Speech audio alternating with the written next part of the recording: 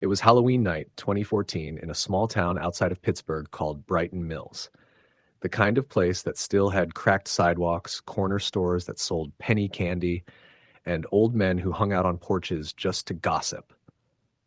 The town always went all out for Halloween. Kids dressed up, houses lit up with orange bulbs, and the local diner gave away free pumpkin pie slices to anyone in costume. I was 23 that year, living in a rundown duplex with my best friend, Tyler. We both worked the night shift at a warehouse nearby, but that Halloween we had the night off. Our plan was simple: stay in, hand out candy, drink a little, and maybe head over to a bonfire some friends were throwing near the edge of town. Nothing crazy, but that night never went as planned. Around 5:30 p.m., the sun was already dipping behind the trees, the air sharp with the smell of burning leaves. Tyler was carving a pumpkin at the kitchen table, one of those big orange ones he'd picked up from a farm down the road. He had this habit of making grotesque faces, tongue sticking out, hollowed eyes, exaggerated grins. That one looked especially creepy, like it was mid-scream. "Looks good," I told him, tossing a bag of candy on the counter. "You should enter that contest downtown." "Nah," he said, scooping pumpkin guts into a bowl. "This one's staying right here on the porch. I want to freak out the little kids."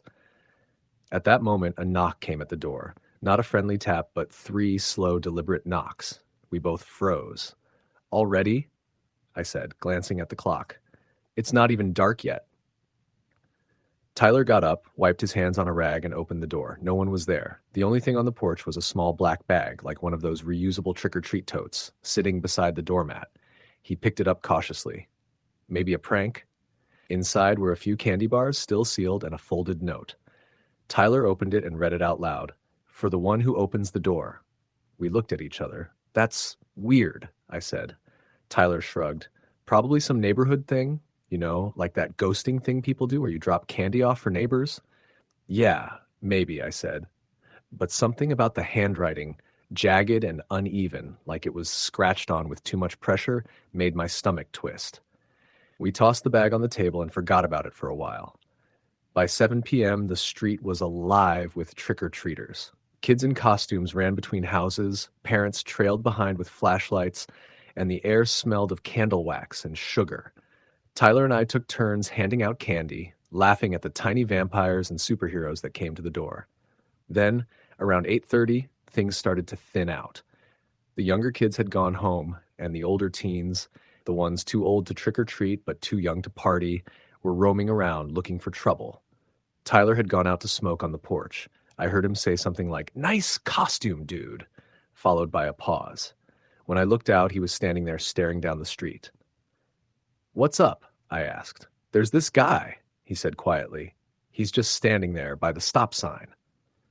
I looked where he pointed. Sure enough, about 50 yards down, under the streetlight, was a tall figure wearing what looked like an old-fashioned scarecrow outfit. Straw hat, long trench coat, sackcloth mask. He wasn't moving, just standing, head tilted slightly like he was watching the house. "Probably some kid trying to creep people out," I said, trying to sound casual. "Yeah, maybe." Tyler flicked his cigarette into the yard. "Still, that's a damn good costume." We went inside, but every time I glanced out the window, that figure was still there, motionless, watching. Around 9, we turned off the porch light, the universal sign that trick-or-treating was done, and settled on the couch to watch a horror movie. Halfway through, Tyler got up to grab another beer. He came back frowning. "Man, did you leave the pumpkin on the porch lit?" "Yeah, why?" He hesitated. "Because it's not there anymore." "What do you mean, not there?" "I mean, it's gone," he said. "The pumpkin, just gone." We both went to the door. Sure enough, the porch was empty. No pumpkin, no candle, just the black bag from earlier now sitting dead center on the welcome mat. "I swear I left that inside," I said. Tyler stared at it.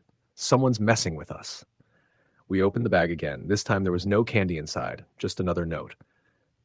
"Don't close the door." My pulse jumped. "Okay, that's not funny." Tyler was tense now, his jaw set. "Someone's watching us."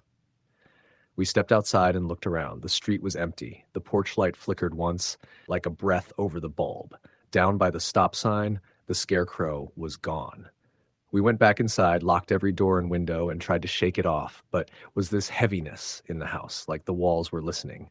By 10, Tyler said screw it and went upstairs to shower. I stayed downstairs, scrolling through my phone, trying not to think about the bag. That's when I heard it. Slow footsteps across the porch. I muted the TV. Another step, then another. The sound of something dragging lightly against the door.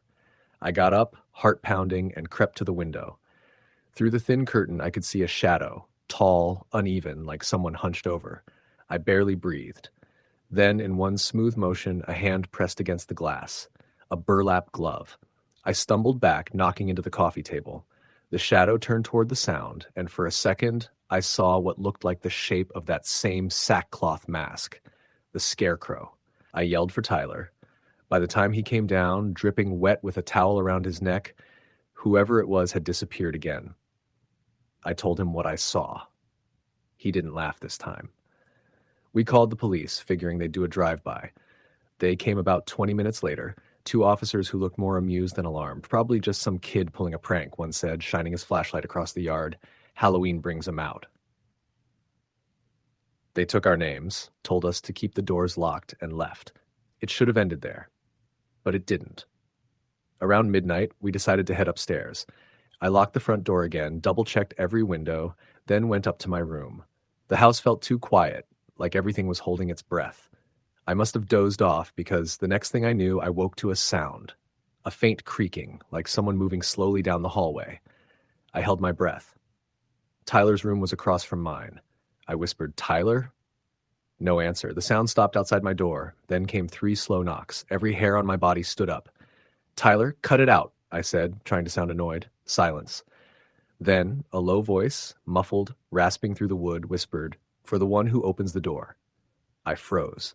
It wasn't Tyler's voice. It was deep, scratchy, like someone dragging words over gravel. I didn't move. I didn't even breathe. After a few seconds, the footsteps retreated down the hall. I waited until I couldn't hear them anymore, then jumped out of bed and ran straight to Tyler's room. He was asleep, dead to the world. I shook him awake. "Tyler, someone's in the house!" He blinked groggily. "What? Dude, what time is it? Listen."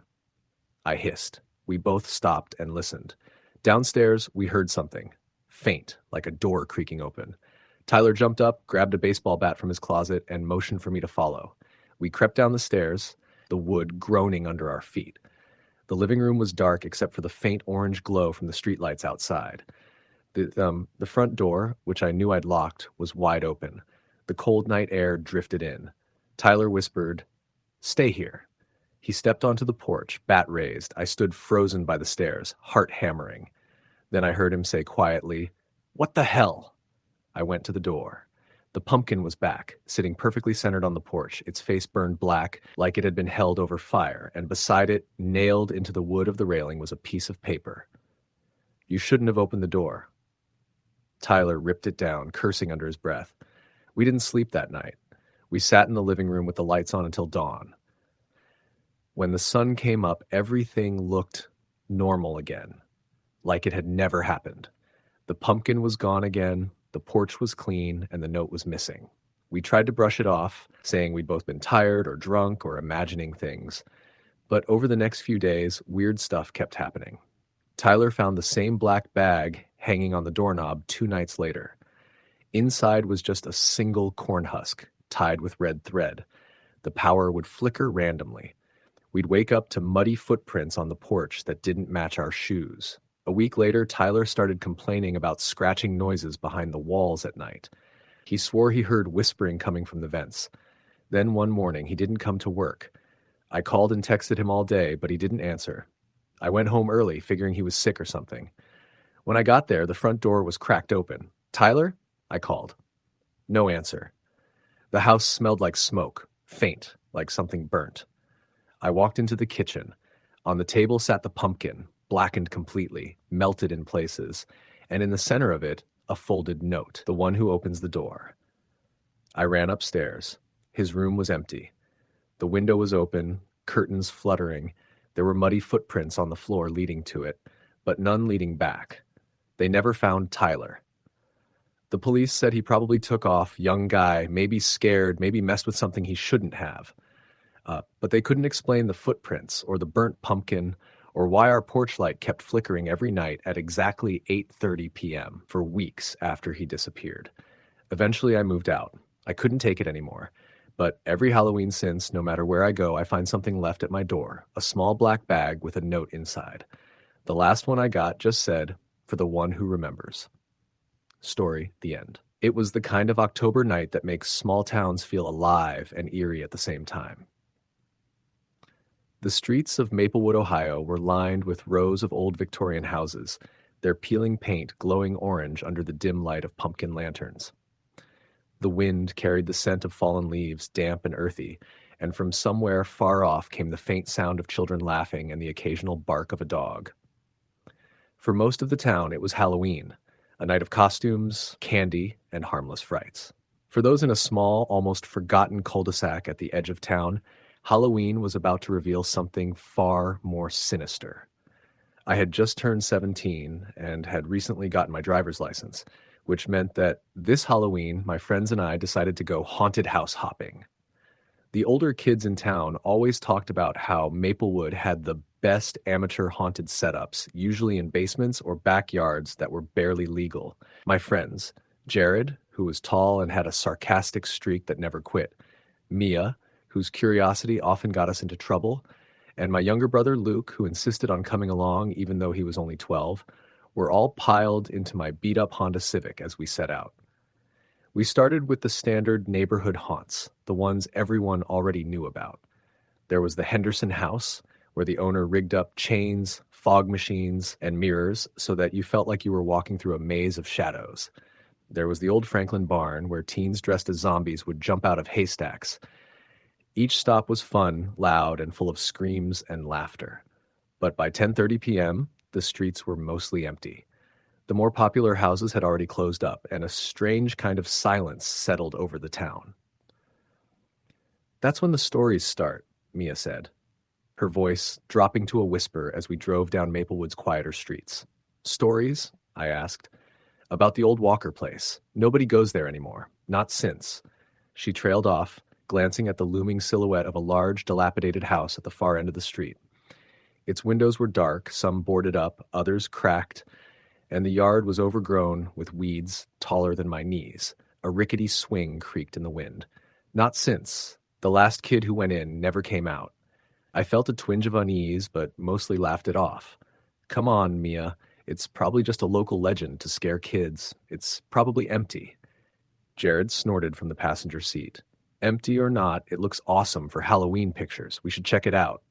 Luke's face went pale. "I don't know, guys. I've heard about this place at school. They say it's haunted." I glanced at him, a bit annoyed. "You've been reading too many online forums, little bro. It's fine. Let's just take a quick look. We won't even go inside if it freaks us out."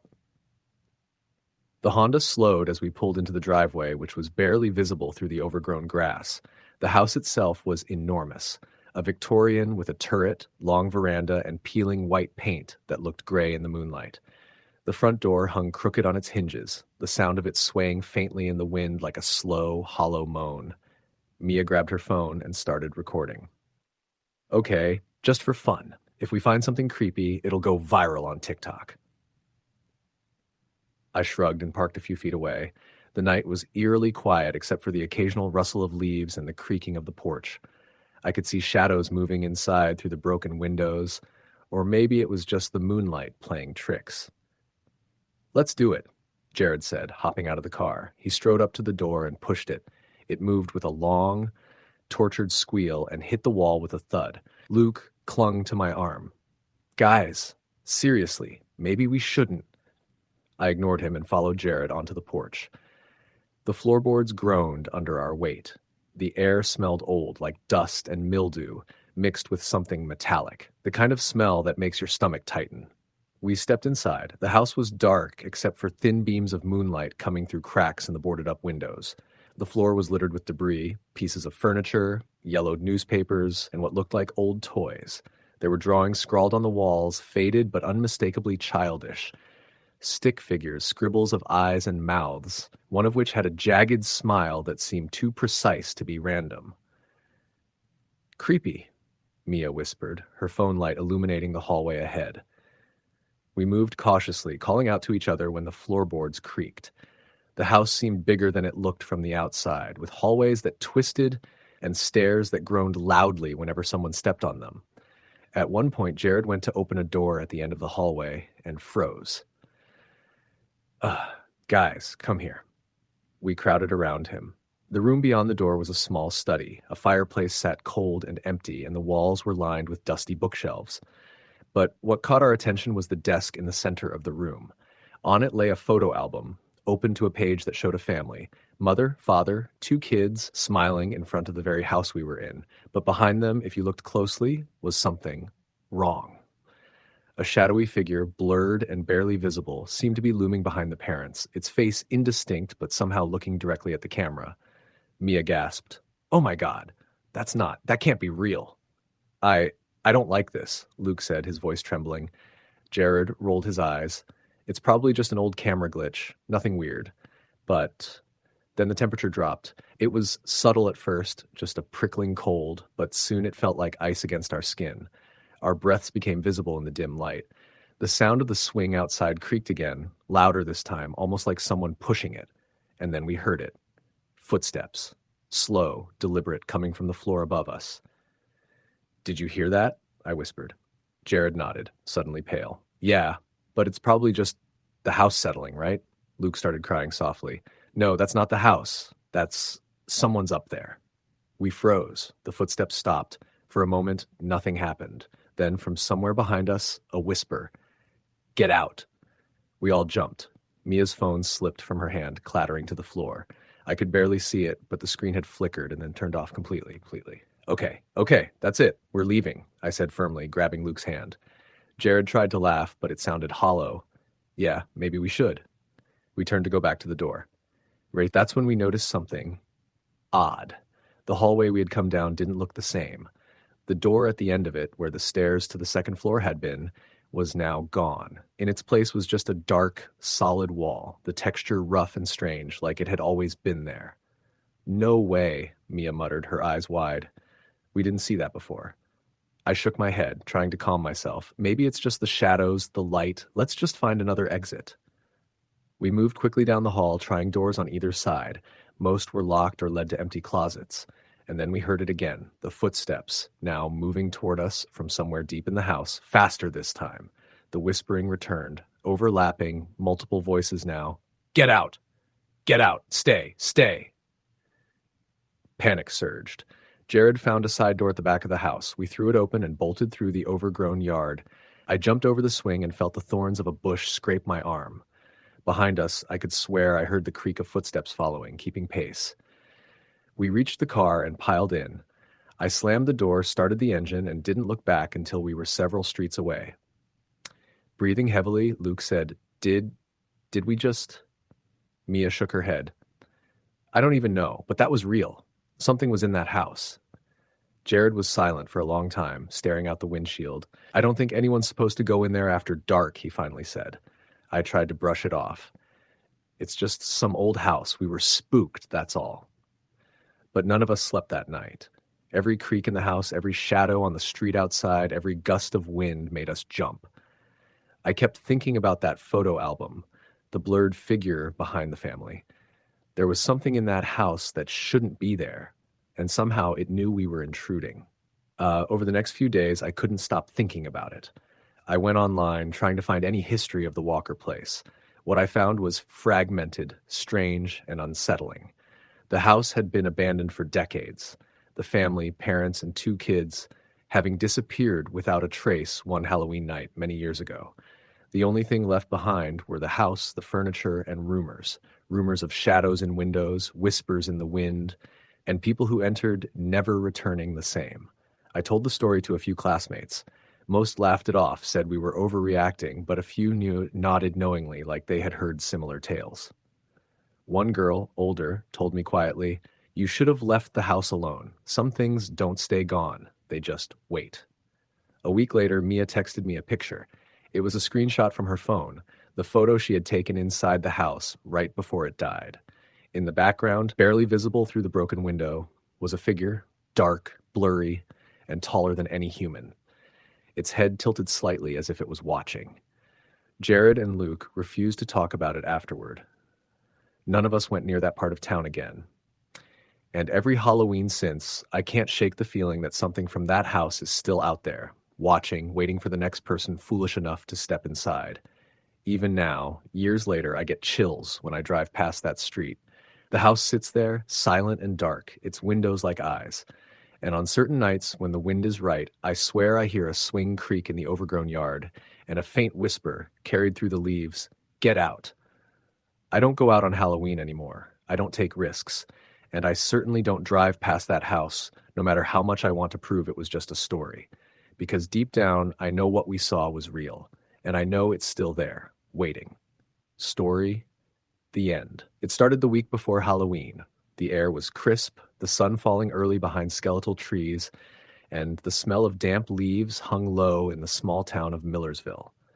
I had just moved into my first apartment alone, a tiny one-bedroom on the edge of town, older brick, with a creaking stairwell and narrow hallways. It wasn't fancy, but it was mine, and at 24, I thought I'd earned some independence. My neighbors were quiet, mostly older couples or young families, and the building's owner, Mr. Harlan, was the sort of man who kept to himself but was polite when he needed to be. The first strange thing I noticed was the sound. At night, when the wind was calm and the streets were empty, I could hear what sounded like footsteps in the hall outside my apartment. My first instinct was to chalk it up to the building settling. It was an old place, after all. But soon, I realized the steps didn't match anyone I'd seen. They came softly, deliberately, sometimes stopping outside my door for a long moment before retreating down the hall. I didn't mention it to anyone at first. My friends thought I was being paranoid when I admitted I was a little on edge. "Old buildings make noises. It's normal," my friend Julie said when I called her. I tried to convince myself that it was normal, but the noises grew more specific. It wasn't just footsteps.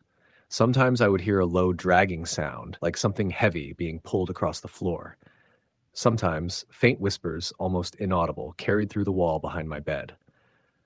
I started locking my door every night, double-checking the deadbolt, even putting a chair against it once just to feel safer. That Saturday, a week before Halloween, I went out to grab some groceries. When I returned, I noticed my apartment door slightly ajar. My stomach dropped. I was careful. I always locked it. I pushed it open slowly, heart pounding. Everything looked normal at first, but then I noticed the living room light I never leave on during the day was on, flickering slightly. I froze. No one should be in here. I called out softly, "Hello?" The apartment was silent. I slowly checked every corner, the bedroom, the bathroom, the kitchen. Nothing. No signs of forced entry, nothing missing, but the sense of being watched was overwhelming. That night, I barely slept, listening for the footsteps, imagining eyes watching me from the darkness.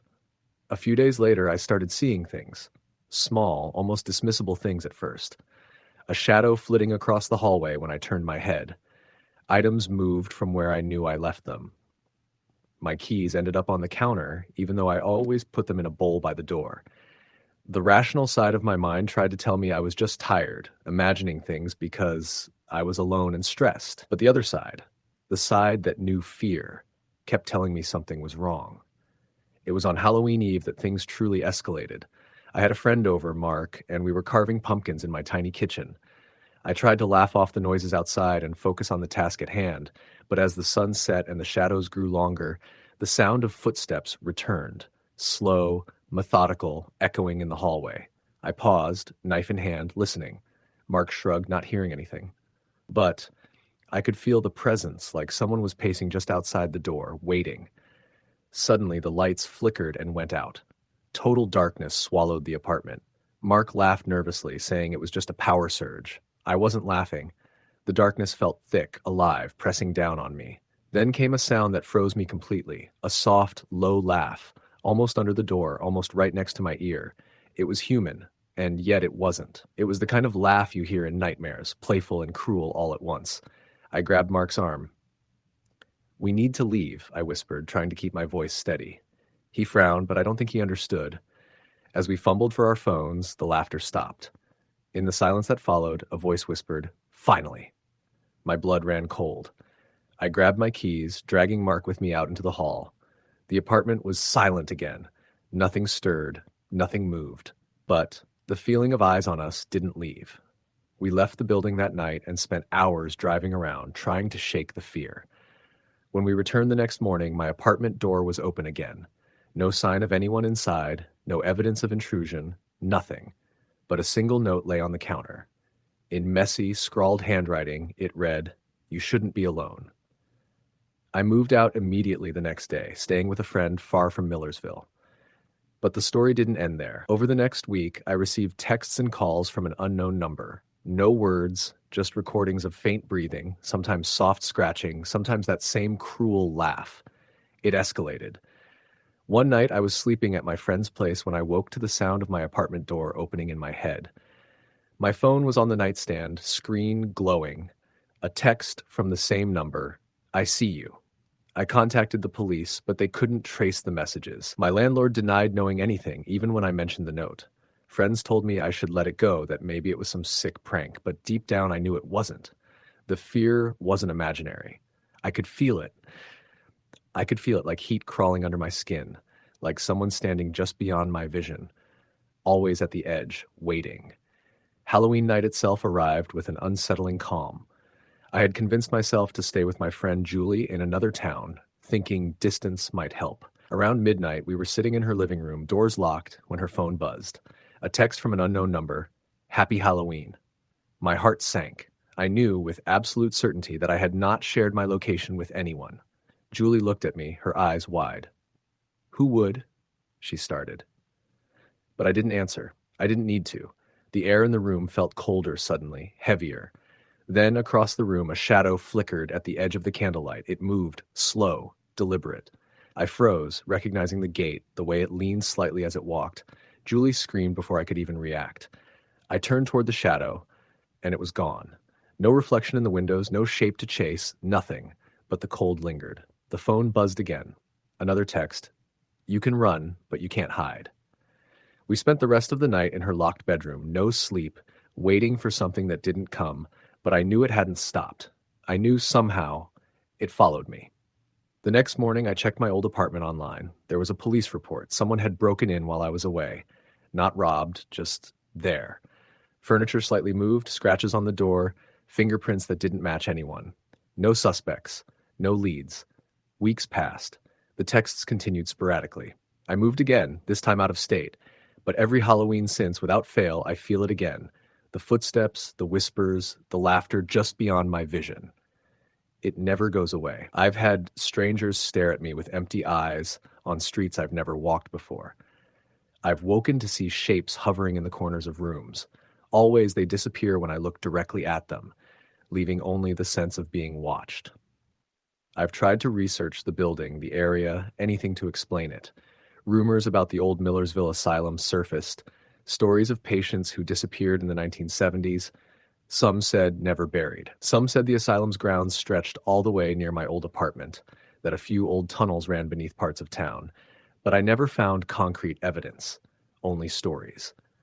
The strangest thing is that, even though I'm terrified, I feel connected, like it waits for me to notice, to acknowledge it. And every Halloween, the fear spikes, like a clock ticking in sync with the footsteps I can't hear but somehow always know are coming. I don't know if it's tied to me or if it's tied to that apartment or something else entirely.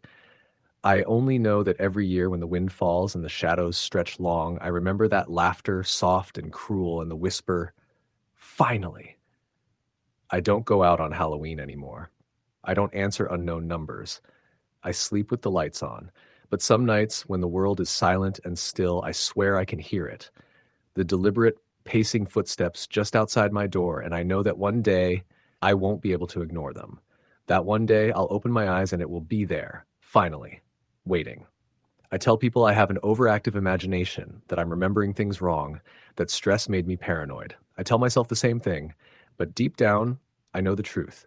And every Halloween, I feel it creeping closer, waiting for me to be alone again. I'll never be alone. Not really. Not ever. Story. The end. It was late October in a small town in Pennsylvania, the kind of place where everyone knew each other, and the streets were lined with old oak trees that cast long shadows over cracked sidewalks. Halloween was always a big deal there. Kids running door to door, townsfolk decorating their homes with fake cobwebs, carved pumpkins glowing in the dim evening light. But that year in 2017, there was something different in the air, something that made the chill of the fall feel sharper, more insidious. I was 17 at the time, and my friends and I had spent the week leading up to Halloween planning our route for trick-or-treating. Our town had this old, almost forgotten neighborhood on the outskirts where people rarely went at night. And of course, that's exactly where we decided to venture. It was rumored that an old woman named Mrs. Halloway lived in one of the crumbling Victorian houses there. She was a recluse, never seen in public, and every Halloween her house would be lit up with flickering lights and grotesque decorations that seemed almost alive. No one knew why, but the stories about her were enough to keep kids away, except for the brave or stupid ones like us. We gathered around 6 p.m., dressed in our costumes, our nerves tingling with the thrill of Halloween night. There was Sam, my best friend since kindergarten, who had a penchant for daring me into stupid situations. Then there was Lisa, who was always cautious but had a curiosity that often got the better of her. And finally, there was Jeremy, a tall, lanky kid who loved horror movies and thought he could handle anything. The streets were quiet as we made our way toward the old Halloway house. The wind rustled the leaves, sending a cascade of orange and brown spiraling across the pavement. Even though it was early, the sky had darkened to a deep, bruised purple, the kind that made shadows seem unnaturally long. When we reached the house, the first thing we noticed was the smell, something metallic and wet, like old blood mixed with decaying leaves. The house itself was massive, 3 stories high, with peeling paint and windows so grimy that it was impossible to see inside. The yard was overgrown, and every decoration looked as though it had been untouched for decades. But the lights flickered unevenly, casting strange shadows across the skeletal trees. "Are we really going in there?" Lisa whispered, her voice trembling. "Of course," Sam said, grinning. "It's just an old house. What's the worst that could happen?" We hesitated at the edge of the cracked walkway, our flashlights cutting through the darkness. Then, almost simultaneously, a door creaked open on its own. It was the front door, tall and heavy, swinging as if someone had just passed through it. The sound echoed unnaturally through the empty street, and for a moment none of us moved. I think it wants us to come in," Jeremy joked, though even he sounded nervous. Against our better judgment, we stepped inside. The air was thick, musty, and it clung to our lungs. The house smelled of old wood and mildew, but beneath that, there was the same metallic tang we had smelled outside. The floorboards groaned under our weight as we crept through a narrow hallway, walls lined with peeling wallpaper depicting scenes of children playing in fields that had long since faded to gray. "Hello?" I called softly, my voice trembling despite my attempt to sound confident. There was no answer, just the sound of the wind whistling through broken windows. As we moved deeper into the house, I noticed something strange. The furniture was covered in sheets, but the shapes underneath looked oddly human. Chairs bent unnaturally, tables warped as though the house had swallowed them whole. In the corner of the hallway, a rocking chair began to sway on its own. At first I thought it was the wind, but the door behind it was closed. Sam laughed nervously. "This is ridiculous. It's just a house." But then, from upstairs, we heard it. A soft, dragging sound, like someone pulling something heavy across the floor. It stopped when we froze in fear. "Maybe it's the cat?" Lisa suggested weakly. "There's no cat," I whispered, though I didn't know how I knew that. The 3 of us exchanged uneasy glances. Despite our fear, curiosity propelled us forward. We climbed the narrow staircase, the wooden steps creaking under our weight. When we reached the top, the hallway stretched out, lined with doors that were all slightly ajar. The dragging sound had stopped, replaced by a faint whispering. It was incoherent, like someone mumbling to themselves. "Maybe we should go back," Lisa said, her voice barely audible. "Not yet," Sam insisted. "We've come this far." We continued down the hallway until we reached a door at the very end. The whispering was louder here, almost as if it were coming from behind the door. Sam reached out and turned the knob. The door swung open to reveal a room lit by a single flickering lamp. Inside, the room was strange. The walls were covered in what looked like drawings, childlike sketches of people with hollow eyes, twisted mouths, and long, spindly fingers. Some were scrawled directly onto the plaster, others were pinned to the wall with rusted nails. In the center of the room was a large mirror, and in its reflection I thought I saw something standing behind us. I spun around, but the hallway was empty. My heart was pounding in my chest, and I could feel sweat running down my back. "What is this place?" Jeremy muttered. Before anyone could answer, the lamp flickered violently and went out. The room was plunged into darkness. The whispering returned, louder now, surrounding us from every angle. My flashlight flickered on, and in its beam I saw her, an old woman, standing in the corner of the room. Her eyes were black, hollow pits, and her mouth moved, but no sound came out. We screamed and bolted. Sam and Jeremy ran past me, and Lisa stumbled over the threshold, nearly falling. The stairs seemed longer than before, the hallway twisting unnaturally as if the house itself was alive, trying to trap us. When we finally burst through the front door, gasping for air, the street was empty. The Holloway house sat quietly, the lights flickering gently, as though nothing had happened. We ran home without looking back, vowing never to return. But the experience didn't end that night. Over the next few weeks, strange things began to happen. I started seeing her reflection in mirrors, even in places where there was no mirror to be seen. Shadows moved just outside my peripheral vision. The whispers followed me at night, seeping into my dreams, turning them into something unrecognizable and horrifying. Sam's parents reported that he started sleepwalking, often found standing outside in the cold staring at nothing. Jeremy became withdrawn, refusing to talk about that night, but sometimes he would wake in the middle of the night screaming, claiming he saw the woman in his room. Lisa's parents took her to therapists, but nothing explained the intensity of her fear. She would wake in the middle of the night whispering, "She's here, she's waiting." It escalated further on the following Halloween. None of us wanted to go near that neighborhood, but for some reason the pull was irresistible. We found ourselves standing at the edge of the street, staring at the house from across the road. This time, the lights weren't flickering. They were bright, steady, and inviting. The windows were dark, but I could feel her watching, waiting for us. Sam dared us to approach. None of us moved at first, frozen by fear. But curiosity, or perhaps something darker, drew us forward.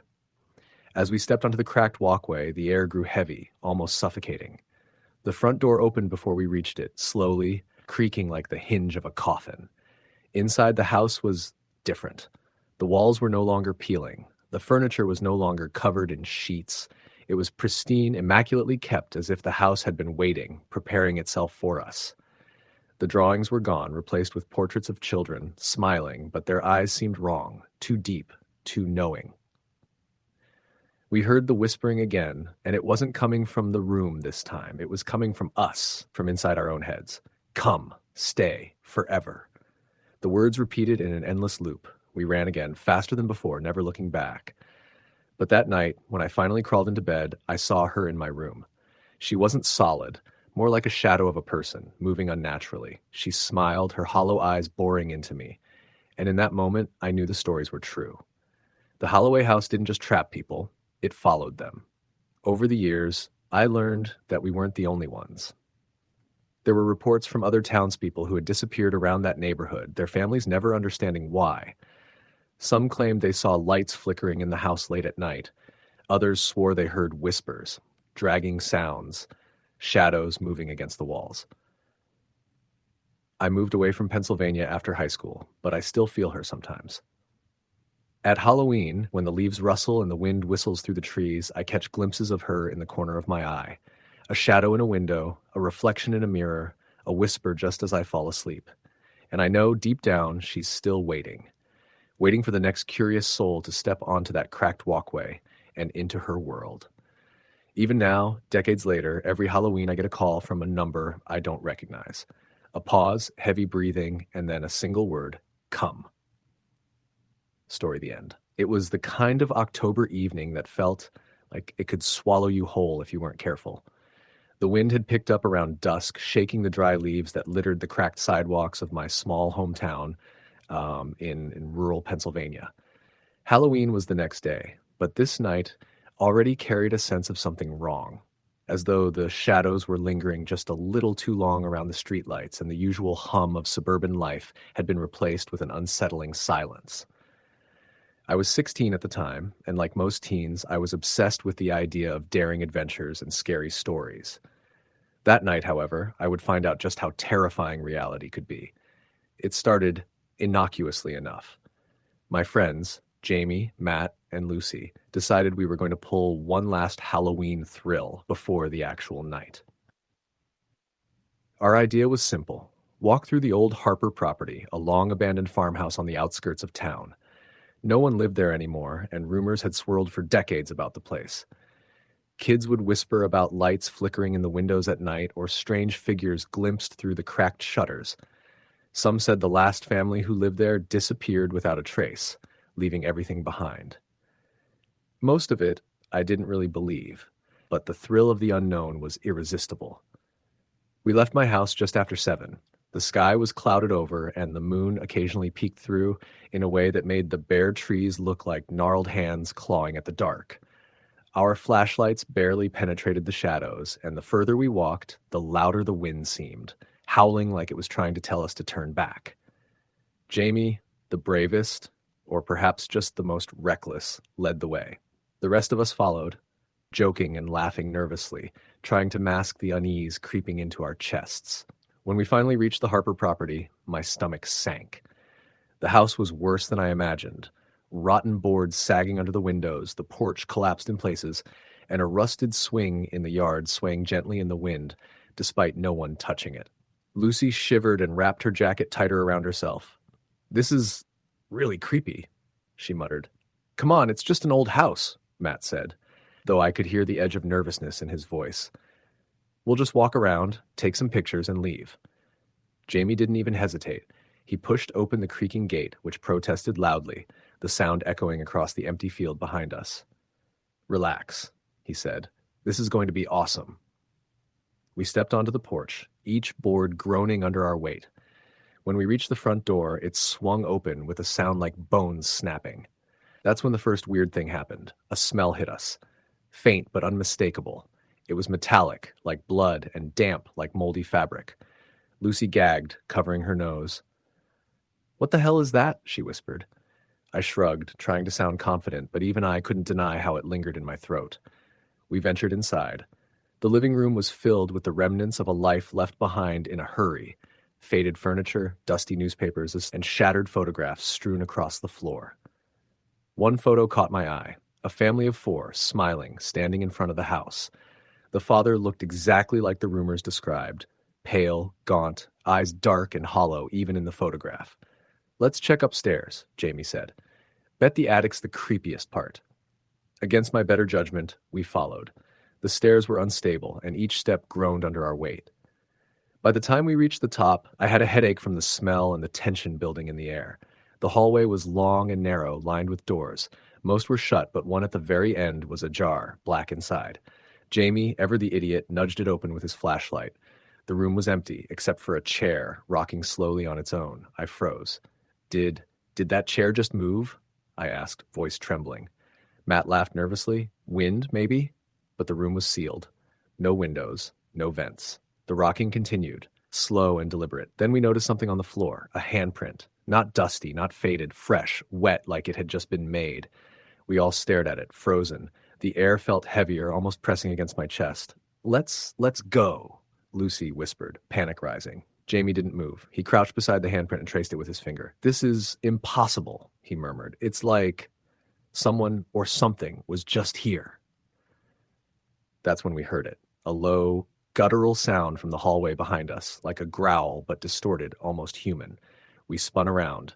The hallway was empty. The sound came again, closer, but still no one there.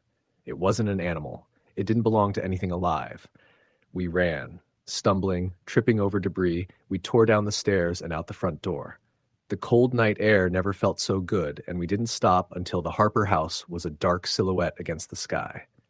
None of us spoke for a while, catching our breath, trying to convince ourselves it was just our imagination. The next morning, Halloween, the story spread quickly through town. No one had ever dared go inside the Harper property and come back talking about it, But now the story of the handprint and the rocking chair was everywhere. People shook their heads, warning us we shouldn't go back, but curiosity gnawed at me. That night, the Halloween air was thick with fog, and decorations swayed in the wind like ghostly spectators. My friends and I decided to stick together, doing the usual trick-or-treat rounds, but I couldn't shake the feeling that something from the Harper house had followed us. The shadows seemed darker, the wind carried whispers I couldn't quite understand, and every time I glanced behind me, I thought I saw a pale figure watching from the edge of the street. Hours later, we ended up at Matt's house, counting our candy and laughing nervously about the night's adventures. I was about to leave when Lucy tugged my sleeve. "Did you hear that?" "Hear what?" I asked, already tense. A scratching sound, faint but deliberate, came from the basement door. Matt's parents weren't home and the house was empty. The scratching grew louder, more frantic, and then a voice, low, rasping, almost a whisper, called out my name. I froze. "That's not funny, Lucy," I said. She shook her head. "I swear it's real." The scratching stopped. Silence. Then, from the corner of my eye, I saw a shadow detach itself from the wall. Pale, tall, impossibly thin, it moved with jerky, unnatural motions. It was standing at the bottom of the stairs, just beyond the dim glow of the hallway light. I screamed. Lucy screamed. Matt froze, paralyzed with fear. The figure didn't move for a moment. Then, almost lazily, it raised a hand and pointed at us before vanishing completely. The air went cold, our breaths visible, hearts pounding. We ran. Out the door into the foggy night, not stopping until we were back on the main street, surrounded by other houses. The normal world, with its porch lights and pumpkins, felt safe in a way it never had before. But the terror didn't end there. Over the next few weeks, strange things began happening to each of us. Doors creaked open when no one was around. Shadows moved independently of the objects casting them. I would wake in the middle of the night to find muddy footprints leading from my window to my bed. Lucy reported hearing whispers in the dark that repeated everything she thought. Matt started sleepwalking, and when he woke, he found his room rearranged in impossible ways. Furniture where it shouldn't have been, objects broken and replaced in new patterns. The climax came 1 week later. I was alone at home, doing homework in the dim glow of my desk lamp when I felt it, pressure against my chest like someone was leaning on me, heavy, impossible weight. I looked up. There, in the doorway of my room, was the same figure. The pale, gaunt face, dark, hollow eyes, and that elongated hand pointing directly at me. I couldn't move. I couldn't scream. Time seemed to stretch until the figure whispered in a voice that scraped at my soul, "You came here. You saw me. Now you belong." Then it vanished. The pressure lifted, leaving me gasping on the floor.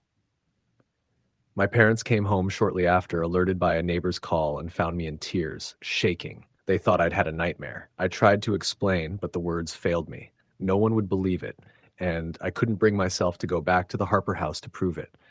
Months passed, and the town returned to its quiet, normal rhythm. But the terror lingered. I saw glimpses of the figure at night. Reflections in windows, shadows at the edge of my vision, and once at a crowded Halloween party, standing in the corner, staring at me with that same hollow gaze. Eventually, my friends and I drifted apart. Life moved on, but every Halloween without fail, I feel it.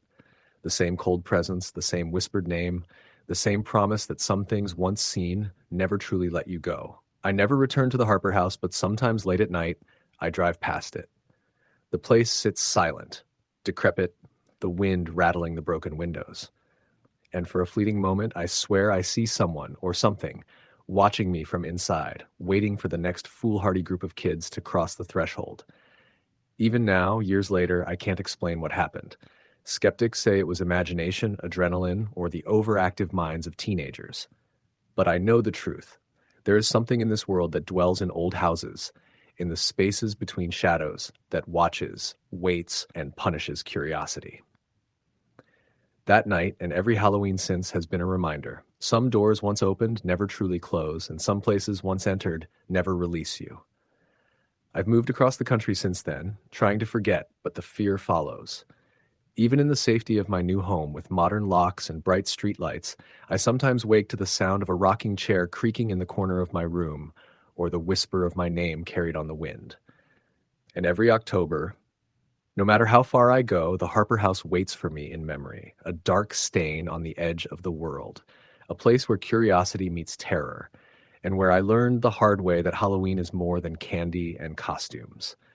It is a night when the veil thins, when the shadows stretch, and when the forgotten horrors of old houses and lost families reach out to remind the living that some things are never meant to be disturbed. Story the end. It was one of those crisp October evenings in upstate New York when the air carries the faint scent of decaying leaves and wood smoke. The small town of Millbrook had that quiet, sleepy feeling you only get in places where everyone knows everyone else, where Halloween meant more than candy. It meant tradition, memories, and occasionally fear.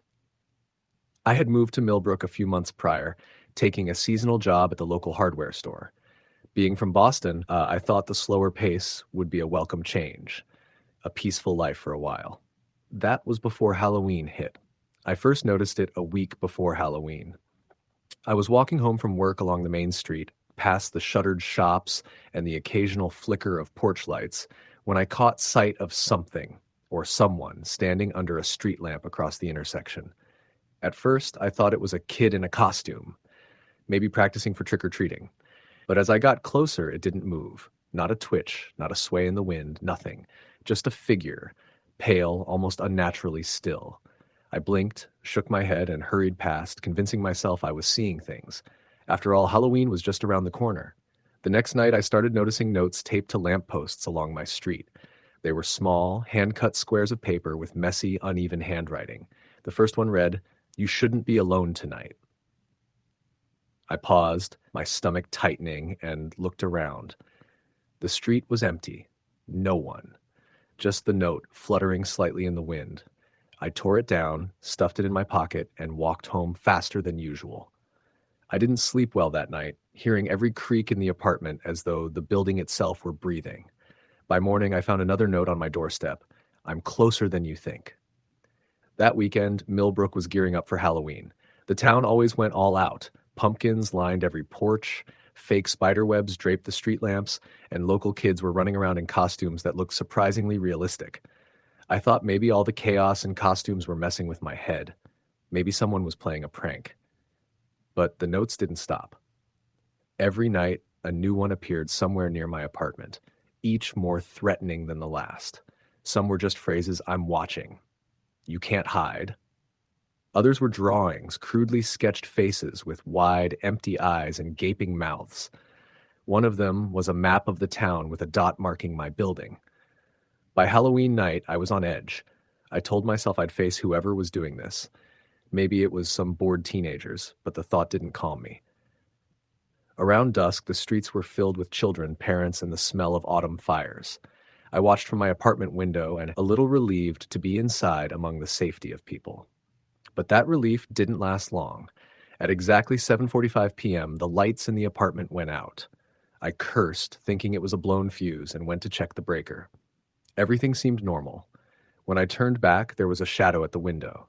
It was tall, impossibly thin, hunched slightly, and wearing something that looked like a black cloak. Its face was hidden by a hood, but I swear I could feel it looking at me. I froze, heart pounding, and then it stepped back into the darkness. I ran to the door, locked it, checked the windows. Nothing. Maybe I imagined it, I told myself. Maybe all the stress and the notes had finally cracked me. But then I saw something that made my blood run cold. Outside my door, on the doormat, lay another note. I hadn't heard anyone place it there. It read, "You saw me. Now I know you know." I called the police, trying to sound calm, but they laughed it off as a prank. "Halloween," the officer said. "Kids being kids." They took a report, promised to patrol the area, but I didn't feel reassured. I felt exposed. That night I barely slept. Every shadow in the apartment felt alive, every creak of the floorboards a warning. Around 3 a.m. I heard something at my window, a tapping, light, hesitant. I thought I was dreaming, but the sound persisted. Gathering courage, I looked through the blinds. Nothing. Just the empty street, the pumpkins on the porches glowing faintly in the moonlight. Then I noticed something I hadn't before, a set of footprints in the frost on my windowsill. Barefoot, leading away into the darkness. I spent the next few days in a near constant state of vigilance. The notes continued, and soon I realized they weren't just on my street. They were everywhere I went. In the grocery store, someone had slipped one into my shopping bag. You can't run. At the park, one was pinned to a bench. I'm closer. I started noticing glimpses of the figure almost everywhere, outside the library, standing across the street from the coffee shop, disappearing into alleys when I turned to look. It wasn't a prank anymore. Halloween night arrived. The town was alive, full of laughter and costumes, but I stayed inside, curtains drawn, lights on. Around 10 p.m., I decided to call my friend back in Boston, someone I trusted to hear me without dismissing me as crazy. While I waited for the call to connect, I heard a knock at my door. 3 soft, deliberate knocks. My heart froze. I hadn't ordered food. I hadn't invited anyone. I moved to the peephole. Empty hallway. No one. Then a note slipped under the door. Come out, or I'll come in. I didn't move. I called 911. The dispatcher told me an officer would be there shortly.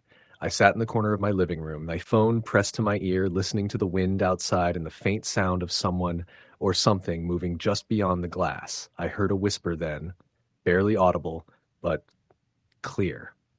You can't hide. It wasn't the wind. It wasn't my imagination. It came from right outside the door. I stayed there for what felt like hours until the officer arrived. We searched the building, the street, even the alley behind my apartment. Nothing. No footprints, no sign of anyone. I thought maybe it was over. Maybe I was imagining it. It wasn't. 2 nights later, my apartment was broken into. Nothing was stolen, no signs of forced entry. The only thing left was a single note on my kitchen counter. Next time, you won't be alone. That was when I realized I couldn't stay there anymore.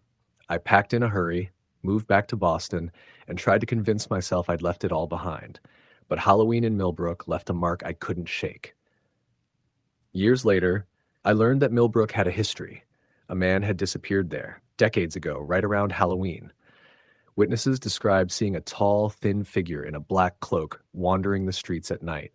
No one ever found him. No one knew what happened, and locals still talk about the cloaked one every Halloween. Some say he's harmless. Some say he waits for people who are alone. I don't know what I saw. I don't know who or what followed me. But every Halloween, I lock my doors, check my windows, and make sure I'm never alone. And sometimes when I'm walking down the street at night, I swear I see a figure under a lamp, pale and still, watching me. That year in Millbrook, I learned that Halloween isn't just costumes and candy. It's old, dark things lurking in the corners, things that wait for fear and solitude. And once they find you, they don't let go. I never went back to Millbrook. I never want to. But every time October rolls around, I hear stories from the town about figures in black cloaks, mysterious notes, and people disappearing. And I remember the feeling of being trapped in my own apartment, knowing that no matter what I did, something was out there, waiting. I've never told anyone in detail, not because they wouldn't believe me, but because I know they would. They would think I was paranoid, crazy, maybe exaggerating, but I know what I saw. I know what followed me. And I know that somewhere in Millbrook it still waits. That Halloween left a mark I carry with me. I can't explain it rationally. I can't dismiss it as coincidence. All I know is that fear I felt, the notes, the watching, the whispers, they were real, too real. And that's why every year I make sure to stay surrounded by light, by people, by noise, because I know what darkness can bring. Even now, when I hear the wind outside my window in late October, I freeze, imagining that tall figure waiting, patient, unseen, for the next person alone enough to notice it. Story the end. It was one of those crisp October evenings in the Midwest where the wind whistled through the bare branches and carried the scent of decaying leaves down quiet suburban streets. Halloween had always been a big deal in Cedar Grove, a town of roughly 30,000 people tucked into the rolling hills of Illinois. Families meticulously carved pumpkins, strung up fake cobwebs, and stocked up on candy, turning their homes into little beacons of orange and black. But for some reason, that year felt different. There was an unease in the air that didn't belong to any child's costume or the smell of caramel corn. Something was off. I had just turned 22, and like every year since moving out of my parents' house, I was planning to spend Halloween with my friends. We rented a modest house on the edge of town, a place that looked abandoned when we drove past it in the daylight, but somehow seemed perfect for the kind of party we had in mind. It was a single-story ranch with peeling paint, an overgrown yard, and windows that reflected the dull amber of the streetlights at night.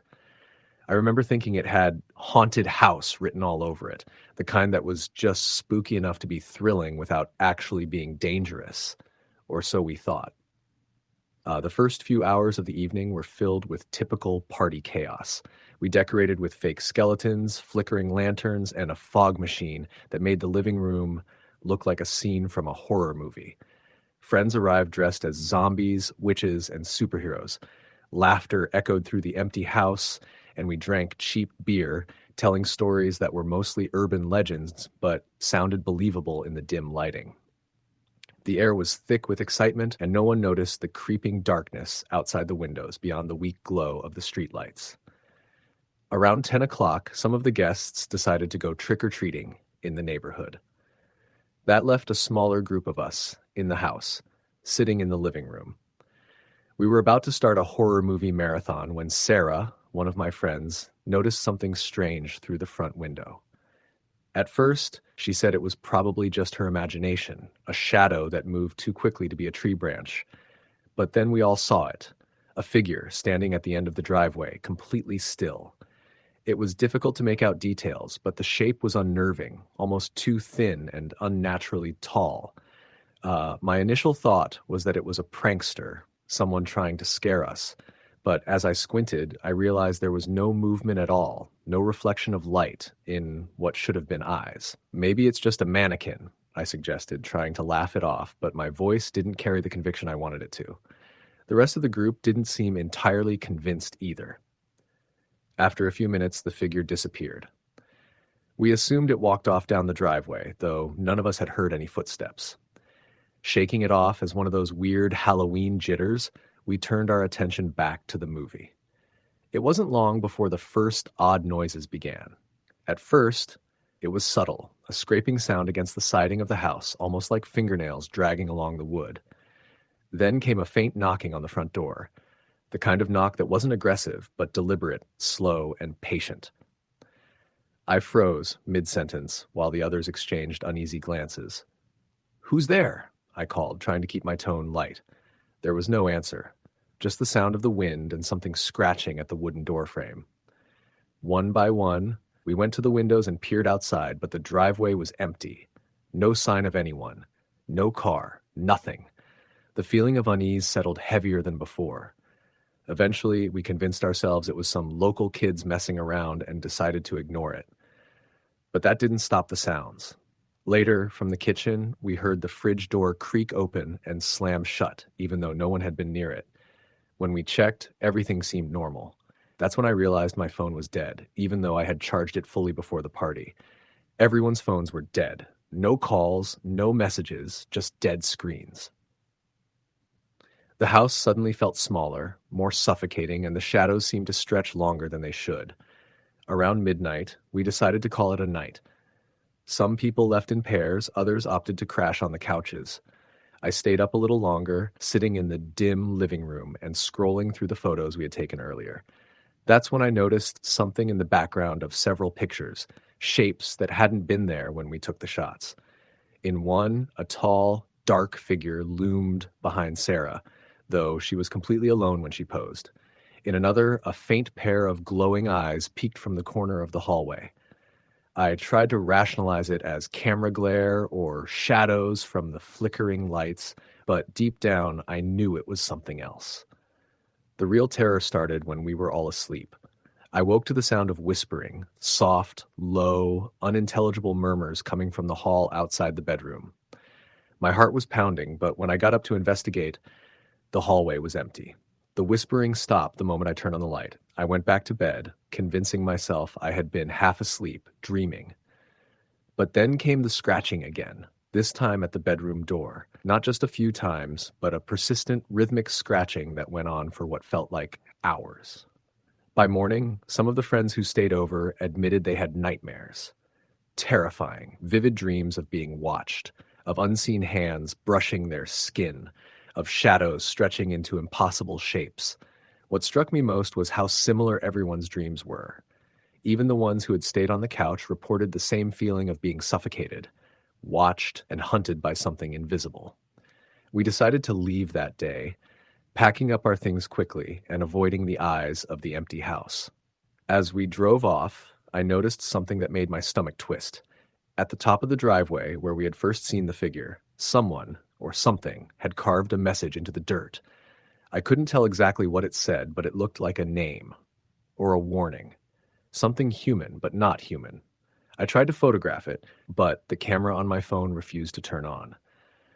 We didn't talk about it much afterward, each of us too shaken to recount the events in full detail. Friends drifted away from each other, avoiding Halloween parties, avoiding the news, avoiding anything that reminded us of that night.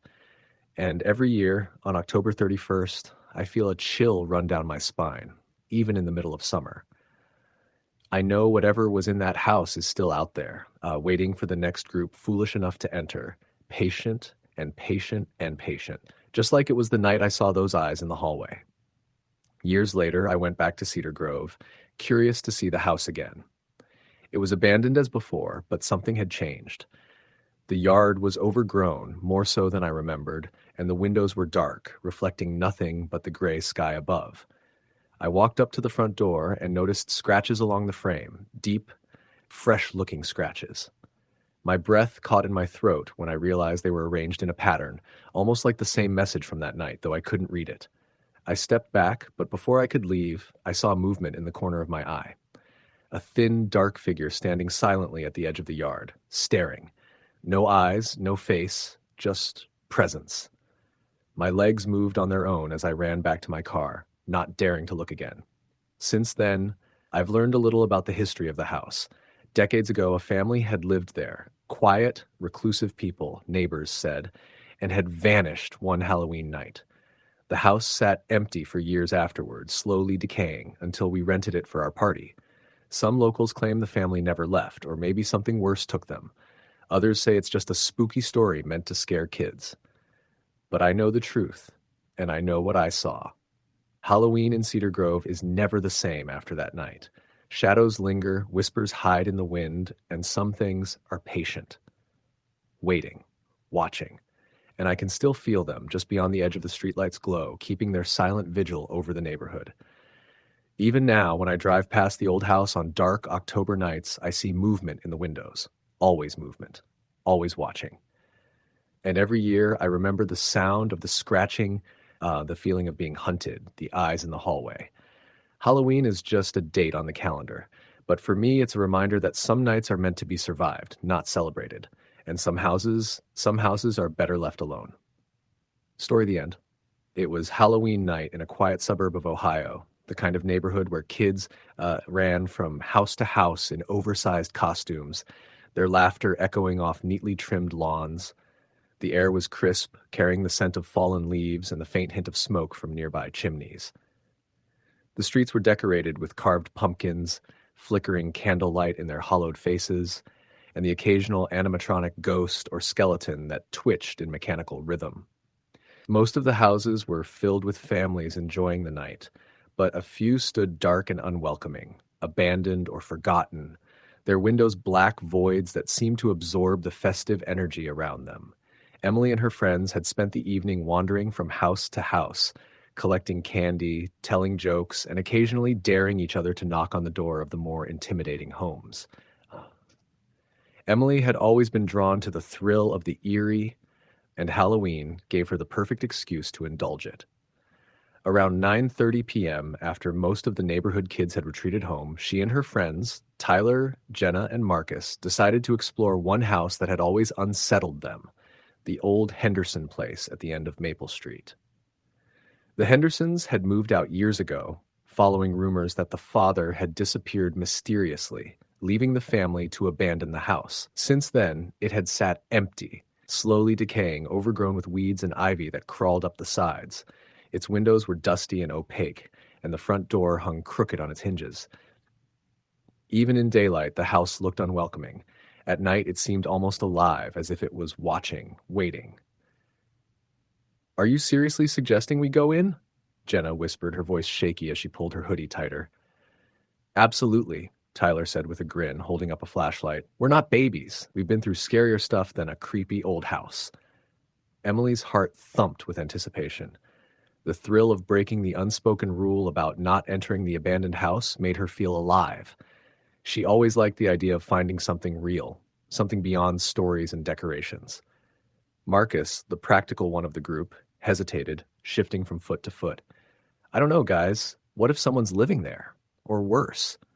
There's nobody there, Marcus. Emily said firmly. It's abandoned. Look at it. Nobody lives in a place like that. She pushed the front gate open, its rusted hinges groaning like a scream. Tyler followed, and soon Jenna and Marcus reluctantly trailed behind. The front yard was overgrown, the grass long and tangled.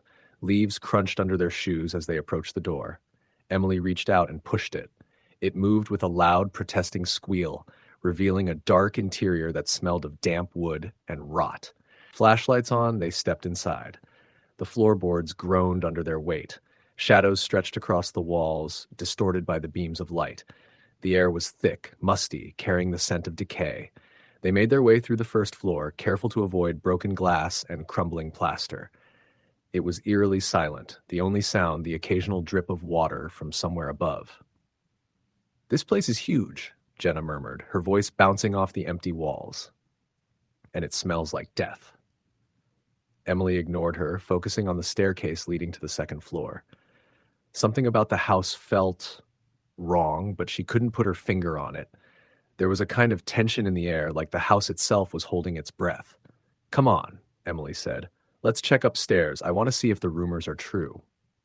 The stairs creaked beneath them. Each step sounded like a warning.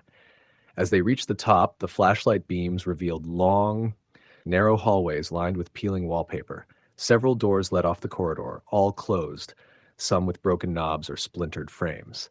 This is insane, Marcus said, his voice low. We shouldn't be here. But Emily pressed on, drawn toward a door at the end of the hall. Unlike the others, it was slightly ajar, revealing a room beyond that was pitch black. She pushed it open further and shone her flashlight inside. The room was empty, or appeared to be. Dust motes floated in the beam of light, and the wallpaper had curled away from the walls in jagged strips. But something caught her eye. Scratches, deep and deliberate, along the far wall, forming strange, jagged patterns. What is that? Jenna whispered, stepping closer to look. I don't know, Emily said, her stomach twisting. The scratches were fresh, not old and decayed like the rest of the house. It didn't make sense. Suddenly, a sound made them all jump, a soft thump from somewhere deeper in the house. The sound repeated, slow and rhythmic, like someone walking carefully on the floor above them. Maybe it's just a raccoon or something, Tyler said, but his voice lacked conviction. The sound grew closer, then another and another. Footsteps, deliberate, pacing just above them. Emily felt her pulse quicken. This wasn't supposed to happen. There was supposed to be nobody here. Guys, we should go, Marcus said, his voice tense. Now. Emily opened her mouth to argue, but froze when she heard it, a low, guttural moan coming from somewhere behind the room they were in. It was human, or at least sounded human, but distorted, dragging on in a way that made the hairs on her arms stand up. Someone's here, Jenna said, panic rising. She grabbed Emily's arm. Let's get out of here! They turned to leave, but the door slammed shut on its own, the force reverberating through the walls. Emily yanked at it, but it wouldn't budge. The sound of the footsteps above quickened, now running across the floor above them. Open! Open! Marcus shouted, pounding on the door. Then they heard it. A whisper. Faint, almost inaudible, coming from the far corner of the room. Don't leave. Emily's stomach dropped. She pointed her flashlight toward the sound. Shadows shifted. A figure stood there, or at least something that looked like a figure. It was hunched, long arms hanging low, and its head tilted unnaturally. The light caught its face for a brief moment. It was pale, almost gray, and its eyes were hollow. Run! Emily screamed. They scrambled to the window, breaking it with a chair and climbing out onto the overgrown lawn. The cold night air hit them like a slap. They ran without looking back, the moaning and whispering following them until they reached the street. Once they were safe under the streetlights, Emily tried to catch her breath. Did anyone else see that? Tyler nodded, his face pale. Yeah, that thing. It wasn't human. Marcus and Jenna were shaking. They didn't speak for several minutes, the adrenaline slowly fading into terror. Emily's phone buzzed. A message from an unknown number. You shouldn't have come. Her stomach sank. She showed it to the others. Tyler's hands trembled as he read it aloud. Maybe it's a prank, Jenna said, but her voice lacked confidence. No one knows our location, Emily said, her mind racing. And we didn't post anything about this house tonight. The message was followed by another. A few seconds later, we're still here. That night, they didn't sleep. They stayed at Jenna's house, windows locked, doors bolted. Every little sound outside made them jump, and the shadows in the corners of the room seemed heavier, as if someone or something was watching. Over the next few days, Emily couldn't shake the feeling of being followed. She saw figures in her peripheral vision, only to turn and find nothing there. Objects in her room seemed to move slightly when she wasn't looking. Her phone continued to receive messages from that unknown number, though they became more sporadic. Words like soon and don't hide appeared. She tried to tell the others, but they were all too scared to meet again. Tyler's family decided to move temporarily. Marcus avoided going outside after dark, and Jenna started sleeping with her lights on, refusing to leave her bedroom. Weeks passed, but the sense of dread never fully left Emily. One night, she found herself standing in front of the Henderson house again. It looked the same, yet different, as if it had been waiting for her. She didn't know why, but something compelled her to step closer. The door opened slowly. No one had touched it. Inside, the scratches on the wall had multiplied, spreading across the room in patterns that seemed to shift when she looked at them. And in the corner, the figure from that night waited, head tilted, eyes hollow. It spoke in that same low, drawn-out whisper, "You came back." Emily screamed, turning to run. But the hallway stretched impossibly, the exit moving farther away with every step. The walls seemed to close in, and the shadows reached for her. When her friends finally came looking for her, Emily was gone. Nothing remained but the faint smell of damp wood and decay. Her phone, left on the lawn outside, had a single message on it: "We're never leaving." The Henderson house remains abandoned to this day. Locals say it seems to breathe at night, windows glowing faintly with candlelight, though no one lives there. Teenagers dare each other to approach it, but none have entered. And every Halloween, when the wind carries the scent of fallen leaves and smoke, some claim they can hear faint moaning and whispers, warning anyone foolish enough to come near, "Don't leave, stay with us." Story the end. It was a crisp October evening in a small town in Pennsylvania, the kind of where the moon barely peeked through the thick clouds and the wind whispered through the bare branches of the trees. I was 16, and like every year, I'd been planning my Halloween route with my friends, the usual circuit through our neighborhood, the one lined with old Victorian houses and a few newer ones that tried too hard to look spooky with fake cobwebs and inflatable ghosts. My parents were out of town, leaving me with my older brother, Jake, who was supposed to be keeping an eye on me, though we both knew he'd rather be out with his friends than hovering over a 16-year-old on a night meant for candy and scares. I started the night with my best friend, Lisa. We met at the corner where our street met the old mill road, the one that cut through the woods and had always been whispered about as haunted. Kids in town told stories about people vanishing there decades ago, or lights floating in the trees, or shadows that moved on their own. Of course, Lisa and I rolled our eyes, the same way teenagers do, laughing at the thought of ghosts when the only real fear we had was whether Mrs. Dalton would hand out full-sized candy bars this year. We walked the first few blocks, our bags already half full with Snickers, Kit Kats, and Reese's. The streetlights flickered in that uneven way that old bulbs do, casting long shadows that danced over the cracked sidewalks. We didn't notice it at first, but as we approached the edge of the woods, a thick fog began rolling in, curling around the trees and creeping toward the street. It wasn't the usual mist you get from a chilly night. This fog felt different, heavier, almost alive. "I don't like this," Lisa whispered, her voice barely audible over the rustle of leaves. "Relax," I said, though my stomach had suddenly tightened. "It's just fog. Halloween's spooky, that's all." We continued, but the normal noises of the night, dogs barking, kids laughing, the distant hum of a TV, were gone. Everything was unnaturally quiet. The fog was dense now, and the trees loomed like giant skeletal fingers. That's when we saw the figure. It was standing at the edge of the road, where the woods began, almost blending into the fog. At first, I thought it was a person in costume, maybe someone trying to be creepy. But as we got closer, something about it was off. It was unnaturally tall, too thin, with long, pale limbs that seemed to bend the wrong way at the joints. Its head was tilted at a strange angle, and the only thing I could make out of its face was darkness, a void where eyes and mouth should have been. Maybe we should go back, Lisa said, her voice trembling. I opened my mouth to reply, but the figure took a step toward us. Not a normal step. It glided, almost like it was hovering just above the ground. My heart was pounding. I wanted to run, but my legs felt frozen. Lisa grabbed my hand, tugging me back, and we bolted down the street, only realizing we were screaming when the sound finally ripped from our throats. We didn't stop until we reached the next block, the fog thinning just enough that the streetlights looked normal again. But the feeling of being watched didn't go away. We tried to convince ourselves it was a prankster, a neighborhood kid in a really good costume. That's what adults would say, right?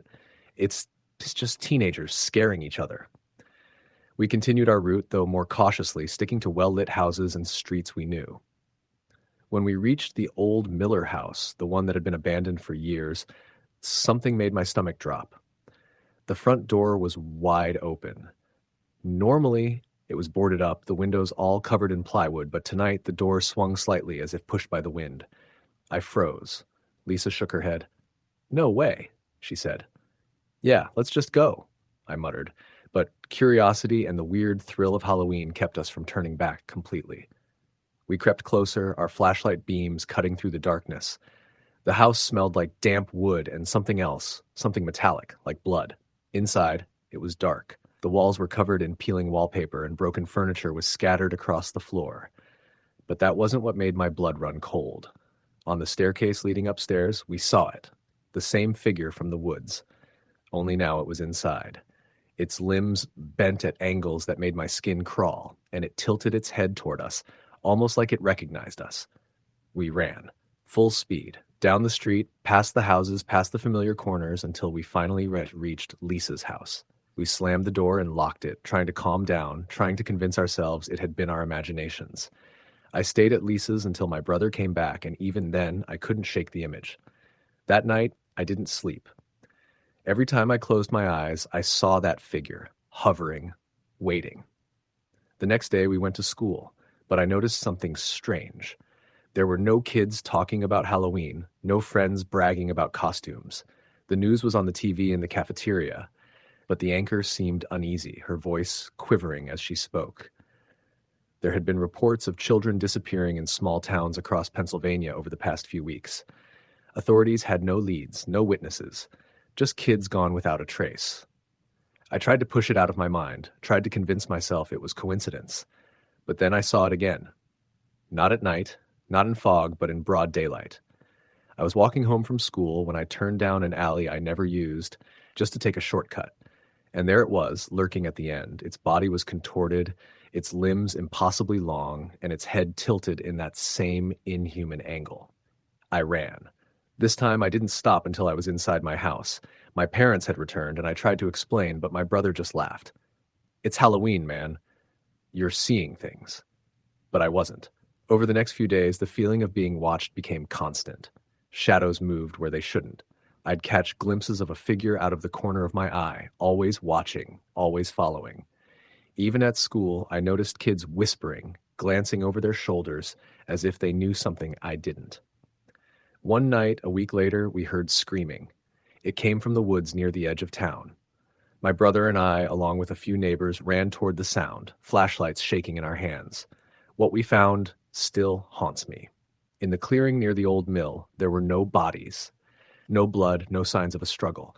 Only footprints, dozens of them, circling, then disappearing into the fog that had returned thicker than before. The local authorities dismissed it as a prank or a pack of kids playing a Halloween joke. But we knew better. My brother, finally shaken, admitted he'd seen it too.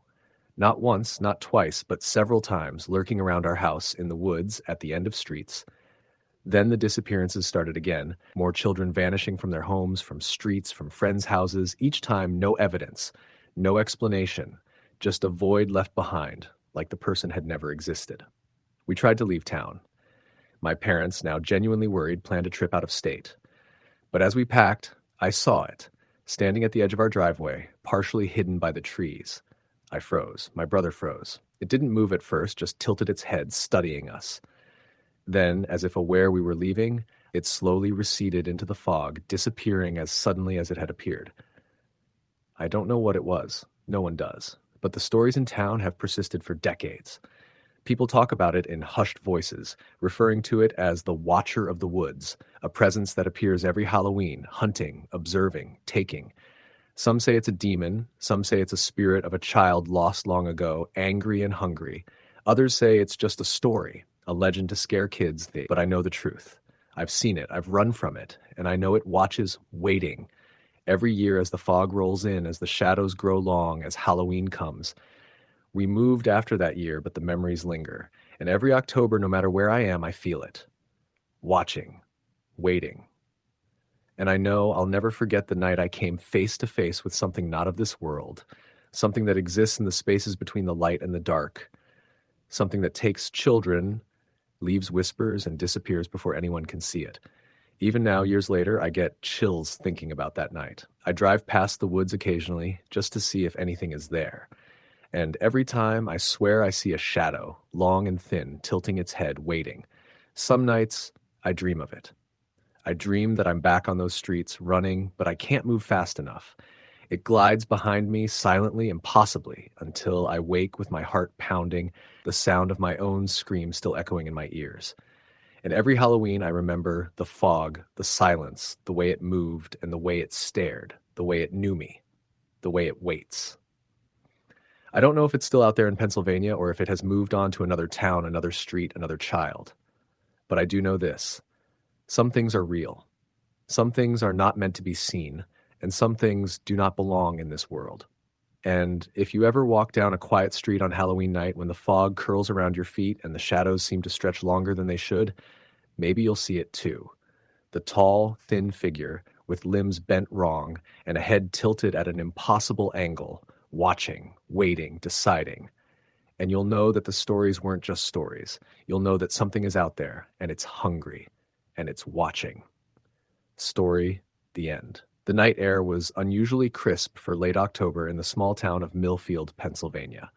The leaves crunched underfoot in shades of amber, crimson, and gold, and a faint wind carried the smell of burning wood from chimneys down quiet suburban streets.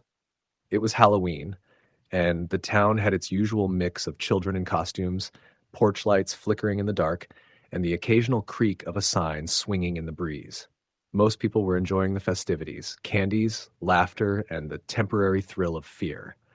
But for one teenager named Emily, that Halloween would be different in ways she couldn't have imagined. Emily was 16, a quiet, observant girl who had recently moved to Millfield with her mother after her parents' divorce. Her mother had bought a small 2-story house on the edge of the town, just bordering a patch of woods that locals called Black Hollow. No one spent much time near Black Hollow, though. Everyone knew the stories, the kind whispered about by older kids at school, disappearances, strange noises, the occasional warning from parents not to wander too far in the woods at night. Emily had always been skeptical of such tales, chalking them up to small-town superstition, but there was a part of her that felt an uneasy curiosity toward the forest. Earlier that evening, Emily had been helping her mother set up decorations. The front porch had cobwebs strung along the railings, plastic pumpkins with fake candles inside, and a carved pumpkin that Emily had made herself.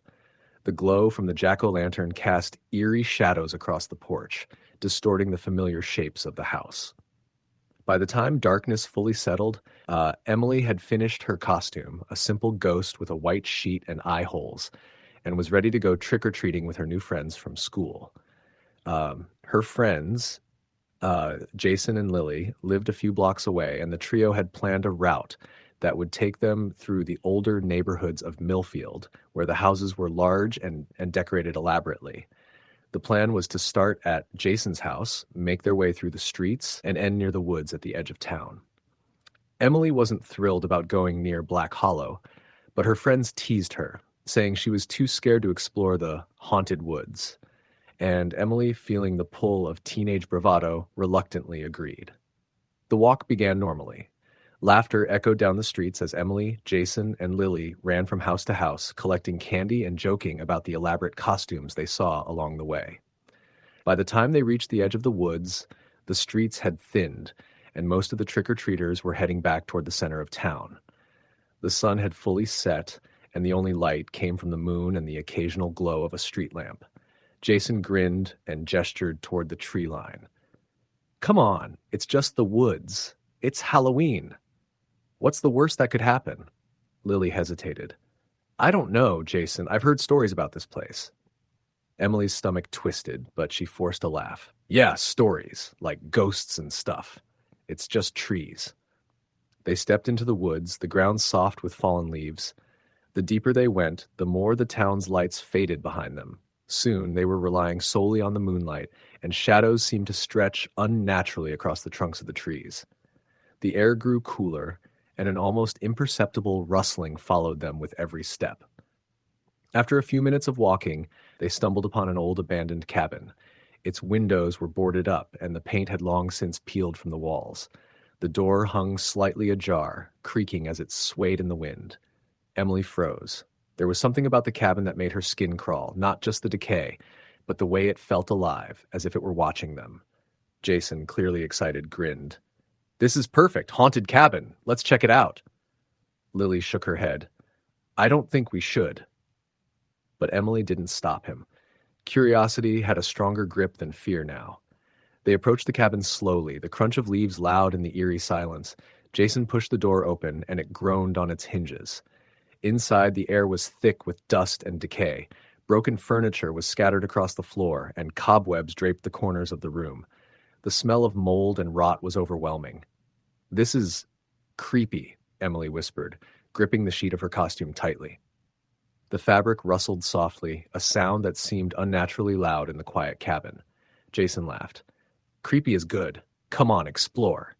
They moved deeper into the cabin, their flashlights illuminating the decay. That's when Emily noticed something strange. Words scratched into the wooden floorboards, partially hidden beneath dust and debris. She crouched to read them. "Get out before they come." A chill ran down her spine. "Guys, look at this." Jason bent down, brushing away some dust. He laughed nervously. Probably just some kid messing around. Halloween prank. But Emily wasn't convinced. Her gut screamed that this wasn't a joke. She glanced toward the boarded-up windows and the shadows that seemed to twist unnaturally in the corners. For a moment, she thought she saw a figure move in the darkness, just at the edge of her vision. She blinked, and it was gone. Lily's voice trembled. "I think we should leave. Now." Jason hesitated, but something in Emily's tone convinced him. They turned to leave, but as they reached the doorway, Emily froze. There was a shadow in the doorway, not the kind that comes from the moon or a tree. It was darker, thicker, almost tangible, and it blocked their exit. "Jason, behind you," Emily whispered. He spun around, flashlight raised, but there was nothing there. Just the cabin, silent and decaying. Suddenly, a loud bang echoed from the far corner of the cabin. Dust fell from the ceiling, and the floorboards creaked under unseen weight. Emily grabbed Jason's arm, pulling him toward the door, but the shadow seemed to stretch, reaching toward them.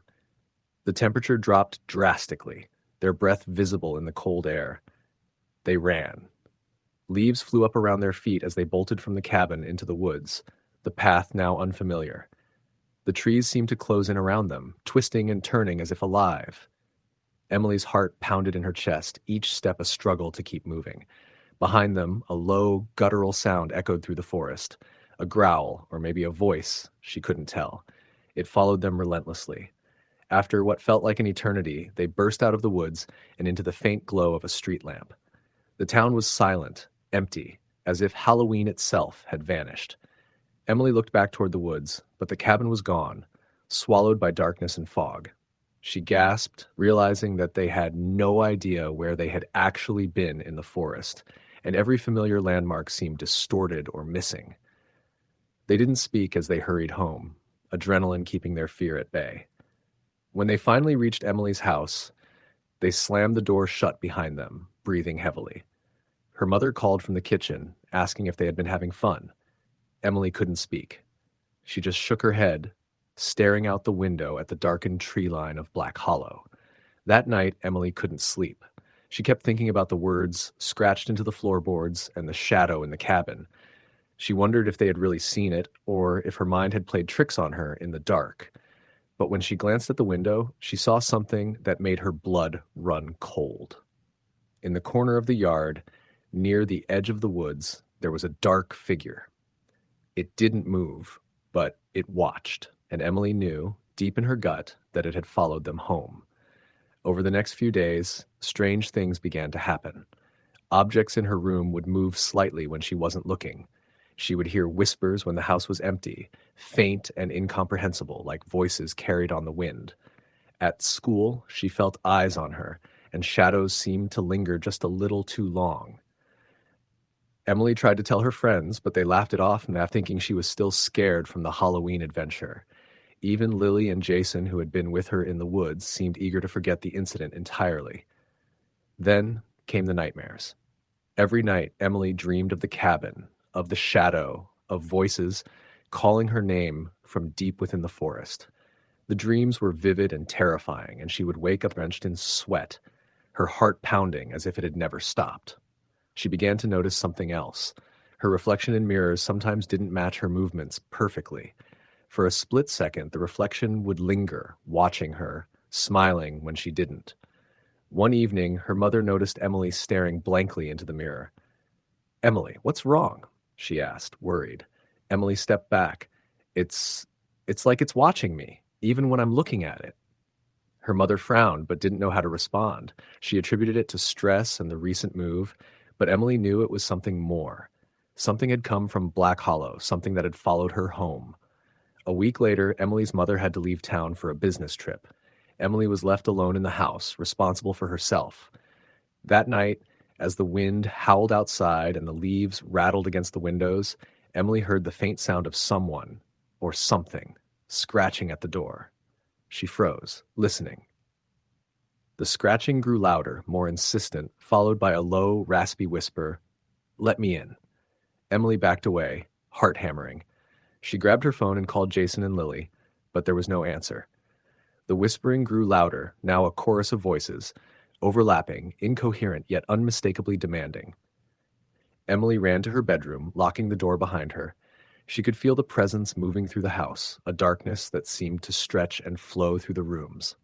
Shadows twisted unnaturally, merging and separating, always just at the edge of her vision.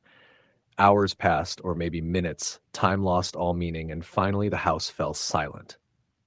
Emily stayed in her room, trembling, until dawn broke, washing the house in weak gray light. When her mother returned, she found Emily sitting on the floor, clutching her knees, staring at the bedroom mirror. The reflection smiled back at her, and for a split second it winked. Emily's family eventually moved again, this time far from Millfield, hoping distance would sever whatever had latched onto her. But Emily knew better. Halloween had changed her life in ways she couldn't explain. The shadow, the whispers, the cabin, they weren't just memories, they were warnings. And every year, when the leaves turned and Halloween approached, Emily felt the presence stirring again, a darkness that always lurked just beyond sight, waiting. No one in Millfield ever spoke of the cabin again, and the woods remained undisturbed. But Emily knew the truth. Some places were not meant to be explored, some darknesses not meant to be challenged, and some things once encountered never truly leave. Even now, Emily keeps a small nightlight on in her room. Sometimes when she wakes in the middle of the night, she catches a glimpse of a shadow at the edge of her vision. Always just beyond reach, always watching. Halloween had ended, but the horror had not. It never would. Story the end. It started on a quiet stretch of road in a small town in Pennsylvania, the kind of place that seemed normal during the day, but took on a different, almost sinister personality at night. I had just moved there from the city for a quieter life, renting a small house at the edge of Maple Grove, a neighborhood that felt abandoned by time. The streets were lined with aging oaks, and every house had its own version of autumn decorations, pumpkins, fake cobwebs, strings of orange and purple lights. But by the time Halloween rolled around, the decorations seemed almost too appropriate, as if the town itself was preparing for something. I worked nights at a local grocery store, stocking shelves and doing inventory, which meant my commute home was always late, often after midnight. I liked the solitude at first. The empty streets, the crunch of leaves under my tires, the occasional distant bark of a dog. It was peaceful. But then, one October night, I noticed something I couldn't explain. I was driving down Cedar Lane, the street that ran past the old cemetery on the edge of town, when I saw a figure standing on the side of the road. At first, I thought it was a man out for a walk, but there was something wrong about him. He was wearing a long, dark coat, and his face was obscured by what looked like a pale mask. Cheap latex, the kind you see in a Halloween store. His posture was too rigid, too deliberate, and he didn't move as I approached. I slowed my car, my heart starting to race. The figure tilted his head, and I had the distinct impression that he was watching me. My stomach sank. I sped up, glancing nervously in the rearview mirror. By the time I rounded the bend, he was gone, standing alone on that desolate road. I told myself it was nothing, a local teen pulling a prank, someone lost, my imagination. But the next night, he was there again. Same coat, same mask, same position, just standing there on the side of the road like he was waiting for me. I drove past, frozen with unease, my pulse hammering. I didn't know anyone in this town well enough to ask about it, but when I finally did, the neighbors gave me vague, uneasy answers. Sometimes people dress up early for Halloween, one neighbor said, a middle-aged man named Rick who lived down the street. Could just be some kids trying to scare drivers. That explanation made sense, except that I knew no kids lived on this stretch of road. The nearest houses were at least half a mile apart, and I hadn't seen anyone outside that night. Over the next few days, things escalated.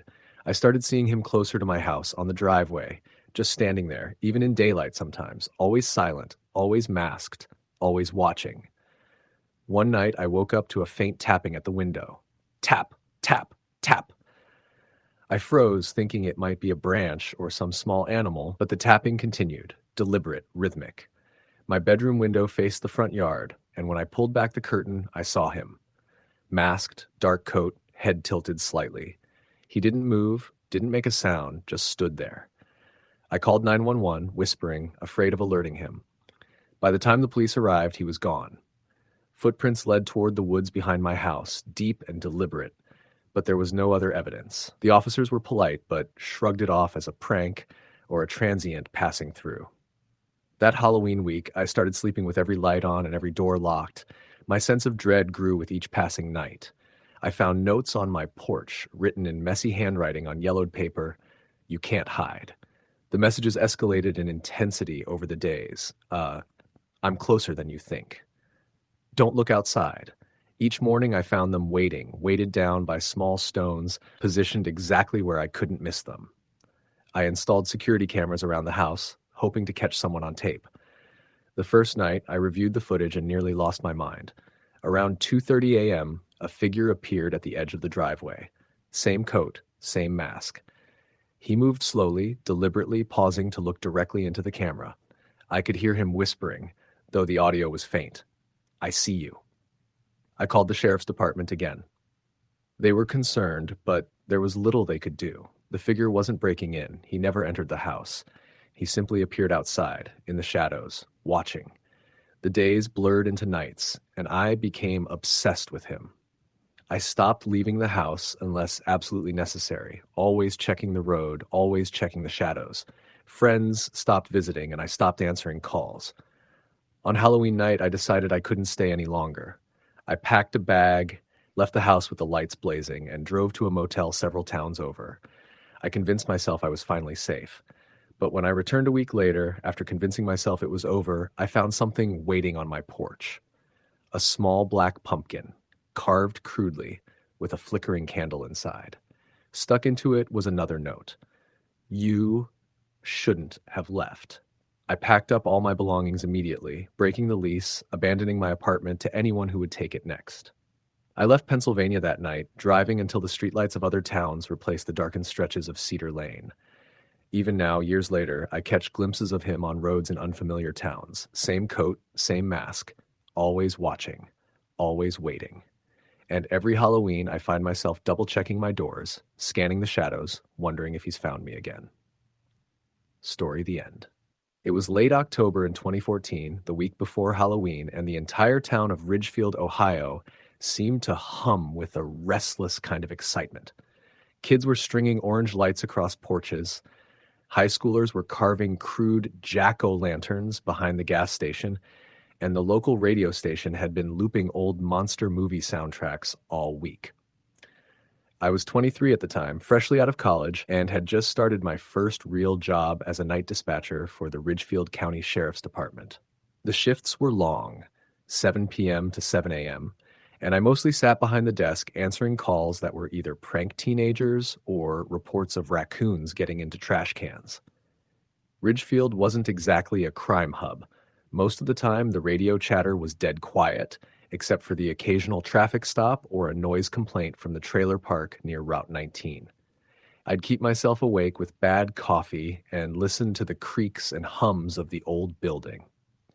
It was an old brick structure from the 1920s, one of the first municipal buildings in town. It used to be a post office before it was turned into the sheriff's headquarters, and it had the kind of drafty, hollow atmosphere that made every sound echo twice. At night, when I was alone, I could swear I heard footsteps down the hall. I'd get up to check, and there would be nothing, just that heavy silence that pressed in from all directions. That Halloween season, Ridgefield was gearing up for its annual parade. Everyone loved it. The entire downtown square would be blocked off, kids would march in costumes, and even the sheriff's department had a float. People started decorating earlier than usual that year. Giant plastic skeletons on porches, fake cobwebs, orange spotlights, and I remember thinking how cheerful it looked. But around the same time, something strange started happening. It began with the calls. On October 25th, a woman named Marlene Jacobs called in just before midnight. Her voice was thin and shaking as she told me there was a man standing at the edge of her property. "He's wearing something," she said. "A mask or something. I think it's supposed to be a pumpkin." I frowned, clicking open the CAD system. "A pumpkin mask?" I asked. "Yes," she said, like a jack-o'-lantern face. "He's just standing there, not moving." I sent Deputy Carter to check it out. When he got there 15 minutes later, the man was gone. Carter told me he found shoe prints in the mud leading to the tree line, but nothing else. He brushed it off as a prank. Teenagers getting into the Halloween spirit a little too much. The next night, we got 2 more similar calls. One from a retired school teacher who lived alone and said a man in a pumpkin head had walked slowly past her living room window. The other from a group of kids hanging out at the park who swore they saw someone standing in the shadows near the old swing set. The calls became almost nightly after that. Sometimes the figure was standing at the edge of someone's yard. Sometimes he was walking along the road, always wearing the same thing, a pumpkin mask. At first, I laughed about it with the deputies. Everyone called him Pumpkin Man. Ridgefield was small enough that word spread fast, and soon people were joking about it at the diner, claiming to have spotted him near the old grain silos or behind the Dollar General. But there was something about the calls that didn't sit right with me. Each caller, without exception, described the same details. The mask was carved like a real jack-o'-lantern, and it glowed faintly from within. Not bright, just a dim orange light, as if there were a candle flickering inside. On the night of October 29th, I was alone in the dispatch room again. The old fluorescent light above my desk buzzed faintly, and the wind outside howled against the windows. The phone rang at 2:43 a.m. "Ridgefield Sheriff's Office," I said. There was silence on the other end, except for a faint rustling sound. Then a whisper, "He's at my window." My stomach tightened. "Ma'am, who is this?" "It's Marlene again," she whispered. "He's back. He's standing right there." I signaled to Carter, who was on the overnight patrol, and sent him out immediately. Marlene lived on a small property off Mill Creek Road, surrounded by thick woods. When Carter got there, he radioed in, sounding uneasy. "Dispatch, I'm not seeing anyone, but there's something weird here." "What do you mean, weird?" "I found a pumpkin on her porch, fresh one, still warm, like it's been sitting near a fire or something, and there's... Hang on, yeah, there's something inside it." He paused for a few seconds before coming back on. It's a candle, still burning. Marlene swore she hadn't put it there. She was crying when I talked to her, saying she saw the man's glowing face outside her window for at least a full minute before the headlights of the cruiser scared him off. I couldn't shake that image. A pumpkin mask glowing in the dark, someone standing completely still in the cold October night, just watching. The next day, Chief Reynolds came in early and told me to log every single Pumpkin Man sighting with timestamps and locations. He wanted to see if there was a pattern. When I plotted them on a map, the pins formed a rough curve around the southern side of town, near the old industrial area, the part that had been abandoned after the mill closed in the 90s. That night, October 30th, was quiet for a while. Then, just after midnight, we got another call, this time from a man named Frank Heller, a security guard at the abandoned Ridgefield Mill. His voice was shaking. "There's someone walking the perimeter," he said. "Looks like he's carrying a lantern, but it's not." He stopped mid-sentence, and all I heard after that was static. Carter and another deputy, Jenna Hill, responded within minutes. I listened to the radio the entire time. They said they found Frank's flashlight lying near the gate, still on, and his truck door open. But Frank himself was gone. They searched the property until dawn and found nothing except a smashed pumpkin near one of the loading bays. Halloween fell on a Friday that year. The town was alive with energy. Kids in costumes, porch lights glowing, distant music drifting from parties. I worked my shift again that night. Carter and Jenna were out on patrol, Reynolds was coordinating the parade coverage, and I was alone in dispatch. Around 10:30 p.m., I got a call from a number I didn't recognize. The line crackled with static, and then a deep, distorted voice said, "You shouldn't have looked." I froze. "Who is this?" The line went dead. I checked the caller ID. Unknown number. A few minutes later, Carter radioed in. "Dispatch, we're getting reports of someone walking near the parade route. Wearing a..." He stopped. Then, a second later, "He's wearing a pumpkin mask." I felt a chill crawl up my spine. "Copy that," I said. "Can you make contact?"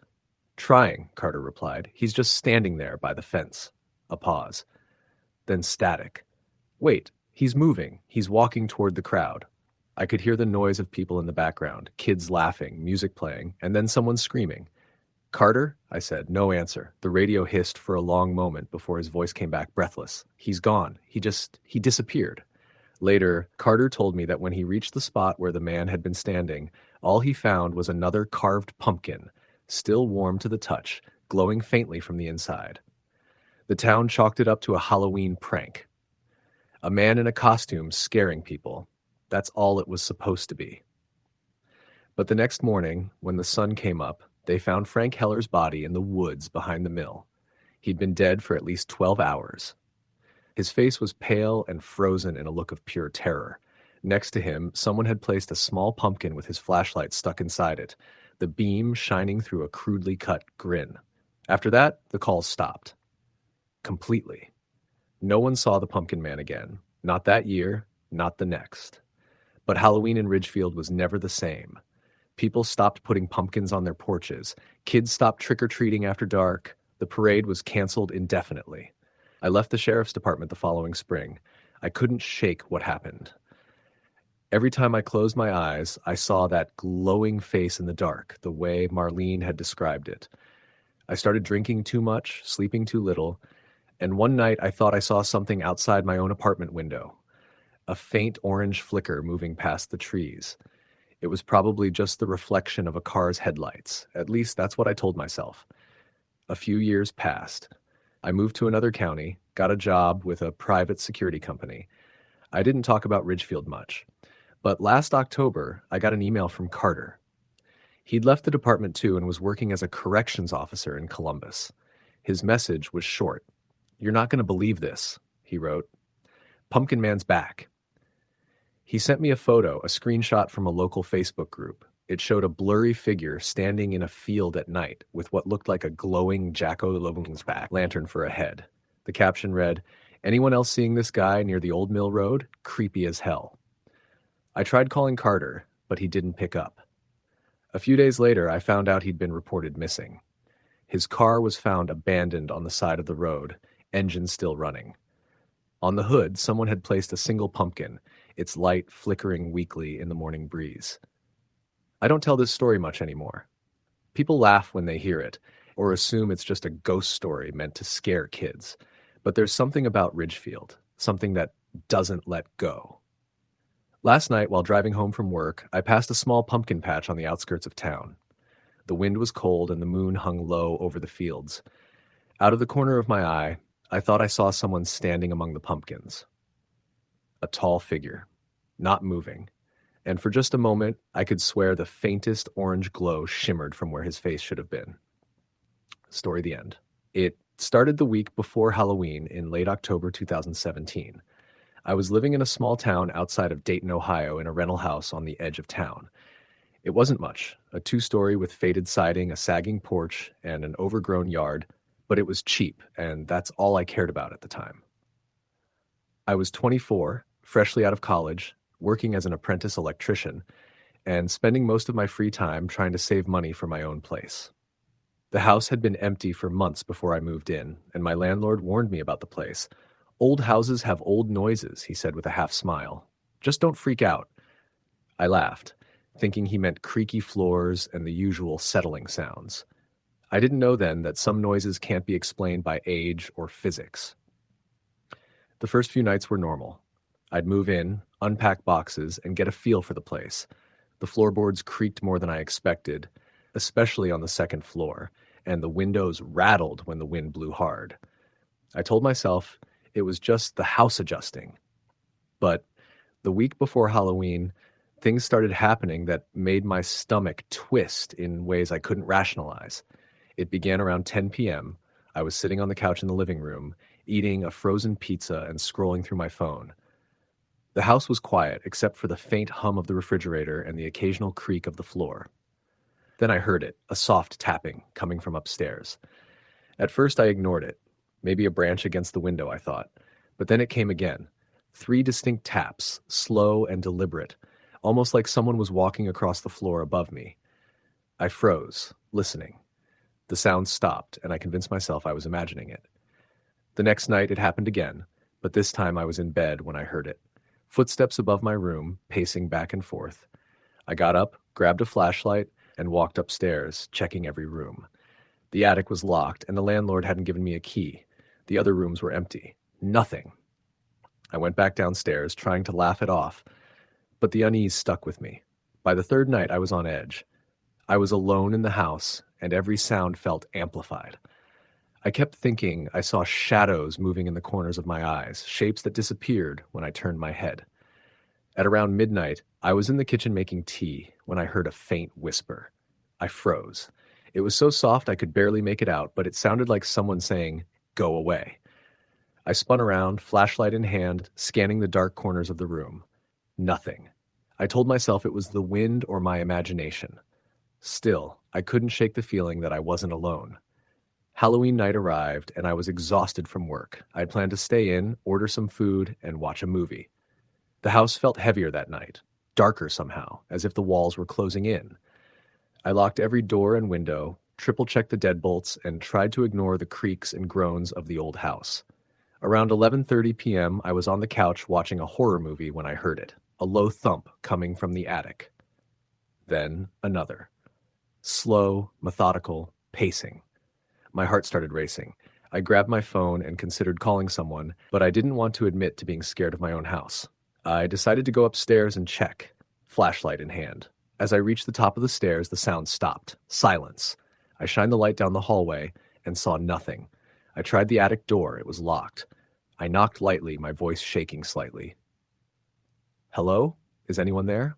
No answer. I went back downstairs, telling myself I was being paranoid. But as I passed the living room mirror, I froze. There was a figure in the reflection. Tall, thin, standing in the corner of the room behind me. I spun around. Empty room.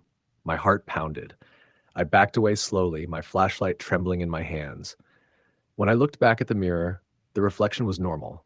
Just me and the dimly lit room.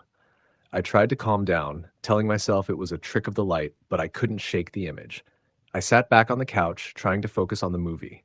That's when I heard it again, a soft whisper coming from the hallway. "Don't look." I froze. My hands were shaking. I didn't move. The whisper came again, louder this time. Don't look. I grabbed my phone and dialed the landlord's number. It rang once, then went to voicemail. I left a trembling message. Hi, it's me. Something's wrong with the house. I don't know. I think I'm not alone. I hung up and tried to gather myself. That's when the power went out.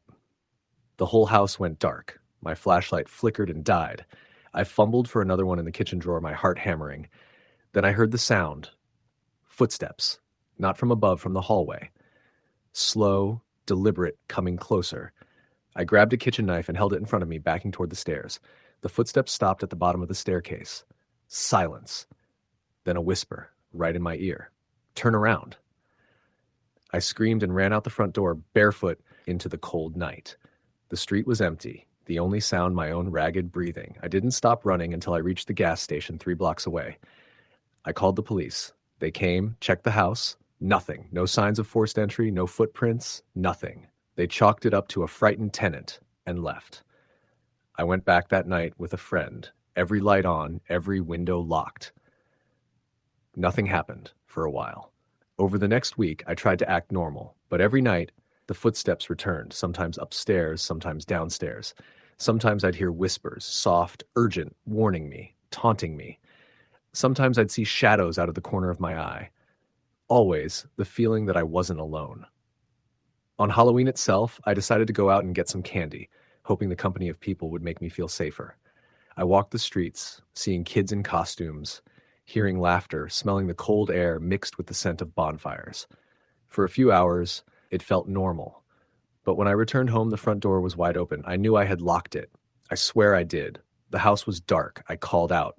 Nothing. I stepped inside, flashlight in hand. The living room was exactly as I left it, except for the mirror. The figure was back, tall, thin, standing in the corner, facing me. I froze. The air around me felt cold, like someone had opened the fridge in the dead of winter. I couldn't move. I couldn't breathe. Then it moved, slowly. Its head tilted just like a human's, but not quite right. Its eyes, if they could be called eyes, shone in the dim light, reflecting the beam of my flashlight like glass. It started walking toward me. Slow, deliberate, silent. I backed up toward the stairs, trying to keep distance. My hands shook so badly I dropped the flashlight. It rolled under the couch, casting flickering shadows across the room. The thing stopped, just standing there, tilting its head. I grabbed the nearest object, my laptop, and hurled it at it. It passed through like mist, scattering sparks. My heart nearly stopped. I ran out the door and didn't stop. I didn't go back to the house that night. I stayed at a friend's until morning. When I returned with them during daylight, the house was empty. Everything in place. No signs of anything unusual. The mirror was just a mirror. I moved out the next week. Found a new apartment across town. Haven't returned since. But every year, around Halloween, I get the same uneasy feeling, like something is watching me. And sometimes when I catch a reflection in a mirror or a window, I swear I see a tall, thin figure standing just behind me, tilting its head. Story the end. It was October in 2017, and the small town of Millfield, Ohio, was already buzzing with that familiar, restless energy that comes right before Halloween. The streets were lined with orange lights, fake cobwebs hung from the porches, and store windows were plastered with smiling pumpkins and witch silhouettes. I had just turned 24 and was working my first real job at the Millfield Police Department as a night dispatcher. My shift ran from 8 p.m. to 6 a.m., which meant I spent long, lonely hours staring at monitors and listening to the quiet hum of the station's ancient HVAC system. The building itself was old, a brick structure from the 1930s, with narrow hallways and the kind of creaking floors that made you second-guess every step at night. The locals always joked that the place was haunted, but I dismissed it as the usual small-town superstition. That October, though, the feeling of unease that normally lingered around the town felt heavier, almost palpable, like the air itself had a chill that wasn't entirely from the season. The first incident happened on October 24th. A woman named Lisa Carver called the station just before midnight. She lived alone on the edge of town in a small house tucked behind tall oaks, and her voice trembled as she spoke. "Someone's outside," she whispered. I think they're watching me." I asked for details, trying to keep my tone calm. I don't know, Lisa stammered. I can't see their face, but there's something off. I think they're wearing a mask, a pumpkin. I blinked. A pumpkin mask? Yes, she hissed. It's glowing, like there's a candle inside. I can see the light moving. I sent Officer Daniels to her home immediately. By the time he arrived, Lisa insisted that the figure had vanished. Daniels reported back that the yard was empty except for faint footprints in the dew, leading into the woods behind her house. He wrote it off as a prank, kids messing with her for Halloween, but something about the description made me uneasy. The following night brought more calls, each eerier than the last. A retired man, George Wexler, reported of seeing the same figure standing still on the edge of the park near his home. 2 teenage girls walking home from a convenience store claimed a man with a glowing pumpkin mask had followed them for nearly a block before disappearing into the shadows. Each report shared the same chilling detail. The pumpkin face glowed from within, faint but unmistakable, and the figure never seemed to move quickly, just hovering at the edge of sight. By October 26th, the legend of the Pumpkin Man had begun circulating online in local Facebook groups and neighborhood apps. The town laughed nervously, dismissing it as some elaborate Halloween prank. But the more reports came in, the less funny it seemed. Something about the stories didn't add up. The figure appeared in different parts of town, never the same place twice, but always in areas that were dark, isolated, and often near older, abandoned structures. On the night of October 27th, I was alone in the dispatch room. The station was quiet except for the occasional static-laden chatter from the radios. At around 1:15 a.m., the phone rang. I answered, and a soft, distorted voice whispered, "He's here." I froze. "Who's there?" I asked, my heart thumping. Silence, and then the line went dead. My stomach sank. I double-checked the caller ID, unknown number. I radioed Officer Daniels to do a quick check of the streets, though he wasn't far. Minutes later, the radio crackled to life. "Dispatch, I see something," Daniels stammered. "Near the old mill road, there's a figure, a man wearing a pumpkin for a head. He's standing under a streetlight, completely still." My hand shook as I typed notes into the log. "Can you approach?" I asked. "I can't. He's just staring. I can't see eyes, but I feel like he can see me." I didn't know what to say. We dealt with pranks before, but nothing that chilled me like this. Then the line went silent. The static lingered too long. When Daniels finally called back 30 minutes later, the figure was gone. He described the pumpkin mask as carved crudely, but glowing faintly from within, like someone had placed a flickering candle inside. He also noted a single, fresh pumpkin on the edge of the road where the figure had stood. He insisted he didn't place it there, and neither did I. October 28th brought more reports, escalating in intensity. A couple walking home reported being followed from 2 blocks away, their pursuer slow, deliberate, and silent, never speaking, never moving his arms. A young woman called from a gas station to say she had almost crashed when she spotted a man in a pumpkin mask standing in the middle of the highway. By then, the town was in full-blown panic. Police began patrolling known hotspots aggressively, but the Pumpkin Man always eluded capture. The most disturbing call came on October 30th. Frank Heller, a security guard at the abandoned Ridgefield paper mill, called in at 11:47 p.m. His voice trembled, and the sound of footsteps echoed faintly in the background. "There's someone walking the perimeter," he said. "Looks like he's carrying a lantern, but I can't." Then static swallowed the line. Daniels and Officer Hill were dispatched immediately.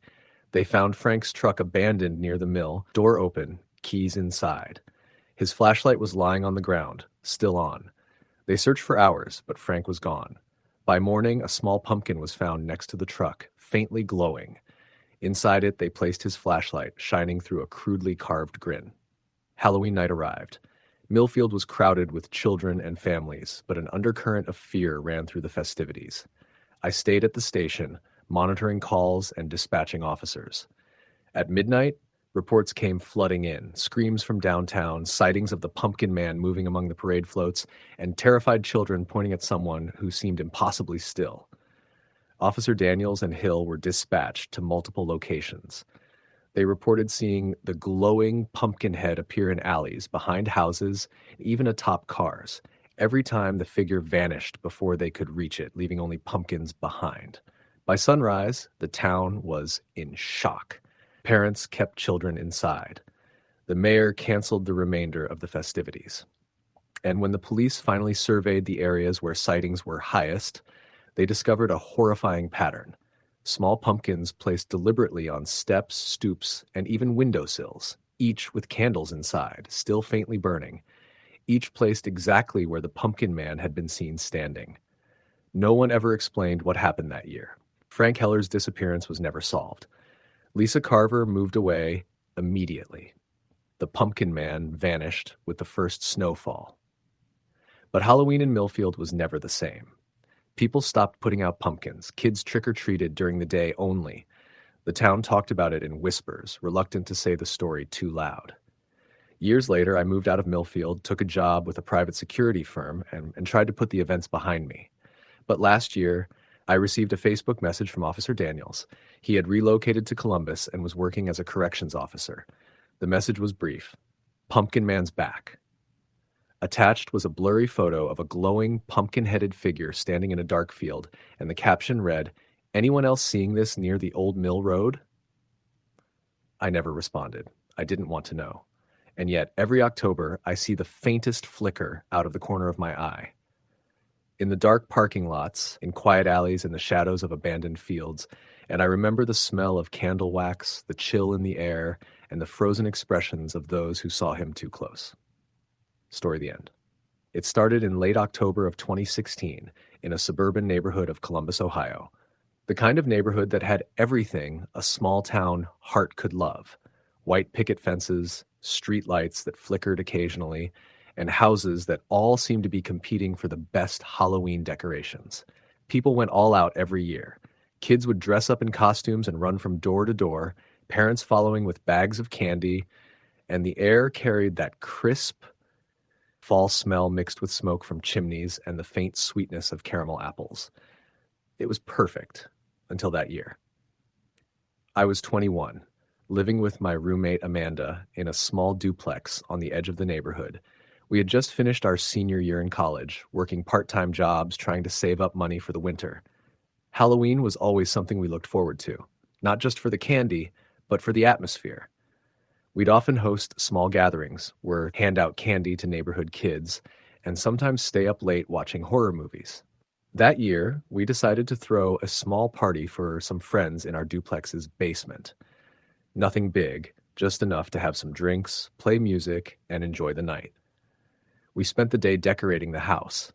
Amanda went overboard with fake cobwebs, orange and purple string lights, and a life-size skeleton that hung from the ceiling of the porch.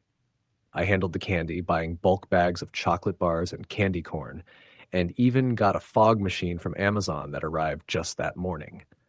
By late afternoon, everything looked perfect. The street had started filling with children in costumes, the neighborhood alive with laughter and squeals of excitement. Around 6, Amanda and I decided to take a quick walk down the street to see the other houses. That's when we first noticed him. He was standing across the street near the edge of the cul-de-sac, a tall man, unusually thin, wearing what looked like an old, tattered clown costume. His face was painted white, with black around his eyes and bright red lips, like a smile stretched too wide. But it wasn't a normal clown smile. It looked wrong, unnatural, almost carved. The thing that made it worse was the way he was standing, completely still, arms down at his sides, staring straight at our house. Amanda, do you see that?" I whispered. She looked over and froze. "Yeah. He's just standing there." I waved at him. He didn't wave back. He didn't move at all. He just stayed there. I laughed nervously. Probably just someone trying to creep people out for Halloween. Amanda nodded, but I could tell she wasn't convinced. We continued walking, telling ourselves it was nothing. But every few houses we'd glance back, and he was still there, just standing at the end of the street, watching. By the time we returned home, we tried to shake it off. The party started around 7. Friends trickled in, drinks were poured, music was on, and for a while, everything felt normal. We kept the door unlocked so neighbors could stop by for candy, and most of the time, no one strange came near. Around 9, things started getting weird. It began with small sounds, footsteps in the attic, Amanda lives with me, and she has a dog, Max, a golden retriever, who started growling at the ceiling. At first, I told myself it was the wind or maybe the old house settling, but the steps were deliberate, slow, heavy, pacing back and forth above our heads. Maybe it's the neighbors? Amanda said, trying to sound calm. I don't know, I said. I could feel my chest tighten. Max never acts like this unless something's off. We tried to ignore it, but the footsteps didn't stop. Then came a knock at the front door. Slow, deliberate, like someone knew exactly when to knock. Amanda peeked through the window. No one was there. We opened the door cautiously. Empty street. Just leaves blowing in the wind. We locked the door and tried to enjoy the party, though the energy had changed. Friends noticed it too. One of them, Mark, said the basement felt cold and heavy, and the music seemed to sound distorted, like there was a second, quieter track underneath the main one that made your teeth hurt. By 10, most of our friends had left. Amanda and I decided to keep the night low-key, handing out candy to the few remaining kids and watching a movie. That's when it happened. Max started barking at the window. Loud, panicked barking. I looked outside and froze. The clown was there. Not on the street this time. He was standing right at the edge of our porch, staring in. He hadn't moved an inch, not a single step closer, but somehow he had managed to get there. Amanda grabbed my arm. "Call the police," she whispered. I reached for my phone, but before I could dial, he disappeared. Just like that. No movement, no sound, just gone. We tried to calm ourselves. Maybe it was a prankster. Maybe it was our imagination, but both of us knew it wasn't normal. Around midnight, we decided to lock all the doors and go to bed. I slept lightly, Amanda even more so. That's when I heard it, a low scraping sound outside my bedroom window. I froze. Max growled from the foot of the bed. The scraping stopped, then started again, moving across the side of the house. I whispered to Amanda, "Do you hear that?" She nodded, shaking. It's outside." We stayed in the room, holding each other quietly, listening to the sounds of someone or something moving around the house. The next morning, everything seemed normal. No footprints, no signs of forced entry, nothing missing. Just a feeling of wrongness lingering in the air. We told ourselves it had been someone pulling an elaborate prank. A few days later, Halloween passed and we tried to forget about it. But then things escalated. Over the next week, the clown kept showing up. Sometimes in the street, sometimes just down the block. Always watching, always standing perfectly still, and always disappearing before we could confront him. Then, one night, Amanda came home from work to find the front door unlocked. Max had been inside, whining. Inside, on the living room floor, was a single black balloon. A note was taped to it. "I see you." We called the police. They searched the neighborhood, questioned neighbors, but found nothing. No suspects, no footprints, no clues. The harassment continued for months. Halloween decorations we put up were shredded overnight. Black balloons appeared on our porch, strange phone calls with heavy breathing, and always the clown, appearing at a distance, just standing and watching. By the next October, we had moved to a different city, thinking distance would solve the problem. For a while, it seemed to work. But every year, around Halloween, a single black balloon would appear on our porch. No notes, no signs of forced entry. Just the balloon. Amanda eventually moved to another state. I stayed behind. And every Halloween, without fail, I see someone in the distance, wearing the same tattered clown costume, watching from the end of the street. Always still, always silent. I've never confronted him directly. I don't know if he would attack or if he just enjoys the fear. The one thing I've learned is that some things don't stop just because you move, or call the police, or try to pretend it didn't happen. Last Halloween, I almost didn't notice him. I was handing out candy, distracted by the kids when Max started growling. I looked up and there he was, half a block away. Motionless, watching, smiling. That same impossible grin, that same painted face that doesn't belong in the world. I didn't call the police. I didn't scream. I just shut the door, locked it, and sat there, waiting for the night to end. Because I've realized something. He doesn't need to do anything. He just has to be there, just to watch. And the fear, that's enough. I've moved 3 times since that first Halloween in Columbus, but he always finds me. Every year around this time, I see him standing somewhere nearby. Sometimes I wake up to balloons in my driveway. Sometimes I catch a glimpse of him through a window. He doesn't move. He doesn't speak. He just watches. The strangest part is, I don't think it's personal. I think he's been doing this for a long time, decades maybe, moving from town to town, collecting fear, watching, waiting. And maybe if he ever gets close enough, he doesn't need to do anything else. I've thought about ignoring him, moving far away, even leaving the country. Nothing works. Halloween is his time, and he knows how to find you, no matter what. Last year, I didn't even bother opening the door for trick-or-treaters. I stayed inside, blinds closed, lights off. Max, now an old dog, stayed on the couch with me, ears perked, growling at shadows. I didn't see him directly that night, but I could feel it. He was watching, just waiting. I keep telling myself it's just a person in a costume, a maniac or a prankster. But I know, deep down, that what we experienced that first night in Columbus wasn't normal. Nothing about it was normal. The stillness, the appearance, the way he knew exactly how to get under our skin without touching us. It was unnatural. I don't know who he is. I don't know why he chooses his targets.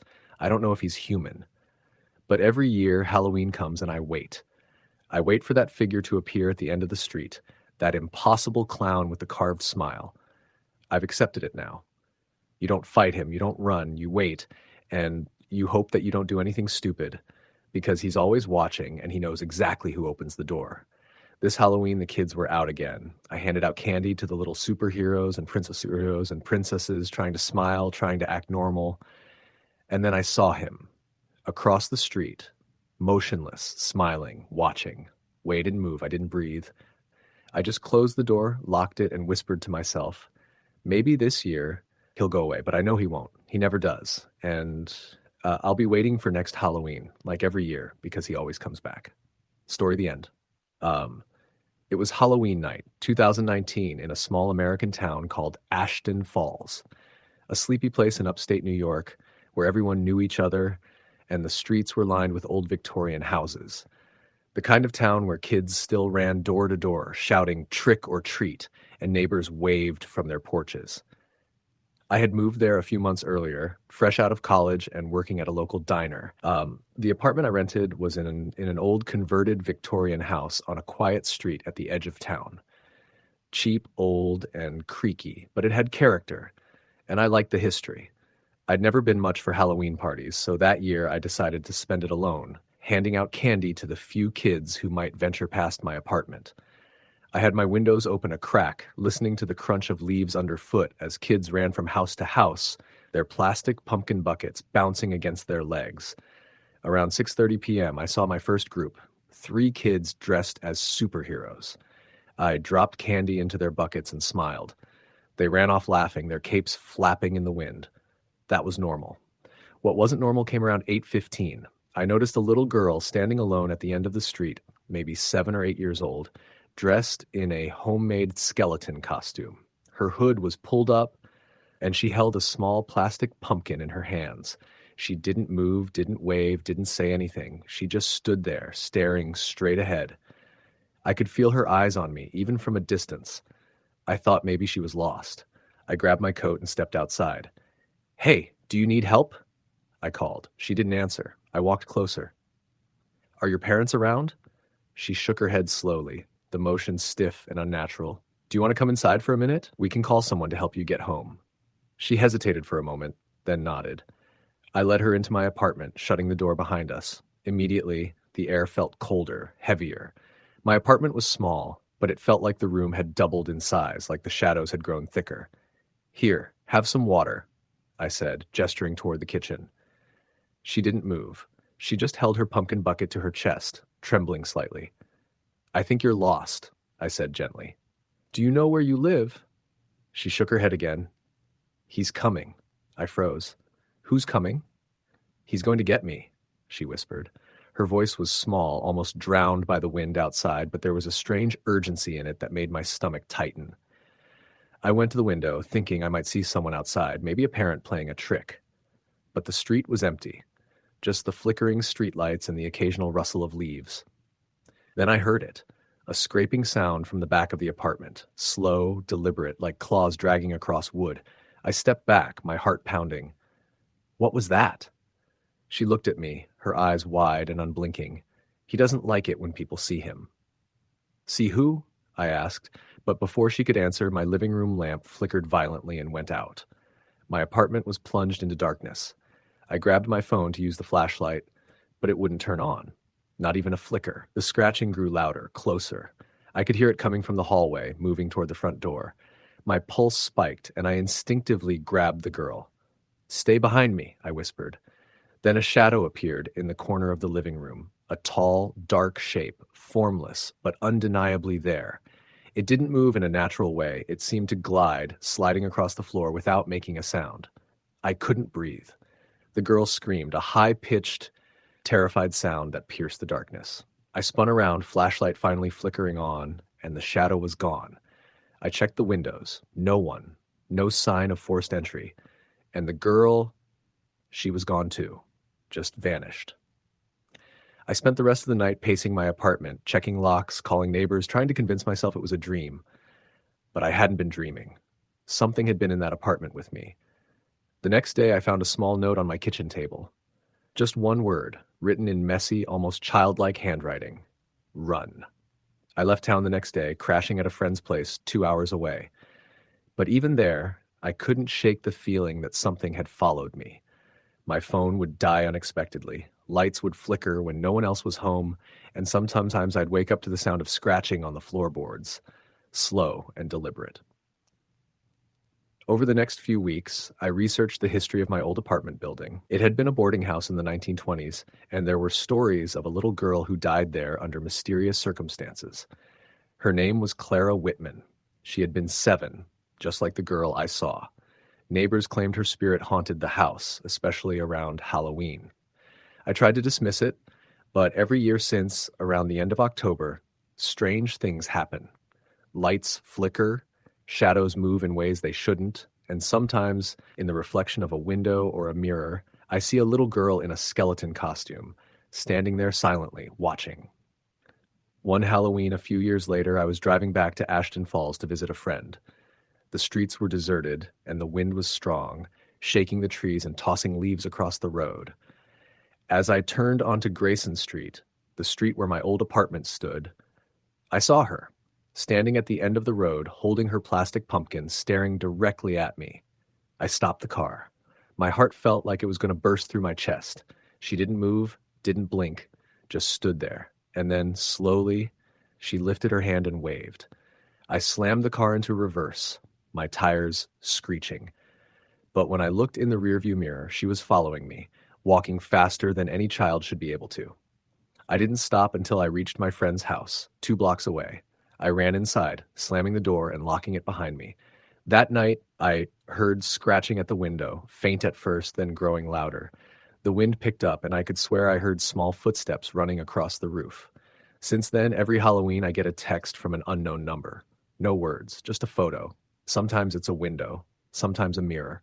And always, in the reflection, there's a little girl. Skeleton costume, plastic pumpkin, watching me. I've tried to change numbers, change phones, even move to another state. Nothing works. She finds me every year, and she waits. Always waits. 2 nights ago, I was in my apartment doing paperwork. Around 7:30 p.m., I heard it, the soft scratching at my bedroom door. I froze. My hands trembled. Then a whisper, faint, almost inaudible, "He's here." I didn't sleep that night. Couldn't. Every creak, every groan of the apartment made my heart race. I know she's real. Not a hallucination, not a dream. Real. And I know that whatever he is, it's not gone. It's still out there, waiting. Last year, I saw her reflection in my bathroom mirror. I had just brushed my teeth, rinsing my mouth, and there she was. Standing behind me. Skeleton costume. Plastic pumpkin. No face, just darkness where her features should be. I spun around. No one. Nothing. I don't know why she's following me or why she keeps showing up every Halloween. All I know is that she does. And I have a feeling that one day it won't just be a reflection anymore. A week ago, I heard the scratching again, soft at first, like fingernails on wood. Then a voice, unmistakable, whispering my name from the corner of the room. And tonight, as I sit writing this, I see her standing outside my window. Just standing. Silent. Watching. I've learned a few things about Halloween since that night in 2019. It's not just costumes, candy, and laughter. Sometimes a door left open for things that should never be seen. Sometimes it's a night when the past reaches out and doesn't let go. I can't explain what I saw, and I don't want to. I only know it was real. Clara, or whatever she is, followed me into my life, and she isn't going anywhere. She waits every year just beyond the edge of the streetlight, holding her little pumpkin, silent, watching, patient. I've tried to warn people, friends, coworkers, anyone who would listen, but most laugh. It's just Halloween, they say. You're imagining things. They're wrong. It's not just Halloween, and it's not just imagination. I've been thinking about moving far away across the country, somewhere she can't find me. But I know it won't matter. She'll always find me, because she's patient, and she's not alone. Tonight, I can hear the wind howling outside, leaves skittering across the pavement. The street is empty, and I know she's waiting, watching. I don't know if I'll survive this Halloween the same way I have survived the others. All I know is that I will see her soon, and when I do, I don't know what will happen, but I know this, she will be here. Skeleton costume, plastic pumpkin, silent, unblinking, waiting. Story the end. It started the week before Halloween in 2018 on a quiet suburban street in Pennsylvania. My friends and I had just moved into an old Victorian-style house that had been vacant for almost a year. The neighborhood was typical: kids riding bikes, houses decorated with fake cobwebs, and neighbors waving as you passed. But there was something about our house that immediately felt off. The front door had deep scratches near the lock. The windows were streaked and dusty, and the air inside smelled faintly of mildew and decay. I was renting the house with 3 friends from college, Mike, Lisa, and Kevin. We had just finished unpacking when the first strange thing happened. It was a Sunday night, and Mike was in the kitchen making dinner. He yelled for me because he had heard someone whispering his name. At first, I thought he was joking. "Very funny," I called from the living room. But when I walked into the kitchen, Mike's face was pale. "I'm not joking," he said. "Someone's in the house." We checked every room. The doors were all locked, the windows were shut, and the basement light was off. Nothing. Mike tried to laugh it off, blaming the creaky old pipes and the wind. But the unease settled into the pit of my stomach. That same night, Lisa woke up to the sound of footsteps outside her bedroom door. She got out of bed, thinking it was one of us, but the hall was empty. When she tried to go back to sleep, she noticed faint scratches on the hardwood floor leading to the living room. They weren't deep, but they hadn't been there before. By the middle of the week, it escalated. Kevin was the first to see it, a figure standing at the bottom of the stairs. He described it as a shadowy silhouette, tall, with no discernible features, just an ominous presence. When he called for us, it vanished. We searched the entire house again. Nothing. But Kevin swore he saw it watching him from the living room window later that night, even though no one was there. On Thursday, things got worse. I was sitting in my room, reading, when I heard a tapping at my window. I lived on the second floor, so I peeked through the blinds, expecting to see a branch swaying in the wind. There was nothing, just the quiet street below. I shook it off and went back to reading. 15 minutes later, I felt a sharp coldness on the back of my neck. I spun around and saw a figure standing in the corner of the room. It was darker than the shadows, impossibly still. I froze, and then it was gone. We decided to leave the house that weekend. Halloween was approaching, and the constant tension was unbearable. We stayed at Mike's parents' house for Friday and Saturday nights. But even away from our house, things didn't stop. Our phones kept receiving calls from an unknown number. When we answered, there was nothing but heavy breathing, then static. It was always the same, never longer than a few seconds. On Halloween morning, we returned to the house to find something terrifying. The front door was wide open, though we were sure we had locked it. The living room was a mess, as if someone had searched the place, but nothing seemed stolen. On the coffee table was a small pumpkin, carved crudely with a message scratched into it: "Welcome home." We called the police, who came and investigated, but found no signs of forced entry other than the door. The officer suggested it might be a prank or someone trying to scare us, but we didn't know anyone in the neighborhood well enough for that kind of thing. That night, determined to stay and face whatever was happening, we set up cameras in every room. We went to bed around 11 p.m., trying to keep the lights on. Around 1:30 a.m., Lisa woke me up. She had been watching the monitor we had set up in the living room. "There's someone in the house," she whispered. I ran to the monitor. The footage showed a figure standing in the middle of the living room, completely still. Its head was slightly tilted, and the eyes, I don't know if it had eyes, but it felt like it was staring right at us. We called out, but there was no response. Then it slowly moved toward the stairs. The camera lost signal as it reached the hallway. We huddled together, trying to keep calm. We couldn't call anyone for help without the fear that they wouldn't believe us. The shadow moved silently through the house, appearing at the top of the stairs, then at the foot of the stairs, sometimes disappearing altogether. Its movements were jerky, unnatural, like it wasn't bound by the normal rules of the human body. Around 3 a.m., the front door slammed open by itself. The wind wasn't strong outside, and all windows were still closed. We ran to the door but saw nothing.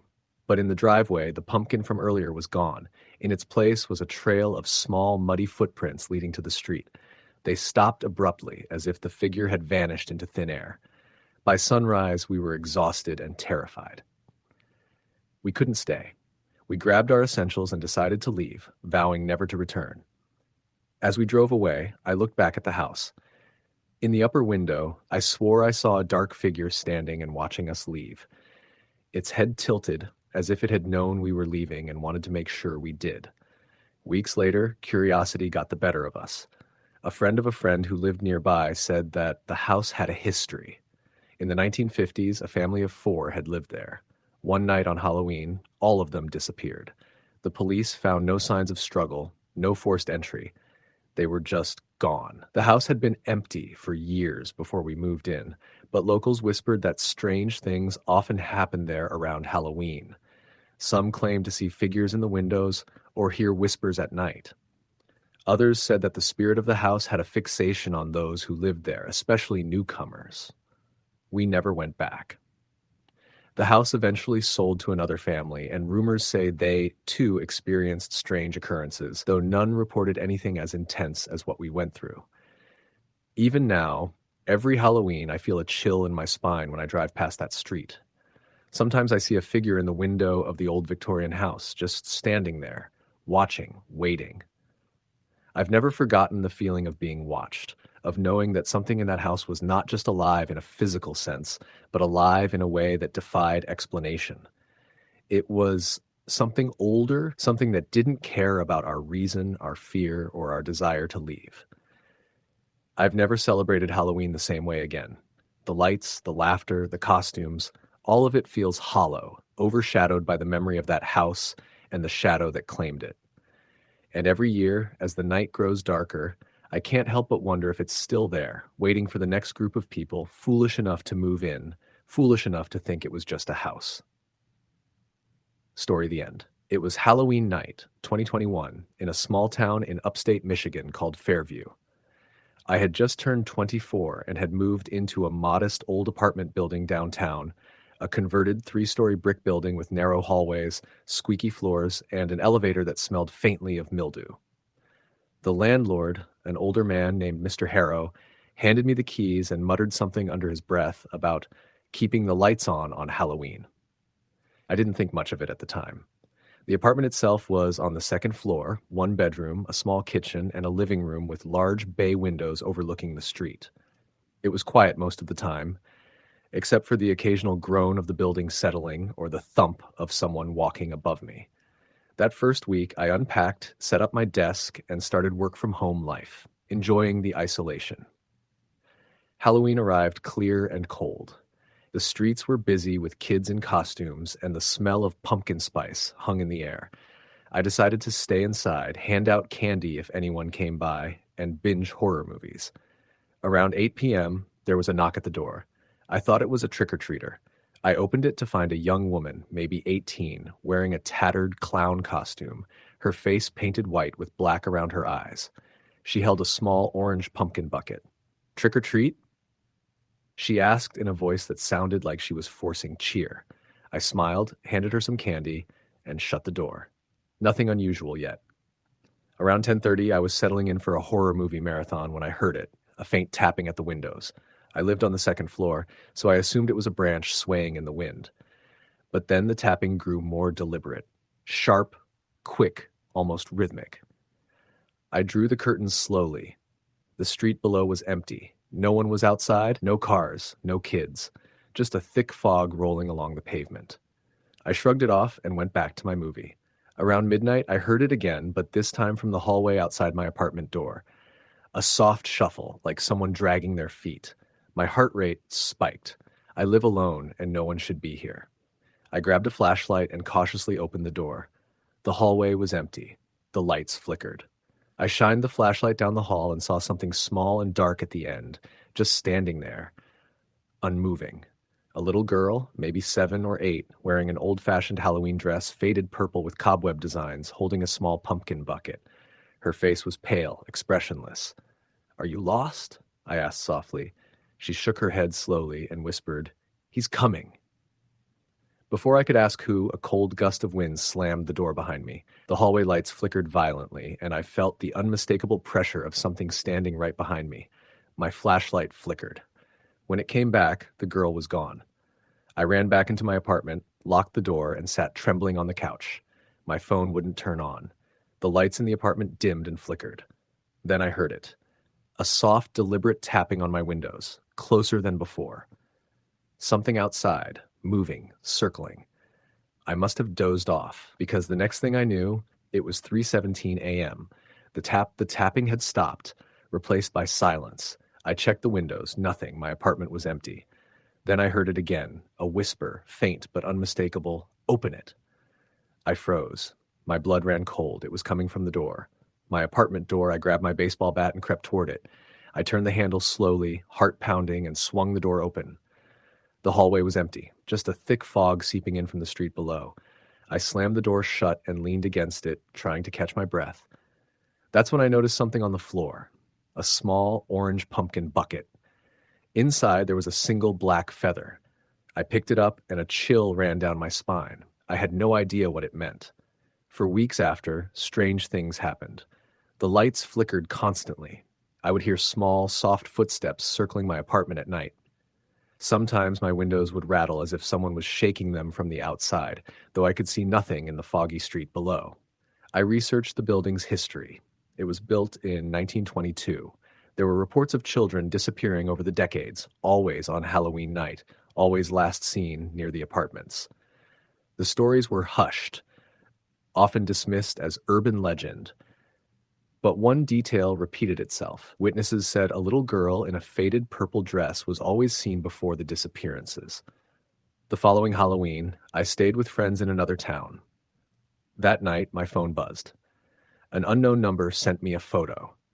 It was my apartment building, dark and foggy. In one of the windows, I could make out the silhouette of a little girl holding a pumpkin bucket. Her eyes, or where her eyes should have been, were completely black. I never stayed in that apartment again. I sold my lease, packed my things, and moved across the state.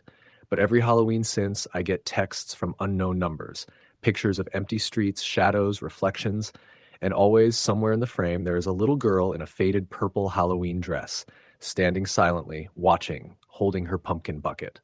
I've tried to block numbers, change phones, even delete accounts. Nothing works. She always finds me. Every year, watching, waiting. This year, 2 nights ago, I woke up around midnight. My bedroom window was fogged over, though it hadn't rained. I wiped it, and standing outside, staring in, was her. Faded purple dress, pumpkin bucket, pale, expressionless face.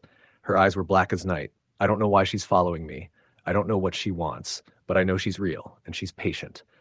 Every Halloween, she comes back, waiting, watching. Story the end. It started the week before Halloween. The air had turned crisp, the kind of chill that creeps into your bones even when the sun is still out.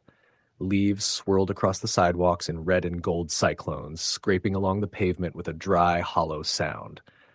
I had moved into a small town in Ohio, a sleepy place where everyone seemed to know everyone, and the streets were lined with colonial-style homes and giant, gnarled trees.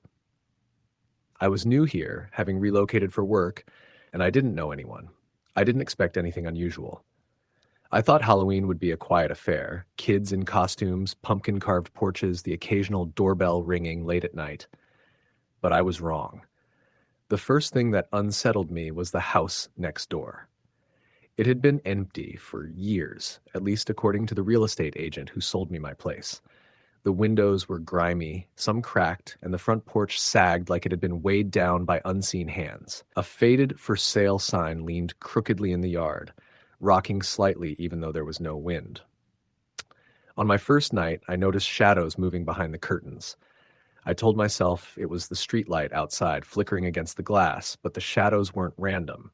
They moved deliberately, pacing from side to side. I pressed my face against the window, trying to see, but as soon as I moved, everything was still. The next morning, I went to the local convenience store. When I mentioned the house next door, the cashier's expression changed. She lowered her voice. "Don't go in there," she said. "People have problems with that house. It's been empty for years, but sometimes things happen." I pressed her, but she just shook her head and walked away. On my way back home, I saw a figure at the top of the abandoned house's stairs, a shadow, pale, still, staring straight at me. I froze. My heart hammered in my chest. I blinked, and it was gone. That night, the feeling of being watched intensified. I kept hearing noises, soft footsteps, whispers that didn't belong to any human I knew. The wind against the windows was oddly structured, almost like someone moving outside. Then came the knocks, 3 soft knocks on the door of the abandoned house, then 2 more. They didn't echo like a normal knock. They were hollow, deliberate. I was frozen, staring at the darkened silhouette of the porch. Over the next few days, things escalated.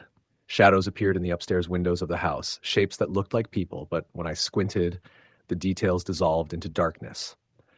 I began noticing faces that weren't there moments before, figures standing at windows, peering down at me as I walked by. The neighbors avoided talking about it. When I asked, they gave vague answers. "It's an old house. People get spooked." Halloween approached. The town was lively with decorations, kids practicing their costumes, adults putting pumpkins and fake cobwebs on their porches. But the house next door remained dark. Its windows swallowed the light. I watched from my porch as a little girl in a pumpkin costume ran up to the yard. She shivered and whispered, "The lady's outside. She's waiting." Before I could react, she ran away. That night, I could hear the footsteps again. Heavy, deliberate, moving around my yard, circling the house. I pressed my back against the door, my ears straining. A whisper floated through the air. "Alex, Alex." My name, dragged out, drawn like someone was savoring it. I grabbed my phone, no signal. The landline was dead too. The next evening, I noticed the front door of the abandoned house slightly ajar. I was drawn toward it, a mix of terror and curiosity. I tried to convince myself it was my imagination, but as I stepped closer, I saw her. A woman in a tattered dress, standing at the second-floor window, watching me. Her eyes were black, hollow, reflecting nothing, and she smiled, a slow, unnatural smile. I couldn't stop myself. Something inside me compelled me to enter. The air inside the house was thick with dust and decay, carrying a metallic, sweet odor that made me gag. The wooden floors creaked with every step. The whispers were louder now, surrounding me. My name repeated endlessly, dragging me toward the staircase. I climbed, heart hammering, each step echoing in the empty house. At the top, a hallway stretched out before me, doors lining both sides. Behind one, I heard heavy breathing. I reached for the knob. The whispering voice was right beside me. "Don't open it." But my hand moved anyway. The room was empty, or it appeared so. But the air was heavy and the smell was worse. Iron, burnt sugar, decay. And then I saw her, dozens of her, standing in rows, all facing me, all smiling. Their eyes were hollow pits, staring into me. The temperature plummeted. My breath came out in visible puffs. I backed into the corner. The chanting began. "Stay. Forever. Join us." Suddenly, silence. I was alone. The door wouldn't budge. I was trapped. Time seemed to stretch. Hours, days, I don't know. I must have blacked out because I woke up outside the house in the morning light. Everything was calm, normal, as if nothing had happened. I ran to my own home and barricaded myself inside. Weeks later, I checked the property online. The house had been sold. Renovations, the listing said. Perfect pictures, no peeling paint, no sagging porch. Nothing of the horror that had been there. I haven't gone back since. But on Halloween nights, when the wind is just right, I swear I hear my name whispered faintly, coming from somewhere I can't see. I know it's waiting. Waiting for me to return. Waiting for Halloween. Waiting for me to step inside again. Story the end. It was Halloween night in 2018 in a small Midwestern town in Wisconsin. The kind of town where everyone knew each other's names, where streetlights flickered in the cool autumn wind, and where Halloween wasn't just a holiday, it was an event. Kids dressed as superheroes and princesses darted through the streets, candy buckets swinging, while parents followed closely behind. I was 18 that year, tasked with watching my younger cousin Emily, who was 9, day while my older sister and parents handed out candy. Emily had been excited all day, talking nonstop about her costume, a black cat with a glittery tail and ears. We had spent the afternoon carving pumpkins, laughing at the jagged, imperfect faces we'd made. As dusk fell, the neighborhood buzzed with the familiar hum of children and parents out for treats. I felt comfortable, responsible, and in control until we decided to take a short detour. The detour was through a narrow lane at the edge of town, a place everyone called Holloway. It wasn't part of the usual trick-or-treat route. Houses were spaced far apart, some abandoned, others long boarded up. Local legends said that decades ago, a man had disappeared there on Halloween night, and no one had dared rebuild the old farmhouse at the end of the lane. I didn't believe in the stories, but Emily begged to see the old house's decorations, insisting it would be fun. Against my better judgment, I agreed. The lane was darker than the main streets, the trees forming twisted shadows that danced with the beams of our flashlights. The farther we walked, the quieter it became. Not a single dog barked. Not a single car drove by. Even the rustle of leaves seemed to vanish. The quiet felt unnatural. Then we saw him. A man standing at the end of the lane in front of the old, crumbling farmhouse. His clothes were strange, a black suit, old-fashioned, frayed at the cuffs. His hair was slicked back, and his skin was so pale it looked almost gray in the dim light. But it was his smile that made my stomach turn, a wide, impossible grin that seemed fixed, permanent, like it had been carved into his face. "Hello," I said, trying to keep my voice steady. The man didn't move. He just watched us. Emily clutched my hand tightly, shaking. "Do you like games?" he asked after a long pause. His voice was low and soft, almost melodic, yet it carried a weight that pressed against my chest. "Games?" I asked cautiously. He tilted his head slowly, unnaturally. "A special game. Only a few get the chance to play. You could win something very special." I shook my head. "We don't play games with strangers." The man's smile widened. "Suit yourself. But beware, the game starts whether you play or not." That's when I noticed something behind him. A small boy, maybe 7 or 8, wearing tattered clothes and a mask that obscured his face. He glided forward in a way that didn't make sense. His feet barely touched the ground. He moved silently, unnaturally, following our every step. Emily whimpered, "Cousin, can we go home?" I didn't need to be asked twice. I grabbed her hand and ran, the gravel crunching sharply under our feet. The trees seemed to close in around us, the shadows stretching in ways that made no sense.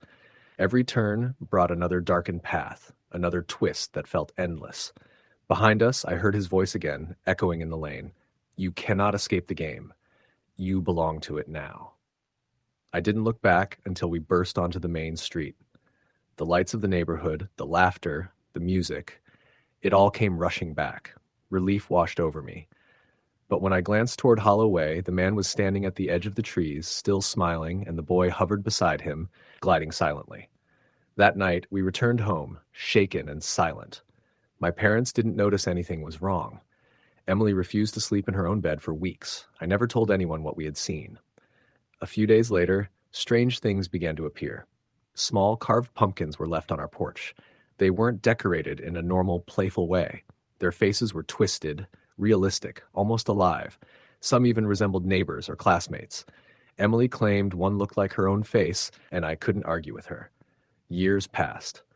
I moved to another state for college, trying to forget the memory, but Halloween always made me uneasy. Every October, the memory of Holloway and the man in the black suit came back. Sometimes I would see a flicker of orange light in the woods, or hear the faint echo of laughter that didn't sound human. One Halloween a few years ago, while driving through a small town in another state, I passed a boarded-up farmhouse that looked familiar. There was a figure in a black suit at the edge of the property, perfectly still, and behind him, a small boy moved silently, gliding across the yard. My heart froze. I didn't stop. I didn't even slow down. I just drove as fast as I could, refusing to look back. Since then, I never walk alone on Halloween. I avoid abandoned trails, dark streets, and quiet areas where shadows seem too thick. But every year on that night, I hear whispers through my windows, soft and deliberate. I know the game is still out there, waiting, watching, and if you don't take the candy, the trick comes for you instead. I never answer. Story the end.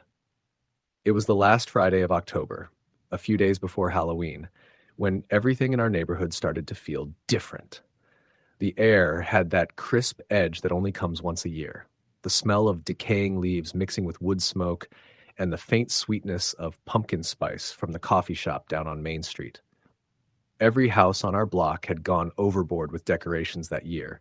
Fake cobwebs hanging off porch rails, plastic skeletons zip-tied to fences, orange lights blinking around doorways. It looked festive, but in a strange way, it all felt staged, too perfect, almost like the neighborhood was trying to distract itself from something. I just moved into the neighborhood that September after getting a job at a small insurance office downtown. My name's Travis, 28 at the time, single and living alone for the first time in years. The house I rented sat at the very end of Willow Creek Lane, near a patch of woods that ran for about half a mile before thinning out near the highway. It was quiet, surrounded by oaks and maples that dropped their leaves so thickly that my driveway was always buried in red and gold. I liked it, peaceful, private, but the locals had warned me about the woods. "It's haunted," the guy at the hardware store had said when I bought a leaf blower my first weekend there. People used to hear screaming in there back in the 80s. Some high school kids went missing one Halloween night, and no one ever found them. I laughed it off. Every small town had some kind of urban legend, and this sounded like one of those campfire stories people pass down to freak out newcomers. But still, every time I looked out my back window at the tree line, I couldn't help noticing how unnaturally dark it looked, even during the day. Halloween night that year fell on a Tuesday. I hadn't planned on doing much, just hand out candy and maybe watch some old horror movies. Work had been stressful, and I wasn't exactly in the mood to socialize. The town had a small parade downtown that evening, and most of my neighbors were taking their kids there before trick-or-treating. It meant the street would be quiet for a while. I liked that. Around 5 that afternoon, the wind started picking up. The trees behind the house rattled like dry bones, and I could hear acorns thudding against my roof. The sky had gone a weird orange-gray, like it couldn't decide if it was sunset or storm clouds. I was outside setting up my porch light and a bowl of candy when I noticed someone across the street staring at me. It was an old woman. I hadn't seen her before, though I'd met most of the people nearby. She stood perfectly still on the edge of her yard, wearing a long brown coat and holding a plastic grocery bag. Her gray hair hung around her face like tangled string. I gave a quick wave, but she didn't move, didn't even blink, just stared. After a few seconds, I turned away, pretending to focus on the candy bowl. When I looked back, she was gone. By 6, the first few kids had started coming around, their parents trailing behind with flashlights. The night had settled into that Halloween rhythm. Laughter, footsteps crunching on leaves, the occasional shriek when a motion-activated ghost lit up on someone's lawn. My front porch light cast a warm orange glow over the walkway, and the woods behind me were just a black void. It was around 7 when something weird happened. I'd gone inside to refill the candy bowl. When I came back to the door, I noticed a small pumpkin sitting right in the middle of my doormat. It hadn't been there before. It wasn't carved, just a small, smooth pumpkin with deep orange skin. There was no note, no mark, nothing. I figured maybe some kid left it behind or a neighbor had dropped it off as a joke, so I set it off to the side near the steps. About 20 minutes later, I heard a knock. Not the quick, excited knock of a trick-or-treater, but a slow, deliberate one. 3 heavy taps. I opened the door expecting to see a parent or maybe a late group of kids, but no one was there. The porch was empty. The street was empty. Even the sound of footsteps or laughter had vanished. The only thing I noticed was that the small pumpkin was gone. I stared out into the dark for a minute, trying to shake the uneasy feeling crawling up my neck. The wind had completely died and everything was still. I went back inside, locked the door, and tried to convince myself that it was probably some prank. At 8:30, I turned off the porch light and closed the curtains. I was halfway through watching Halloween 2 when I heard it again. A knock, louder this time. I froze. The movie's sound filled the living room, but underneath it, I could hear that same rhythm. 3 heavy taps. I muted the TV. The knock came again. I stood up slowly, my heart thudding. I didn't want to open the door, but something about the silence outside made it worse. I grabbed a flashlight and looked through the peephole. There was someone standing at the end of the walkway. It wasn't a kid. It was tall, maybe 6 feet or more, dressed in what looked like an old-fashioned costume, like something from the 1930s. The figure wore a long dark coat and a white mask, smooth and featureless except for black eye holes. "Hey!" I called through the door, trying to sound firm. "Trick-or-treating's over." The figure didn't move. I tightened my grip on the flashlight and took a deep breath. When I blinked, the figure was gone. I opened the door, shining the light across the lawn. Nothing. The streetlights flickered faintly, and the night was dead quiet. But when I turned to close the door, something on the porch caught my eye. A small pumpkin, sitting right in the center again. This time there was something carved into it. 3 lines, deep and jagged like claw marks. I brought it inside, though I don't know why. I think part of me wanted to prove it was nothing, that maybe a kid was just playing a weird prank. But the pumpkin was cold, freezing cold, like it had been sitting outside all night in the snow.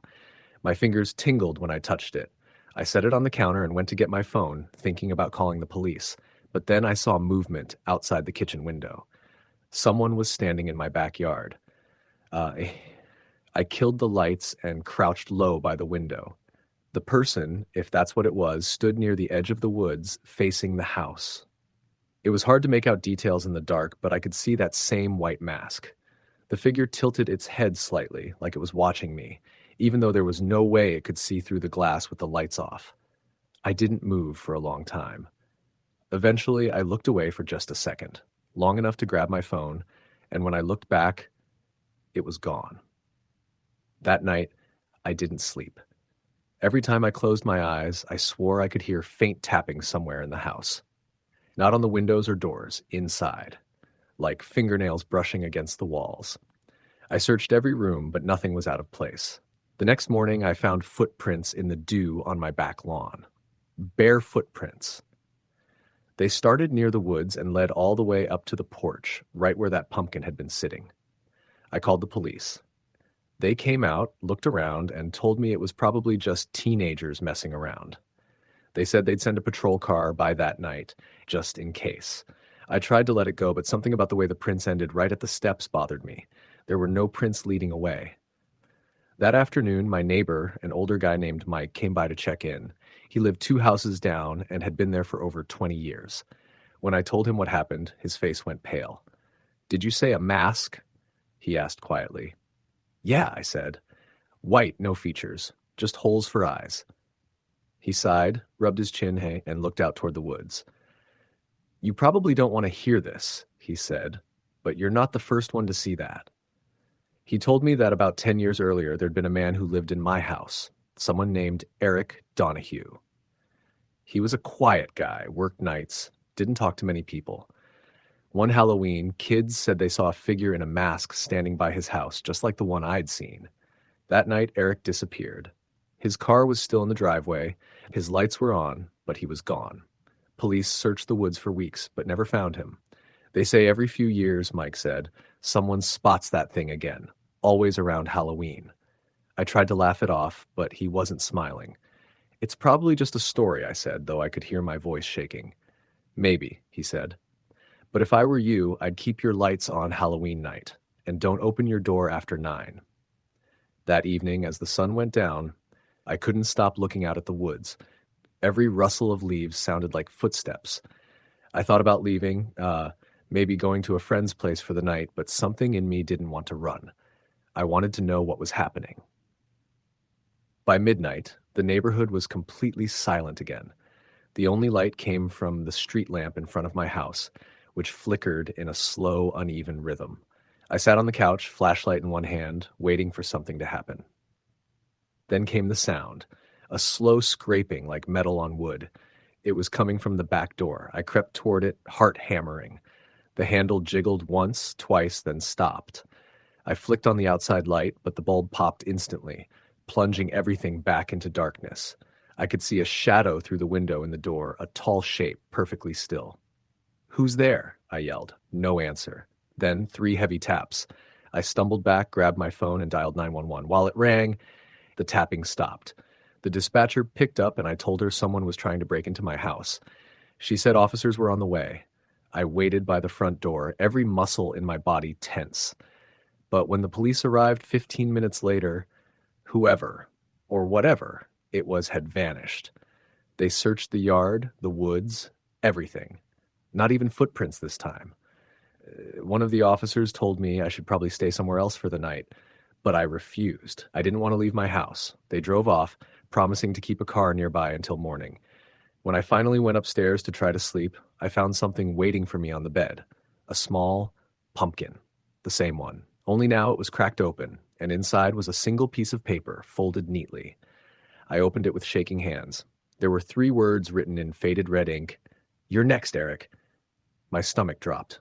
My name wasn't Eric, but someone or something thought it was. I threw the note in the trash, took the pumpkin outside, and smashed it into the woods. I told myself it was over. I didn't see anything else that night. But the next morning, when I stepped outside to get the mail, there was another pumpkin on my porch. This one wasn't small. It was huge, heavy, and carved into a perfect expressionless face. No mouth, no nose, just 2 hollow eyes staring straight ahead. And this time it wasn't cold, it was warm to the touch. That night, I didn't stay in the house. I drove to a motel on the other side of town and didn't come back until daylight. When I did, the pumpkin was gone. Everything looked normal, like none of it had ever happened. A week later, on November 7th, the police found a body in the woods behind my house.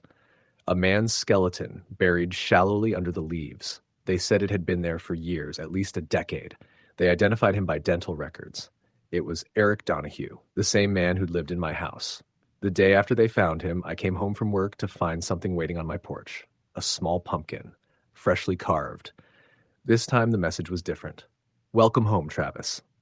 Story the end. It was late October, and the streets of my hometown had that familiar crispness in the air, the kind that makes you pull your jacket tighter and quicken your pace.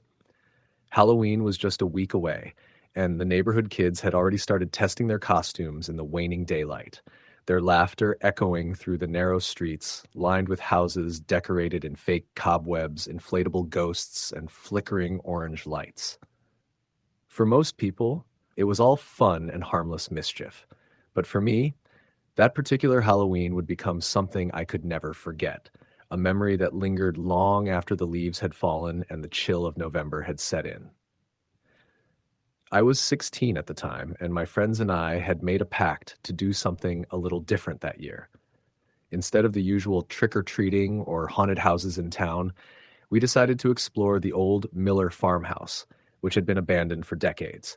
The place was notorious in our town. Stories circulated about it like wildfire, strange lights in the windows at night, odd noises, even claims that people had seen figures moving through the fields around it. Nobody knew the exact story, but everyone agreed that it was cursed in some way. That kind of lore was enough to draw the attention of teenage curiosity, especially ours. The plan was simple. We would meet at my house around 8 p.m., grab some flashlights, and head over to the Miller farm.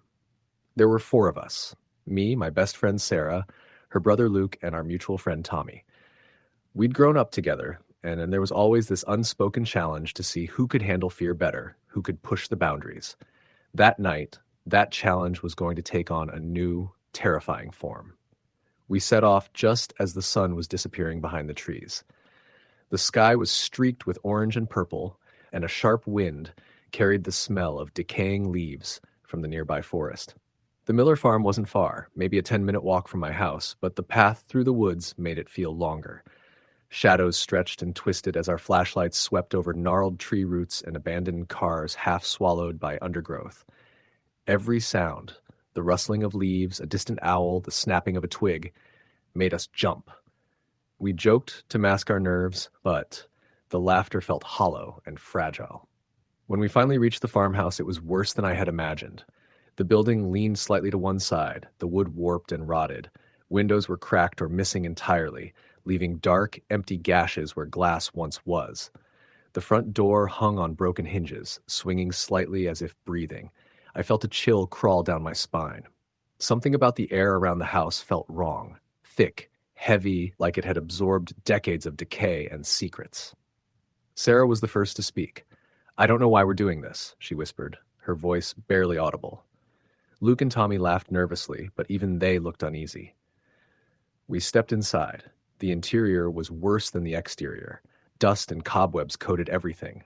The smell of mildew and rot was overwhelming, and our flashlights barely penetrated the darkness. Each step on the floorboards made a loud creak that echoing through the empty halls.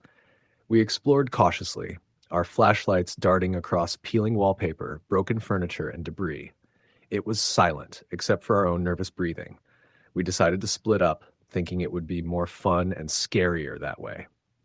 Tommy and Luke went upstairs, while Sarah and I stayed on the ground floor. Almost immediately after they left, I noticed something odd. One of the old chairs in the corner of the living room had been turned slightly, as if someone or something had sat in it recently. I mentioned it to Sarah, and she shrugged, saying it was probably just the wind or the house settling, but I couldn't shake the feeling that we weren't alone. Then we heard it. A faint whisper. At first, I thought it was just my imagination. The whispering was indistinct, almost like the wind through the broken windows, but it carried a strange cadence, a rhythm that sounded eerily like words. Sarah froze. "Did you hear that?" she asked, her voice trembling.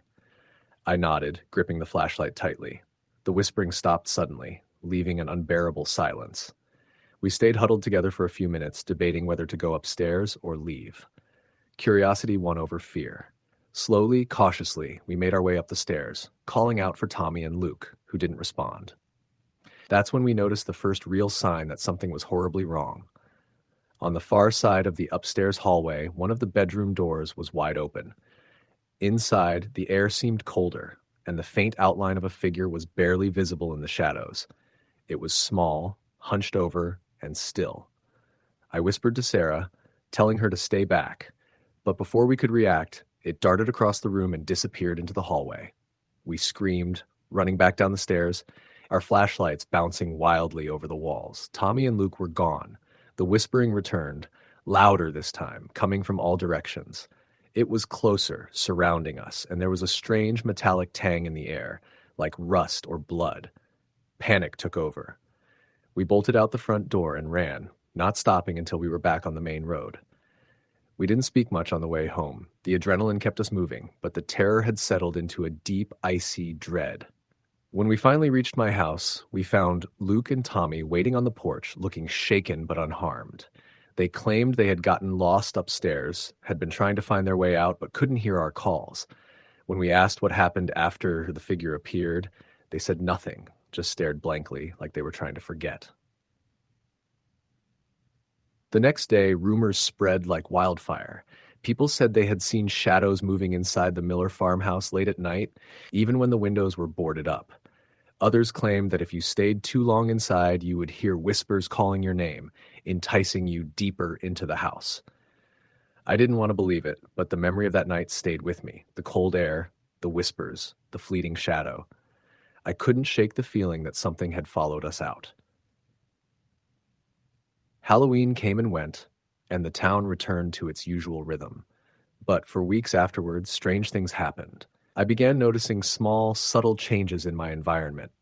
Objects slightly moved, shadows in corners that weren't there before, whispers that sounded faint but familiar when I was alone.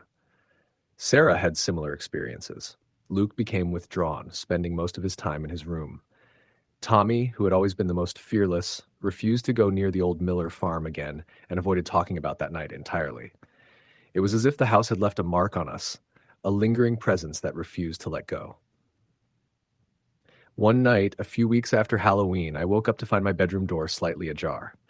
I live alone now, so it should have been closed. A cold breeze brushed across my face, carrying with it that same metallic tang I had smelled in the farmhouse. My flashlight was on the floor beside me, though I was certain I had left it on the dresser. I froze, listening, and then I heard it, the whispering. It was soft at first, almost gentle, but then it grew insistent, repeating my name. My heart raced.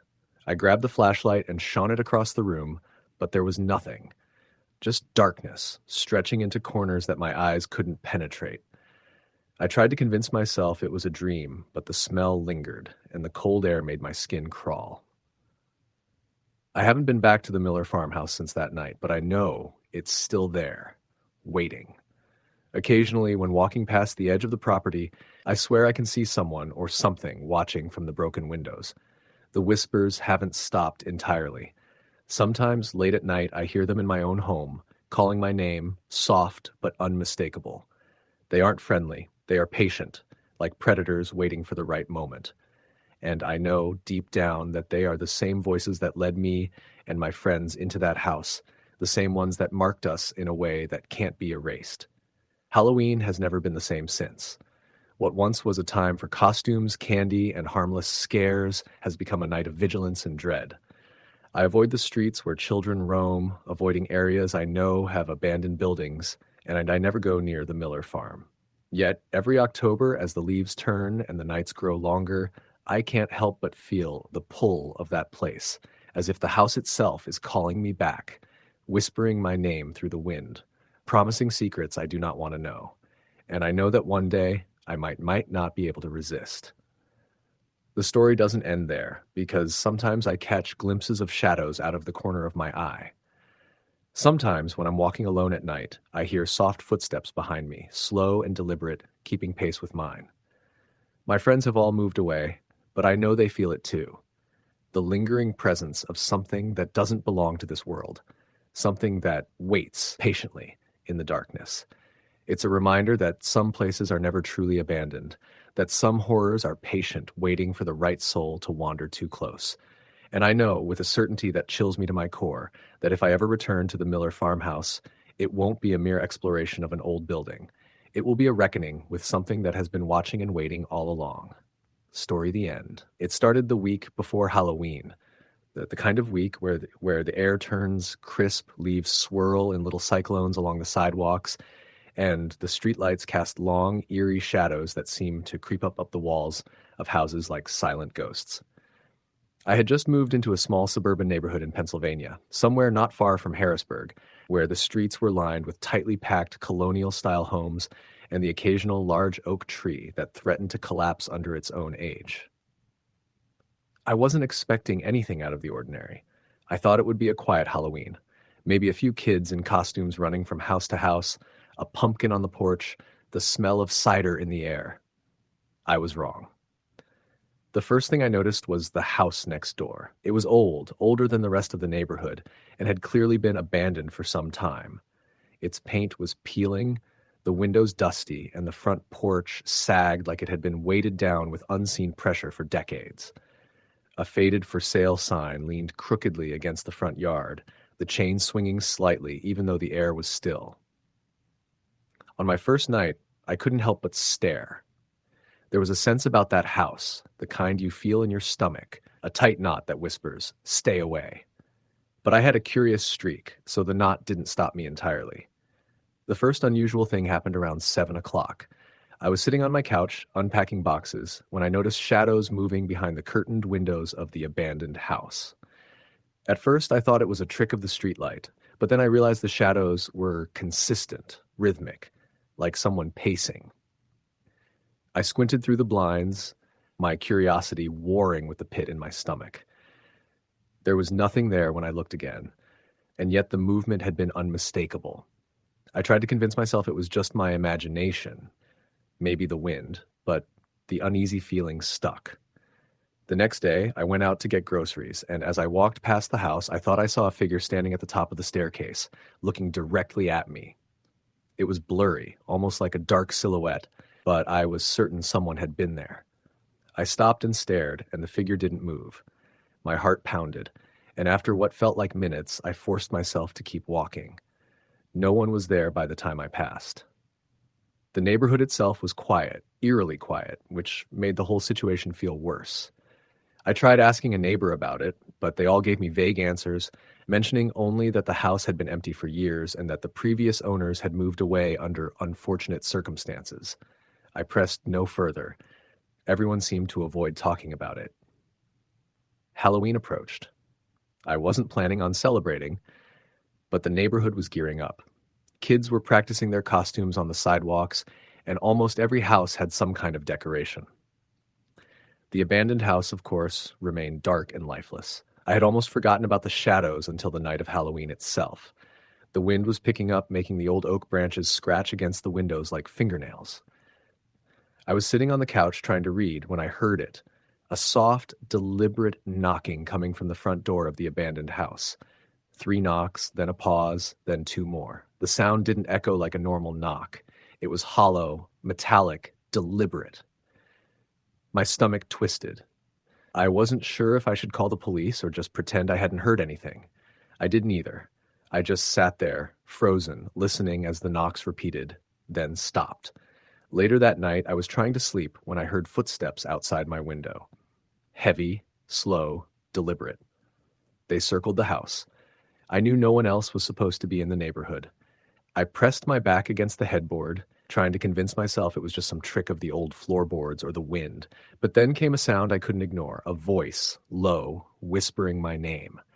At first, I thought I was dreaming, but it was too clear. Alex, Alex. The voice repeated, dragging out my name like it was tasting it. I bolted upright, scanning the darkened room. Nothing. I grabbed my phone to call someone, anyone, but the line was dead. Not just my phone, the landline too. It was as if the house itself had swallowed all forms of communication. I finally managed to convince myself to crawl into bed and stay under the blankets, listening as the whispering faded into silence. Over the next few days, the activity intensified. Lights would flicker in the abandoned house, shadows darting behind broken windows, always just out of clear sight. I began seeing figures when I walked past. A woman in a tattered dress, a man in what looked like a Civil War uniform, their faces pale and expressionless, standing at the windows or at the top of the stairs. I started keeping a journal, writing everything down, hoping that seeing it in black and white would somehow make it less real. But the entries themselves began to take on a life of their own. Words I didn't write appeared on the pages. Leave, before it's too late, we are watching. The neighborhood kids began whispering to each other about the haunted house, but whenever I tried to speak to them, they either looked at me like I was insane or ran off without a word. One evening, a little girl in a pumpkin costume ran up to me. Her eyes were wide and she was shivering. "The lady's outside," she said, her voice trembling. "She's waiting for you." Before I could respond, she turned and ran down the street. I followed her gaze to the abandoned house. There was no one there. But then, from the corner of my eye, I saw a figure in the upstairs window, looking down at me. Her dress was dark, her hair long and stringy, and she was smiling, or at least I think it was a smile. Something unnatural, like the kind of smile that doesn't belong on a human face. That night, I barely slept.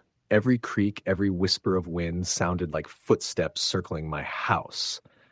I started leaving lights on, candles burning, anything to push back the darkness.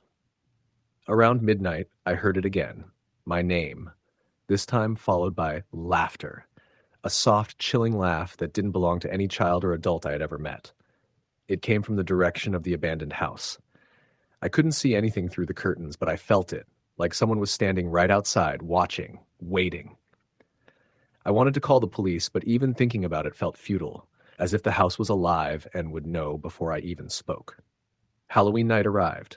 The neighborhood kids were out in droves, running from house to house, but I noticed something strange. Nobody approached the abandoned house. No one dared. Its dark windows seemed to swallow the streetlight, casting a pool of shadow that no child would enter. Around 9 o'clock, I heard the door creak open. Not mine, the abandoned house's. A slow, deliberate opening and followed by footsteps that grew louder and closer. I peered through the blinds. There was no one on the porch, no one in the yard. But then, from the corner of the second-floor window, I saw her, the woman in the tattered dress. She leaned out slowly, just long enough for me to see her eyes. Black, hollow pits that reflected no light. And then she smiled, that same unnatural smile. I couldn't take it anymore. I ran outside, calling for anyone, anything. The street was empty. The air was thick, almost solid, pressing down on me. I ran up to the porch, and the door swung open with a sound like a scream trapped in wood. I stepped inside. Dust and decay choked the air. The floorboards groaned under my weight. I called out, but there was no answer, except for the whispers, all around me now. My name, again and again, dragging me deeper into the house. I felt drawn toward the staircase. I couldn't stop myself. I climbed, each step a battle against the fear clawing at my chest. At the top, the hallway stretched out, lined with doors all closed. From behind one I heard it, breathing. Slow, deliberate, right behind the door. I reached for the knob. My hand froze. The whispering voice was louder now, right in my ear. Don't open it. Something inside me defied reason. I opened the door. The room was empty, or at least it appeared so. But the air was thick, and the smell was wrong, like burnt sugar and iron. And then I saw her. Not just her face, but dozens of her, standing in rows, facing me, all smiling. Their eyes were hollow. They didn't move, didn't speak, just stared. The temperature dropped, my breath visible in the dark. I tried to scream, but no sound came out. The door slammed shut behind me. The whispers turned into a cacophony of voices, all chanting, all saying the same thing. Stay. Forever. Join us. I backed into the corner, my heart pounding. Then, just as suddenly as it began, the room went silent. I was alone again.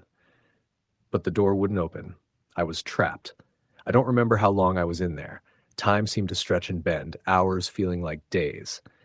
Eventually, I must have blacked out because the next thing I knew, I was outside, standing on the lawn in the cold morning light.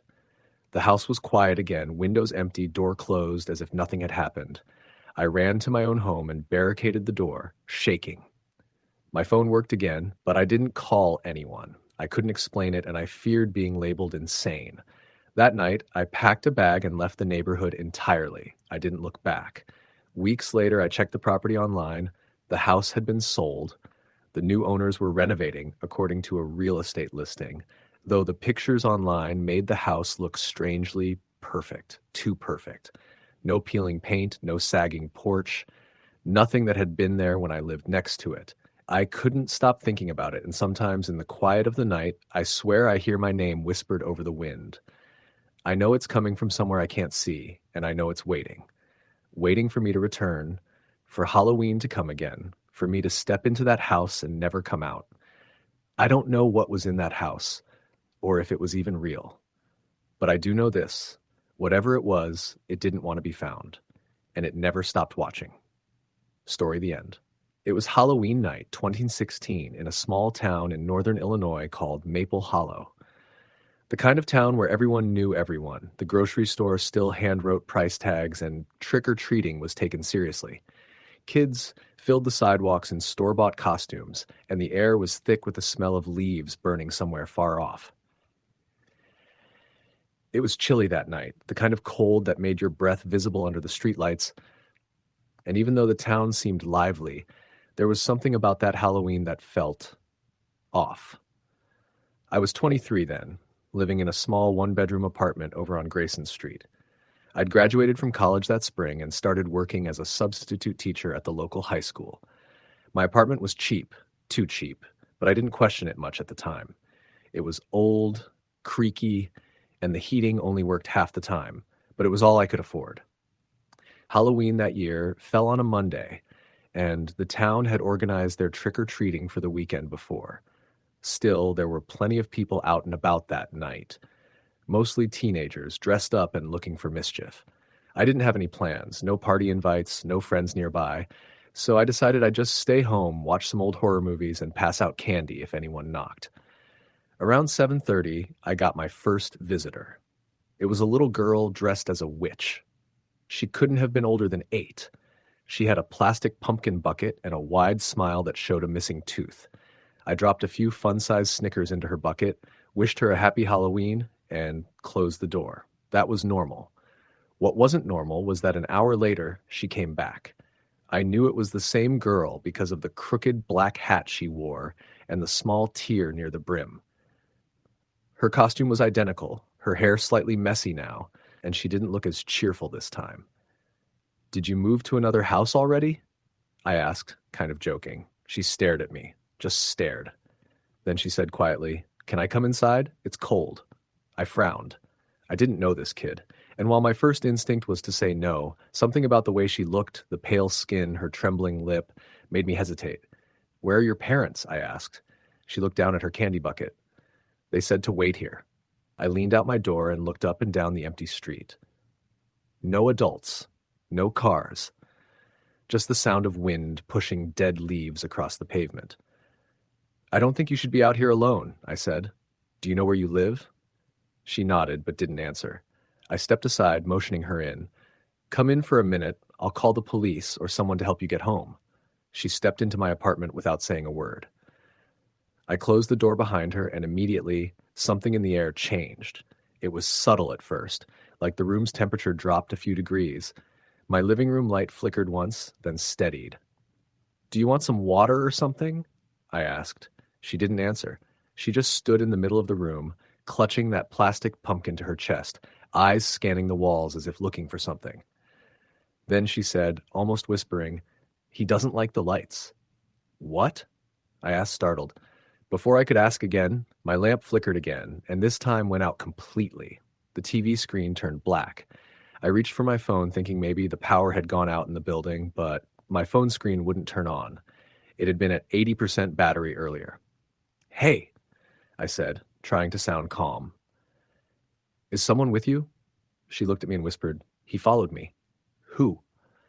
Before she could respond, there was a sound, a faint scratching, from the corner of my living room, near the window. At first, I thought maybe a branch was rubbing against the glass. But the scratching grew louder, more deliberate. It sounded like fingernails on wood. I moved toward the window slowly, but the little girl screamed, this sudden, ear-piercing shriek that made me stop cold. "Don't look," she yelled. My heart hammered.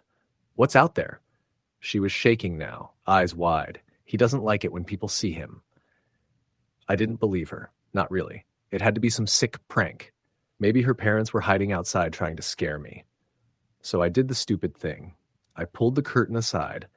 The window was covered in fog from the cold night air, and through it I could barely make out a shape. A tall shape. Too tall to be human. The figure was just standing there in the dark, motionless, its outline visible only because of the faint glow from the streetlight across the road. For a moment, I thought it might be a trick of the reflection. Then the fog cleared just enough for me to see its hand pressed against the glass. Long fingers. Too long. And a face, white, expressionless, staring in. I stumbled backward, slamming into my coffee table. When I looked again, the window was empty. The little girl was crying softly now. "He found me again," she whispered. "Who is he?" I asked, my voice trembling. She didn't answer.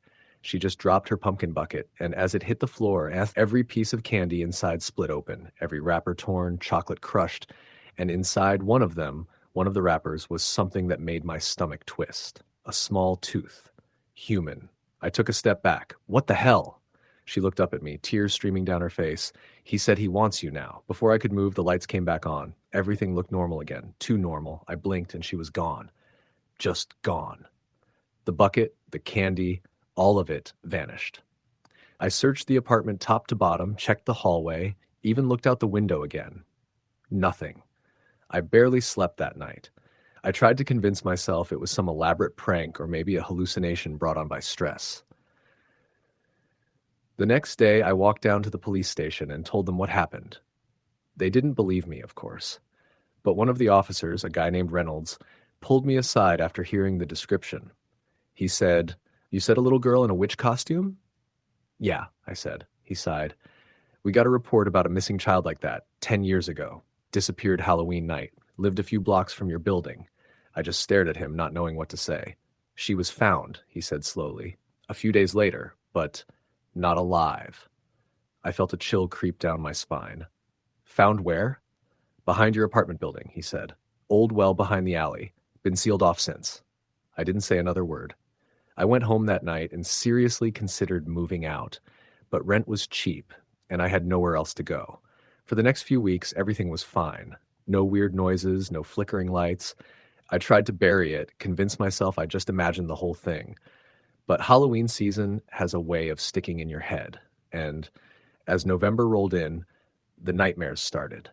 Every night, I'd wake up to the sound of scratching, always coming from the same spot, the corner near the window. Sometimes it sounded like fingernails, other times like something heavy dragging across the floor. One night, around 2 a.m., I finally got the nerve to check it out again. I turned on my lamp, picked the flashlight from my nightstand, and walked toward the window. The air felt thick, humid, even though it was freezing outside. When I shone the flashlight at the wall, I froze. There were marks, deep, uneven claw marks etched into the plaster, not from an animal, too long, too human, and underneath them, smeared faintly, was what looked like dried blood. That was enough for me. I packed up that weekend and moved to my friend Ryan's place across town. I didn't go back for weeks.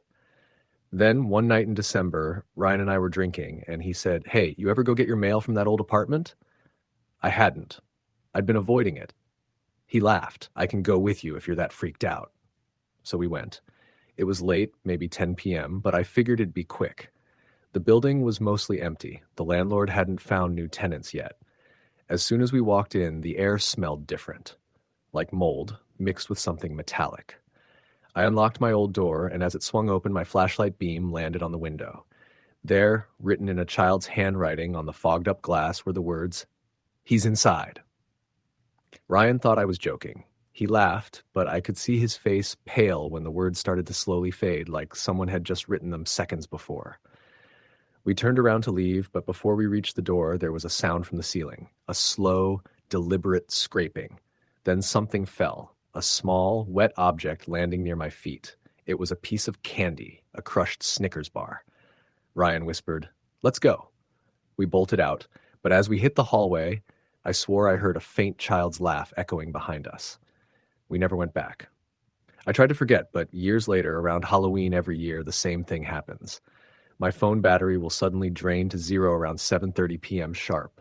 The lights flicker, and sometimes if I look toward a window or reflective surface, I'll see the faint outline of that tall, pale shape standing just behind me.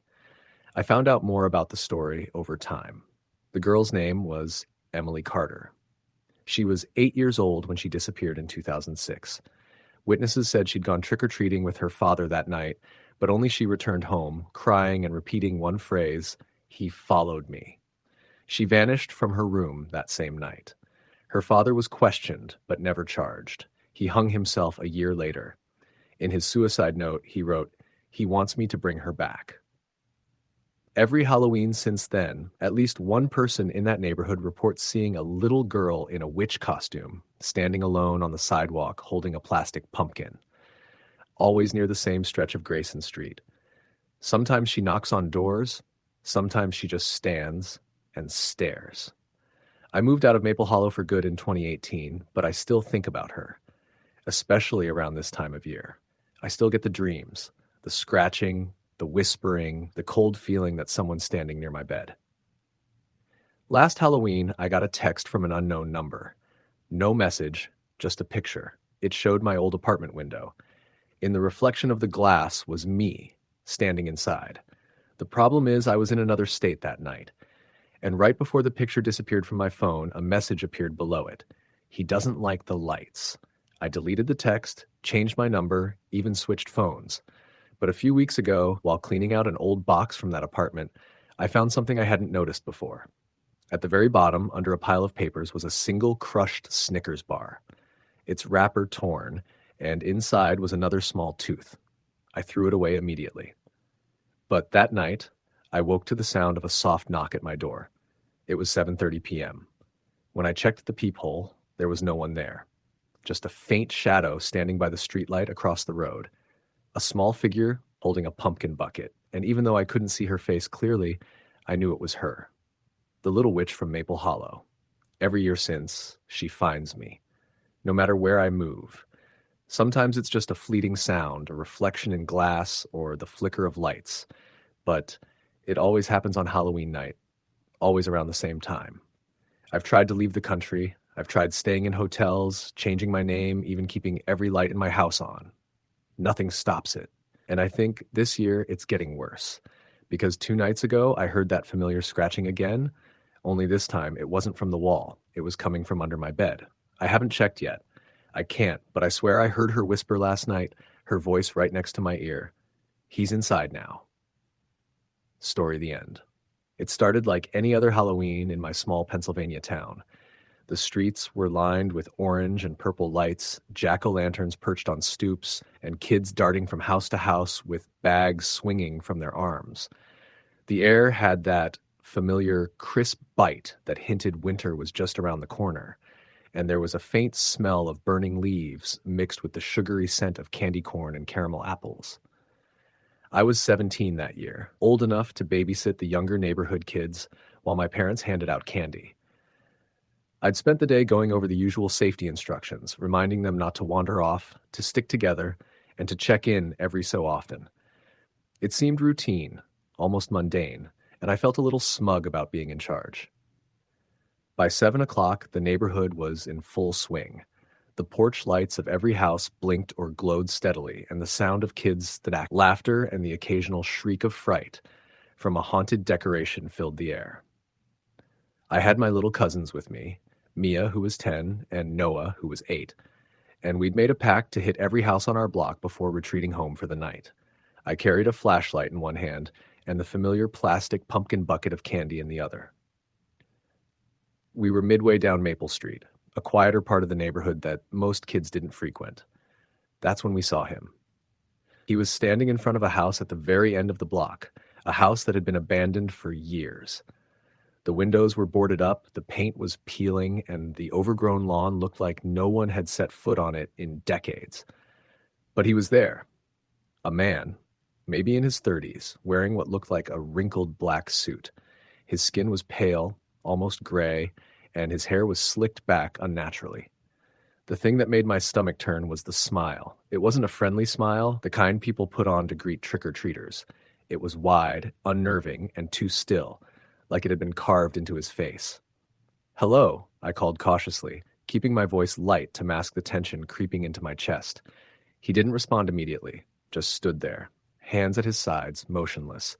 Mia and Noah instinctively huddled closer to me. I told them to stay behind me.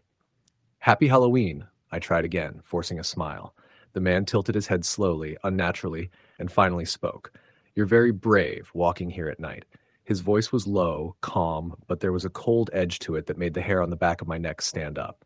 "I'm just, going door to door," I said, trying to keep my voice steady. "Do you like games?" he asked, stepping closer onto the cracked sidewalk, his shoes making no sound at all. I frowned. "Games?"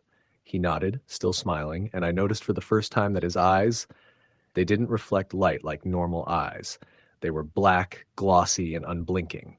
"A game. If you play with me, you might win something very special." Mia tugged at my sleeve. "Let's go," she whispered. I glanced back down the street. The other houses were full of kids and parents, lights still twinkling, laughter still echoing, but the air felt heavier here, as if we'd stepped into a pocket of shadow. "No," I said firmly. "We don't play games with strangers." He shrugged, slowly, almost theatrically. "Suit yourself." Then he stepped back into the shadows of the yard, and I thought it was over. I turned back to the street and tried to shake off the cold dread curling in my chest. But that was only the beginning. As we continued down the block, we noticed something strange. Every house we passed, the lit ones, the busy ones, the ones with kids running around, had gone completely silent. No laughter, no barking dogs, no sounds of doors opening or candy being handed out. Just silence. Even the wind seemed to stop. It was as if we had crossed into some other world, a mirrored version of our neighborhood that existed only to unsettle us. Mia clung to me. "Where did everyone go?" she asked, her voice trembling. I don't know," I whispered, though my stomach sank. My flashlight flickered once, twice, then steadied. I tried to convince myself it was just a trick of the shadows, maybe too many orange and purple lights blending together. Then I saw him again. He was standing at the intersection of the next street, staring directly at us. Not walking toward us, just standing, waiting. And this time there was something behind him, something that made my blood run cold. The shape of a child, a boy, maybe Noah's age, standing silently in the middle of the road. He wore a dirty, tattered Halloween costume that looked like it hadn't been worn in decades, and his face was obscured by shadows. But I knew it was looking at us. "Noah," I said, taking a step forward, "stay close to me." The man spoke again, and this time his voice seemed to echo from every direction. "He's waiting for you. He's part of the game." Do you want to play? I shook my head, terrified. No, we don't play with strangers. Go away. The child took a step toward us, and then another and another. But every time he moved, it was wrong, like the physics of the movement didn't make sense. His feet seemed to glide, barely touching the ground. His head twisted slightly, unnaturally, toward us. Mia screamed. Noah grabbed my hand. I pulled them back toward Maple Street, toward the only house with a light still on. But no matter which way we turned, the streets seemed to stretch endlessly. Houses that should have been around us weren't there, replaced with dark, empty lots and shadows that didn't make sense. We ran. We ran until our legs burned, until tears blurred our vision. And yet, in the back of my mind, I knew we weren't running away from the streets. We were running away from him, from the game. Finally, we stumbled into a street I recognized. Lights twinkled on the houses. Kids laughed. Parents called after them.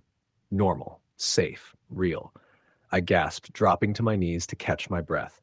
Mia and Noah clung to me, shaking. I looked back toward the intersection we'd come from, and my stomach sank. He was standing there at the corner, just watching us. That same impossible smile. And then he raised his hand, slowly, deliberately, as if waving goodbye. I never saw him again, at least not that I could prove. But that Halloween changed everything.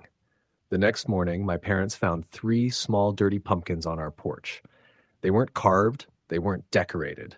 They just sat there. Inside each pumpkin was a single black stone, smooth and cold, and when I picked one up, I swore I felt the faintest pulse, like a heartbeat. I tried to tell my parents, tried to tell anyone. No one believed me. They assumed it was some prank or that I'd let my imagination run wild. But I knew the truth. That man, that game, and the child behind him. Halloween came and went every year after that, but I never walked Maple Street at night again. And every October, when the wind picks up and the air smells like burning leaves, I swear I can still see him at the end of the block.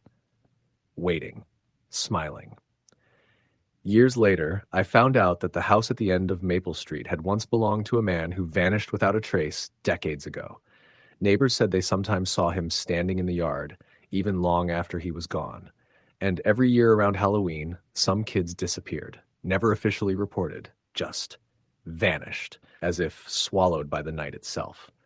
I moved away from that town eventually, trying to leave it all behind. But one Halloween, while driving through a different small town, I saw a figure in the distance, standing in front of a boarded-up house. I froze, my blood running cold, because he was there again. Same slicked-back hair, same impossible smile. And in the shadows behind him, I could have sworn I saw a small boy gliding silently, waiting. I didn't stop. I drove past as fast as I could, but sometimes when the wind rustles the leaves just right, I can still feel him watching. And I know that the game is never truly over.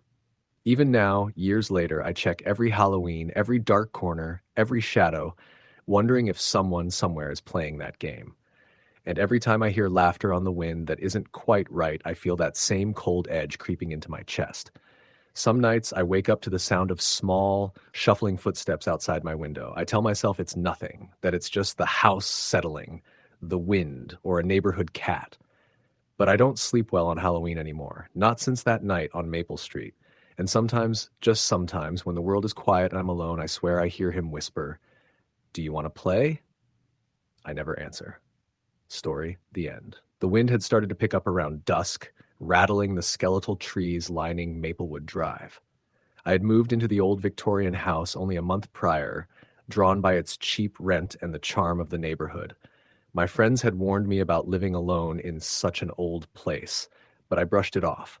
I'd lived alone before and handled it just fine. Halloween was approaching, and though I didn't normally decorate, I found myself hanging a few fake cobwebs in the corners of my living room. It was partly to feel festive, partly to keep my mind off the small unease I'd felt ever since moving in. The house had its quirks.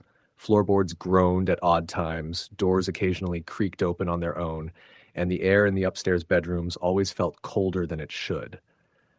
I had chalked it up to drafts and the age of the house, but there was something else, something intangible.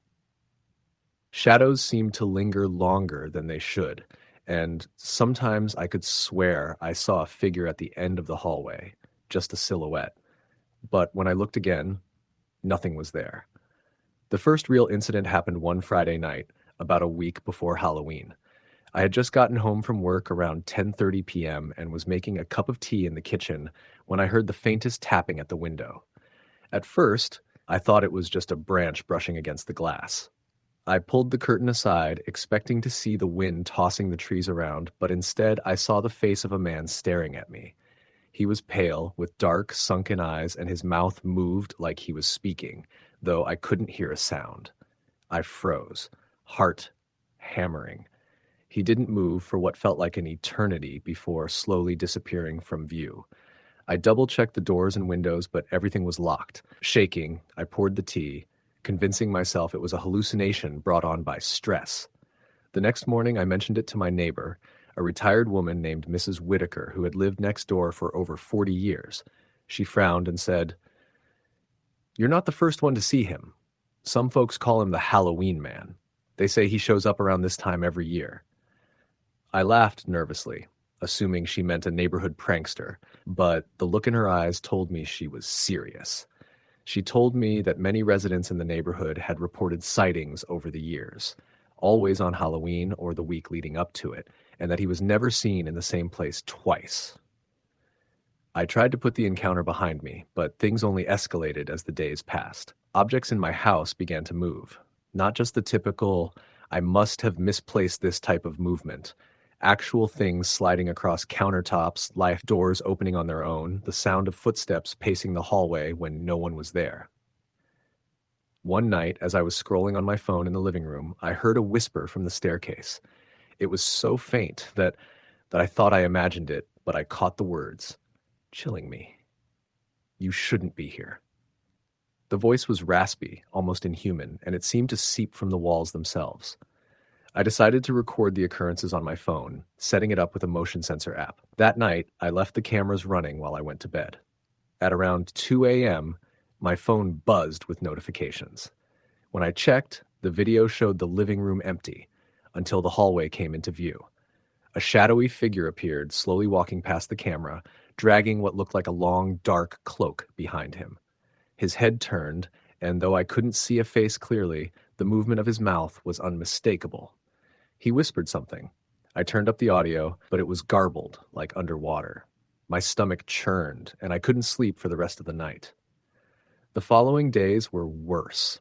I started seeing him everywhere, not just in the house, but out of the corner of my eye while walking to the store, sitting in the passenger seat of my car while I was parked, even in reflections of windows in nearby shops. Every sighting was fleeting, but always accompanied by the same feeling, dread that clawed at the pit of my stomach. My friends started to notice my paranoia.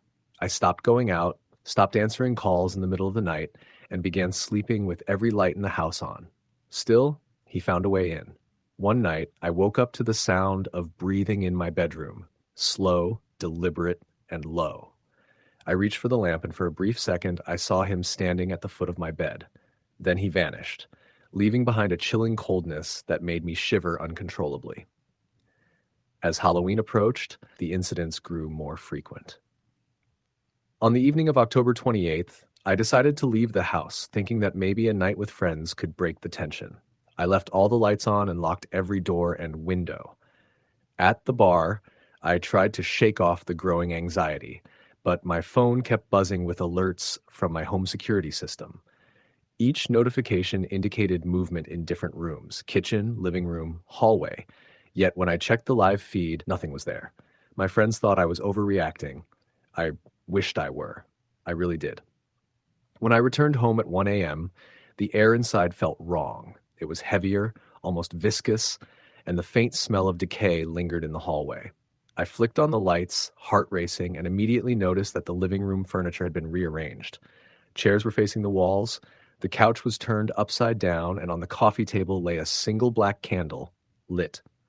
I didn't remember lighting it. I felt a tugging, a pull in my chest, like an invisible hand trying to drag me toward it. My instincts screamed at me to leave, but my curiosity, or perhaps my foolishness, made me approach it.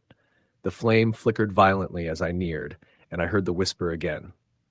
Soon. I fled the house that night, driving around until dawn. When I returned, the candle was gone, but the furniture had not been moved back. The place smelled faintly of smoke, though there had been no fire. I called a local historian and asked about the house's past. That's when I learned something that made my blood run cold. The previous owner had been a man obsessed with Halloween who had conducted private, sinister rituals in the house. He died under mysterious circumstances, officially recorded as a heart attack, but rumors suggested foul play that the rituals had gone wrong. Neighbors reported strange occurrences leading up to his death, shadows moving on their own, whispers in empty rooms, and sightings of a pale, dark-eyed figure that seemed to drift through walls. The description matched exactly what I had been experiencing. By Halloween night, I was a wreck. I barely slept for 3 nights straight, and every noise outside made me jump. The night started normally enough. Kids running from house to house in costumes, laughter, the smell of pumpkin spice and candy in the air. I tried to ignore the creeping dread and even gave out candy to trick-or-treaters, though my hands trembled. At exactly 10:13 p.m. I heard it, a knock at the door. Heavy, deliberate, slow. My heart pounded in my ears as I looked through the peephole. Outside was a man, or at least something resembling a man, standing perfectly still. His skin was an ashen gray, eyes dark and hollow, and he wore a tattered black cloak. I froze, unable to move or even breathe. The knock came again, louder, more insistent. I could feel a pressure behind the door, like something was trying to force it open. Terrified, I dialed 911. The operator told me officers were on the way, but they weren't fast enough. Before I could hang up, the knocking stopped. I waited, heart hammering, but it didn't return. I peeked outside through a window and saw him standing at the end of the driveway, staring at me, and then slowly disappearing into the night. Police arrived moments later, searching the surrounding area, but they found nothing. No footprints, no signs of anyone hiding, nothing at all. I tried to explain what I'd seen, but I could see the doubt in their eyes. Paranormal reports are rarely taken seriously, and they left with a polite, "keep an eye out," before driving off. I spent the rest of the night sitting on the couch, clutching a baseball bat, lights blazing.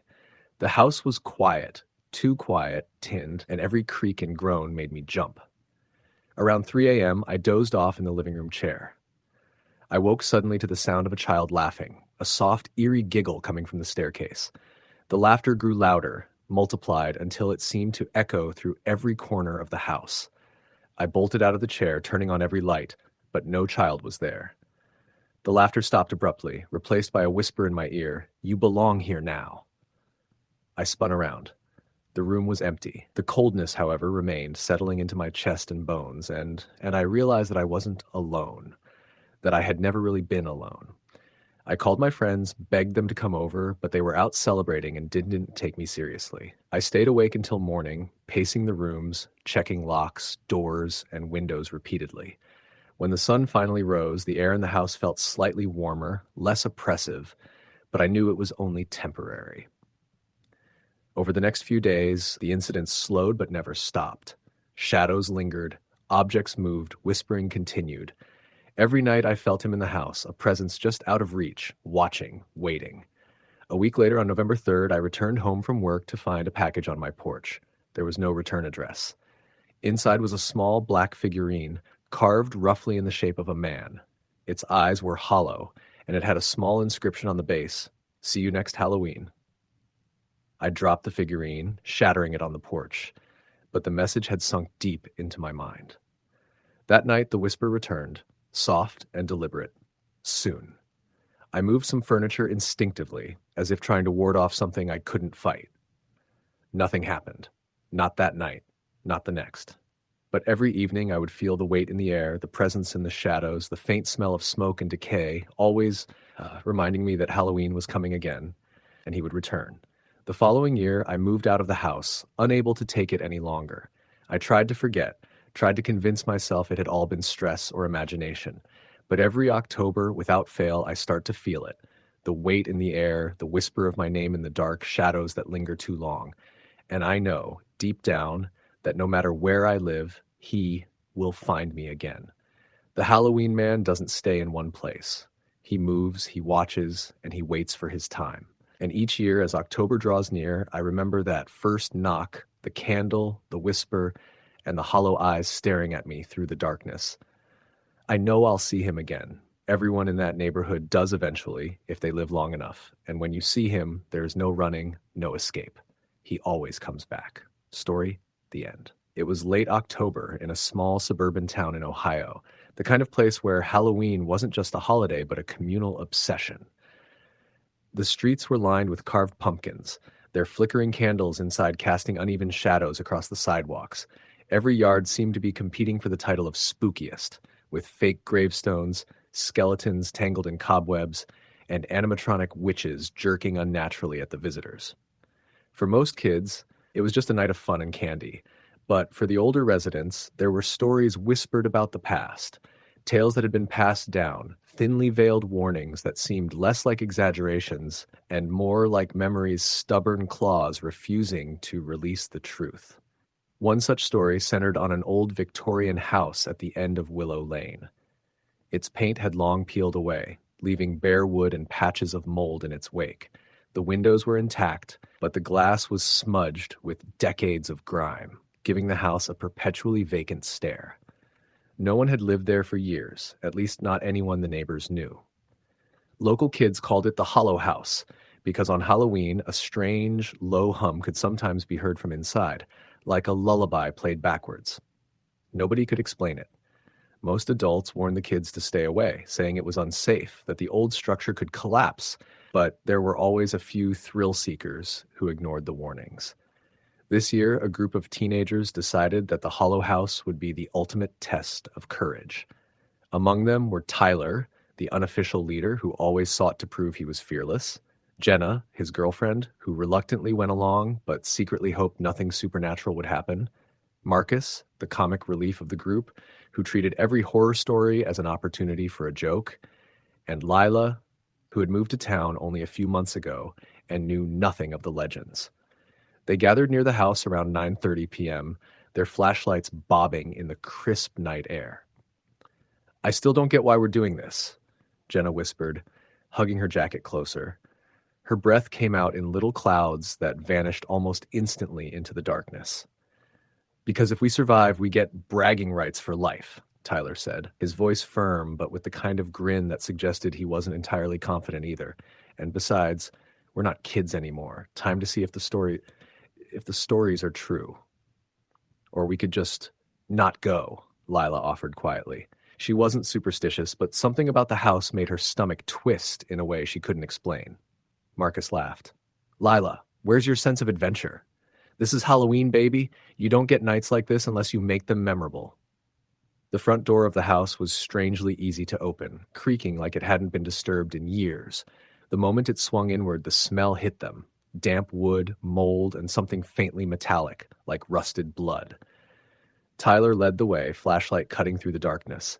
The house was surprisingly intact, with furniture draped in dusty white sheets, the walls lined with faded wallpaper that had bubbled and cracked over the decades.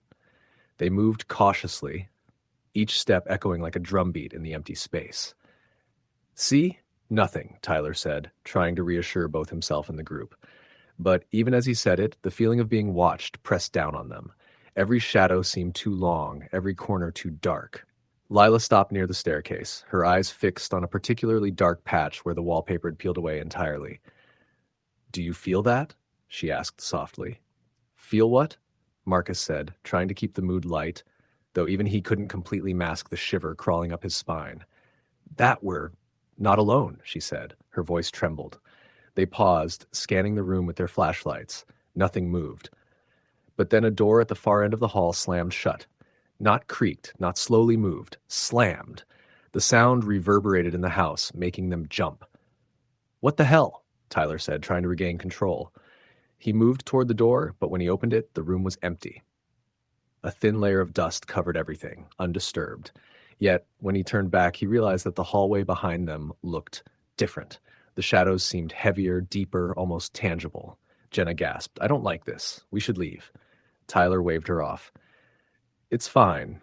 Just old house noises. Let's keep going. There's a basement. Maybe we can check it out. That's where the cool stuff is, right?" They descended the narrow staircase into the basement.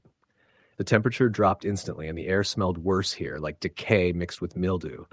Their flashlights revealed walls lined with boxes, old furniture, and strange symbols etched into the concrete, circles with lines and triangles that none of them recognized.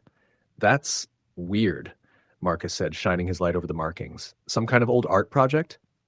No, Tyler said slowly, his excitement fading. These look like ritual symbols, like actual rituals.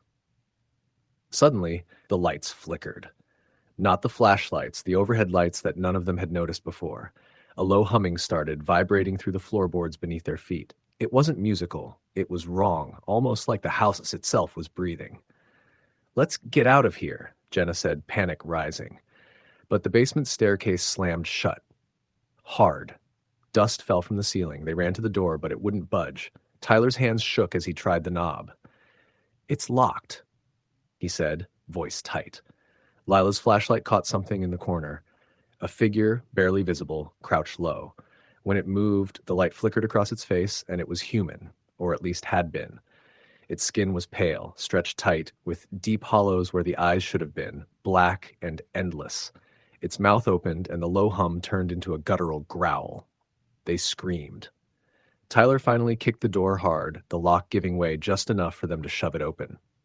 They bolted up the stairs, hearts pounding, not stopping until they reached the street. The house loomed behind them, dark and silent, as if nothing had happened at all.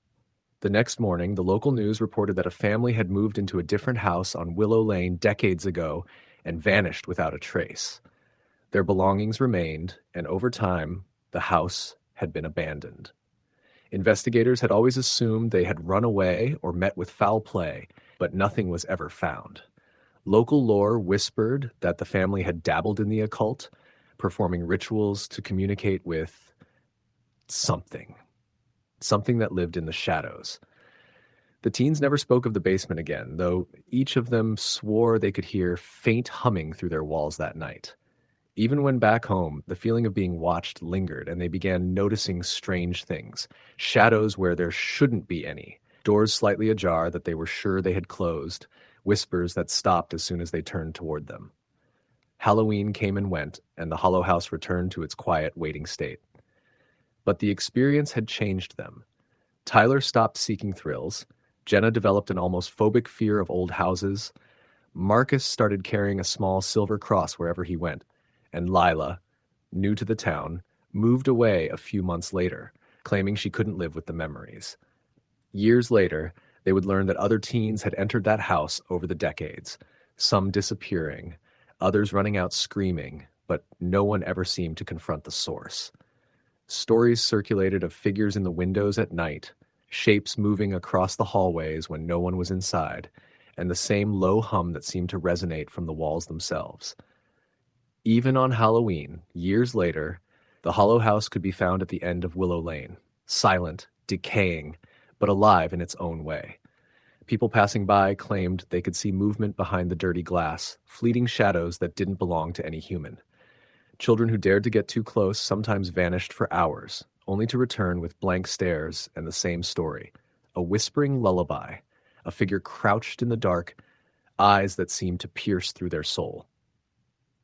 The town learned to leave it alone, chalking up the disappearances to the overactive imagination of kids, but those who knew the stories or had experienced them understood the truth. The Hollow House was never empty. Something lingered there, waiting, patient, watching, humming its dark lullaby to the next group of foolish trespassers. The stories persisted because the house persisted.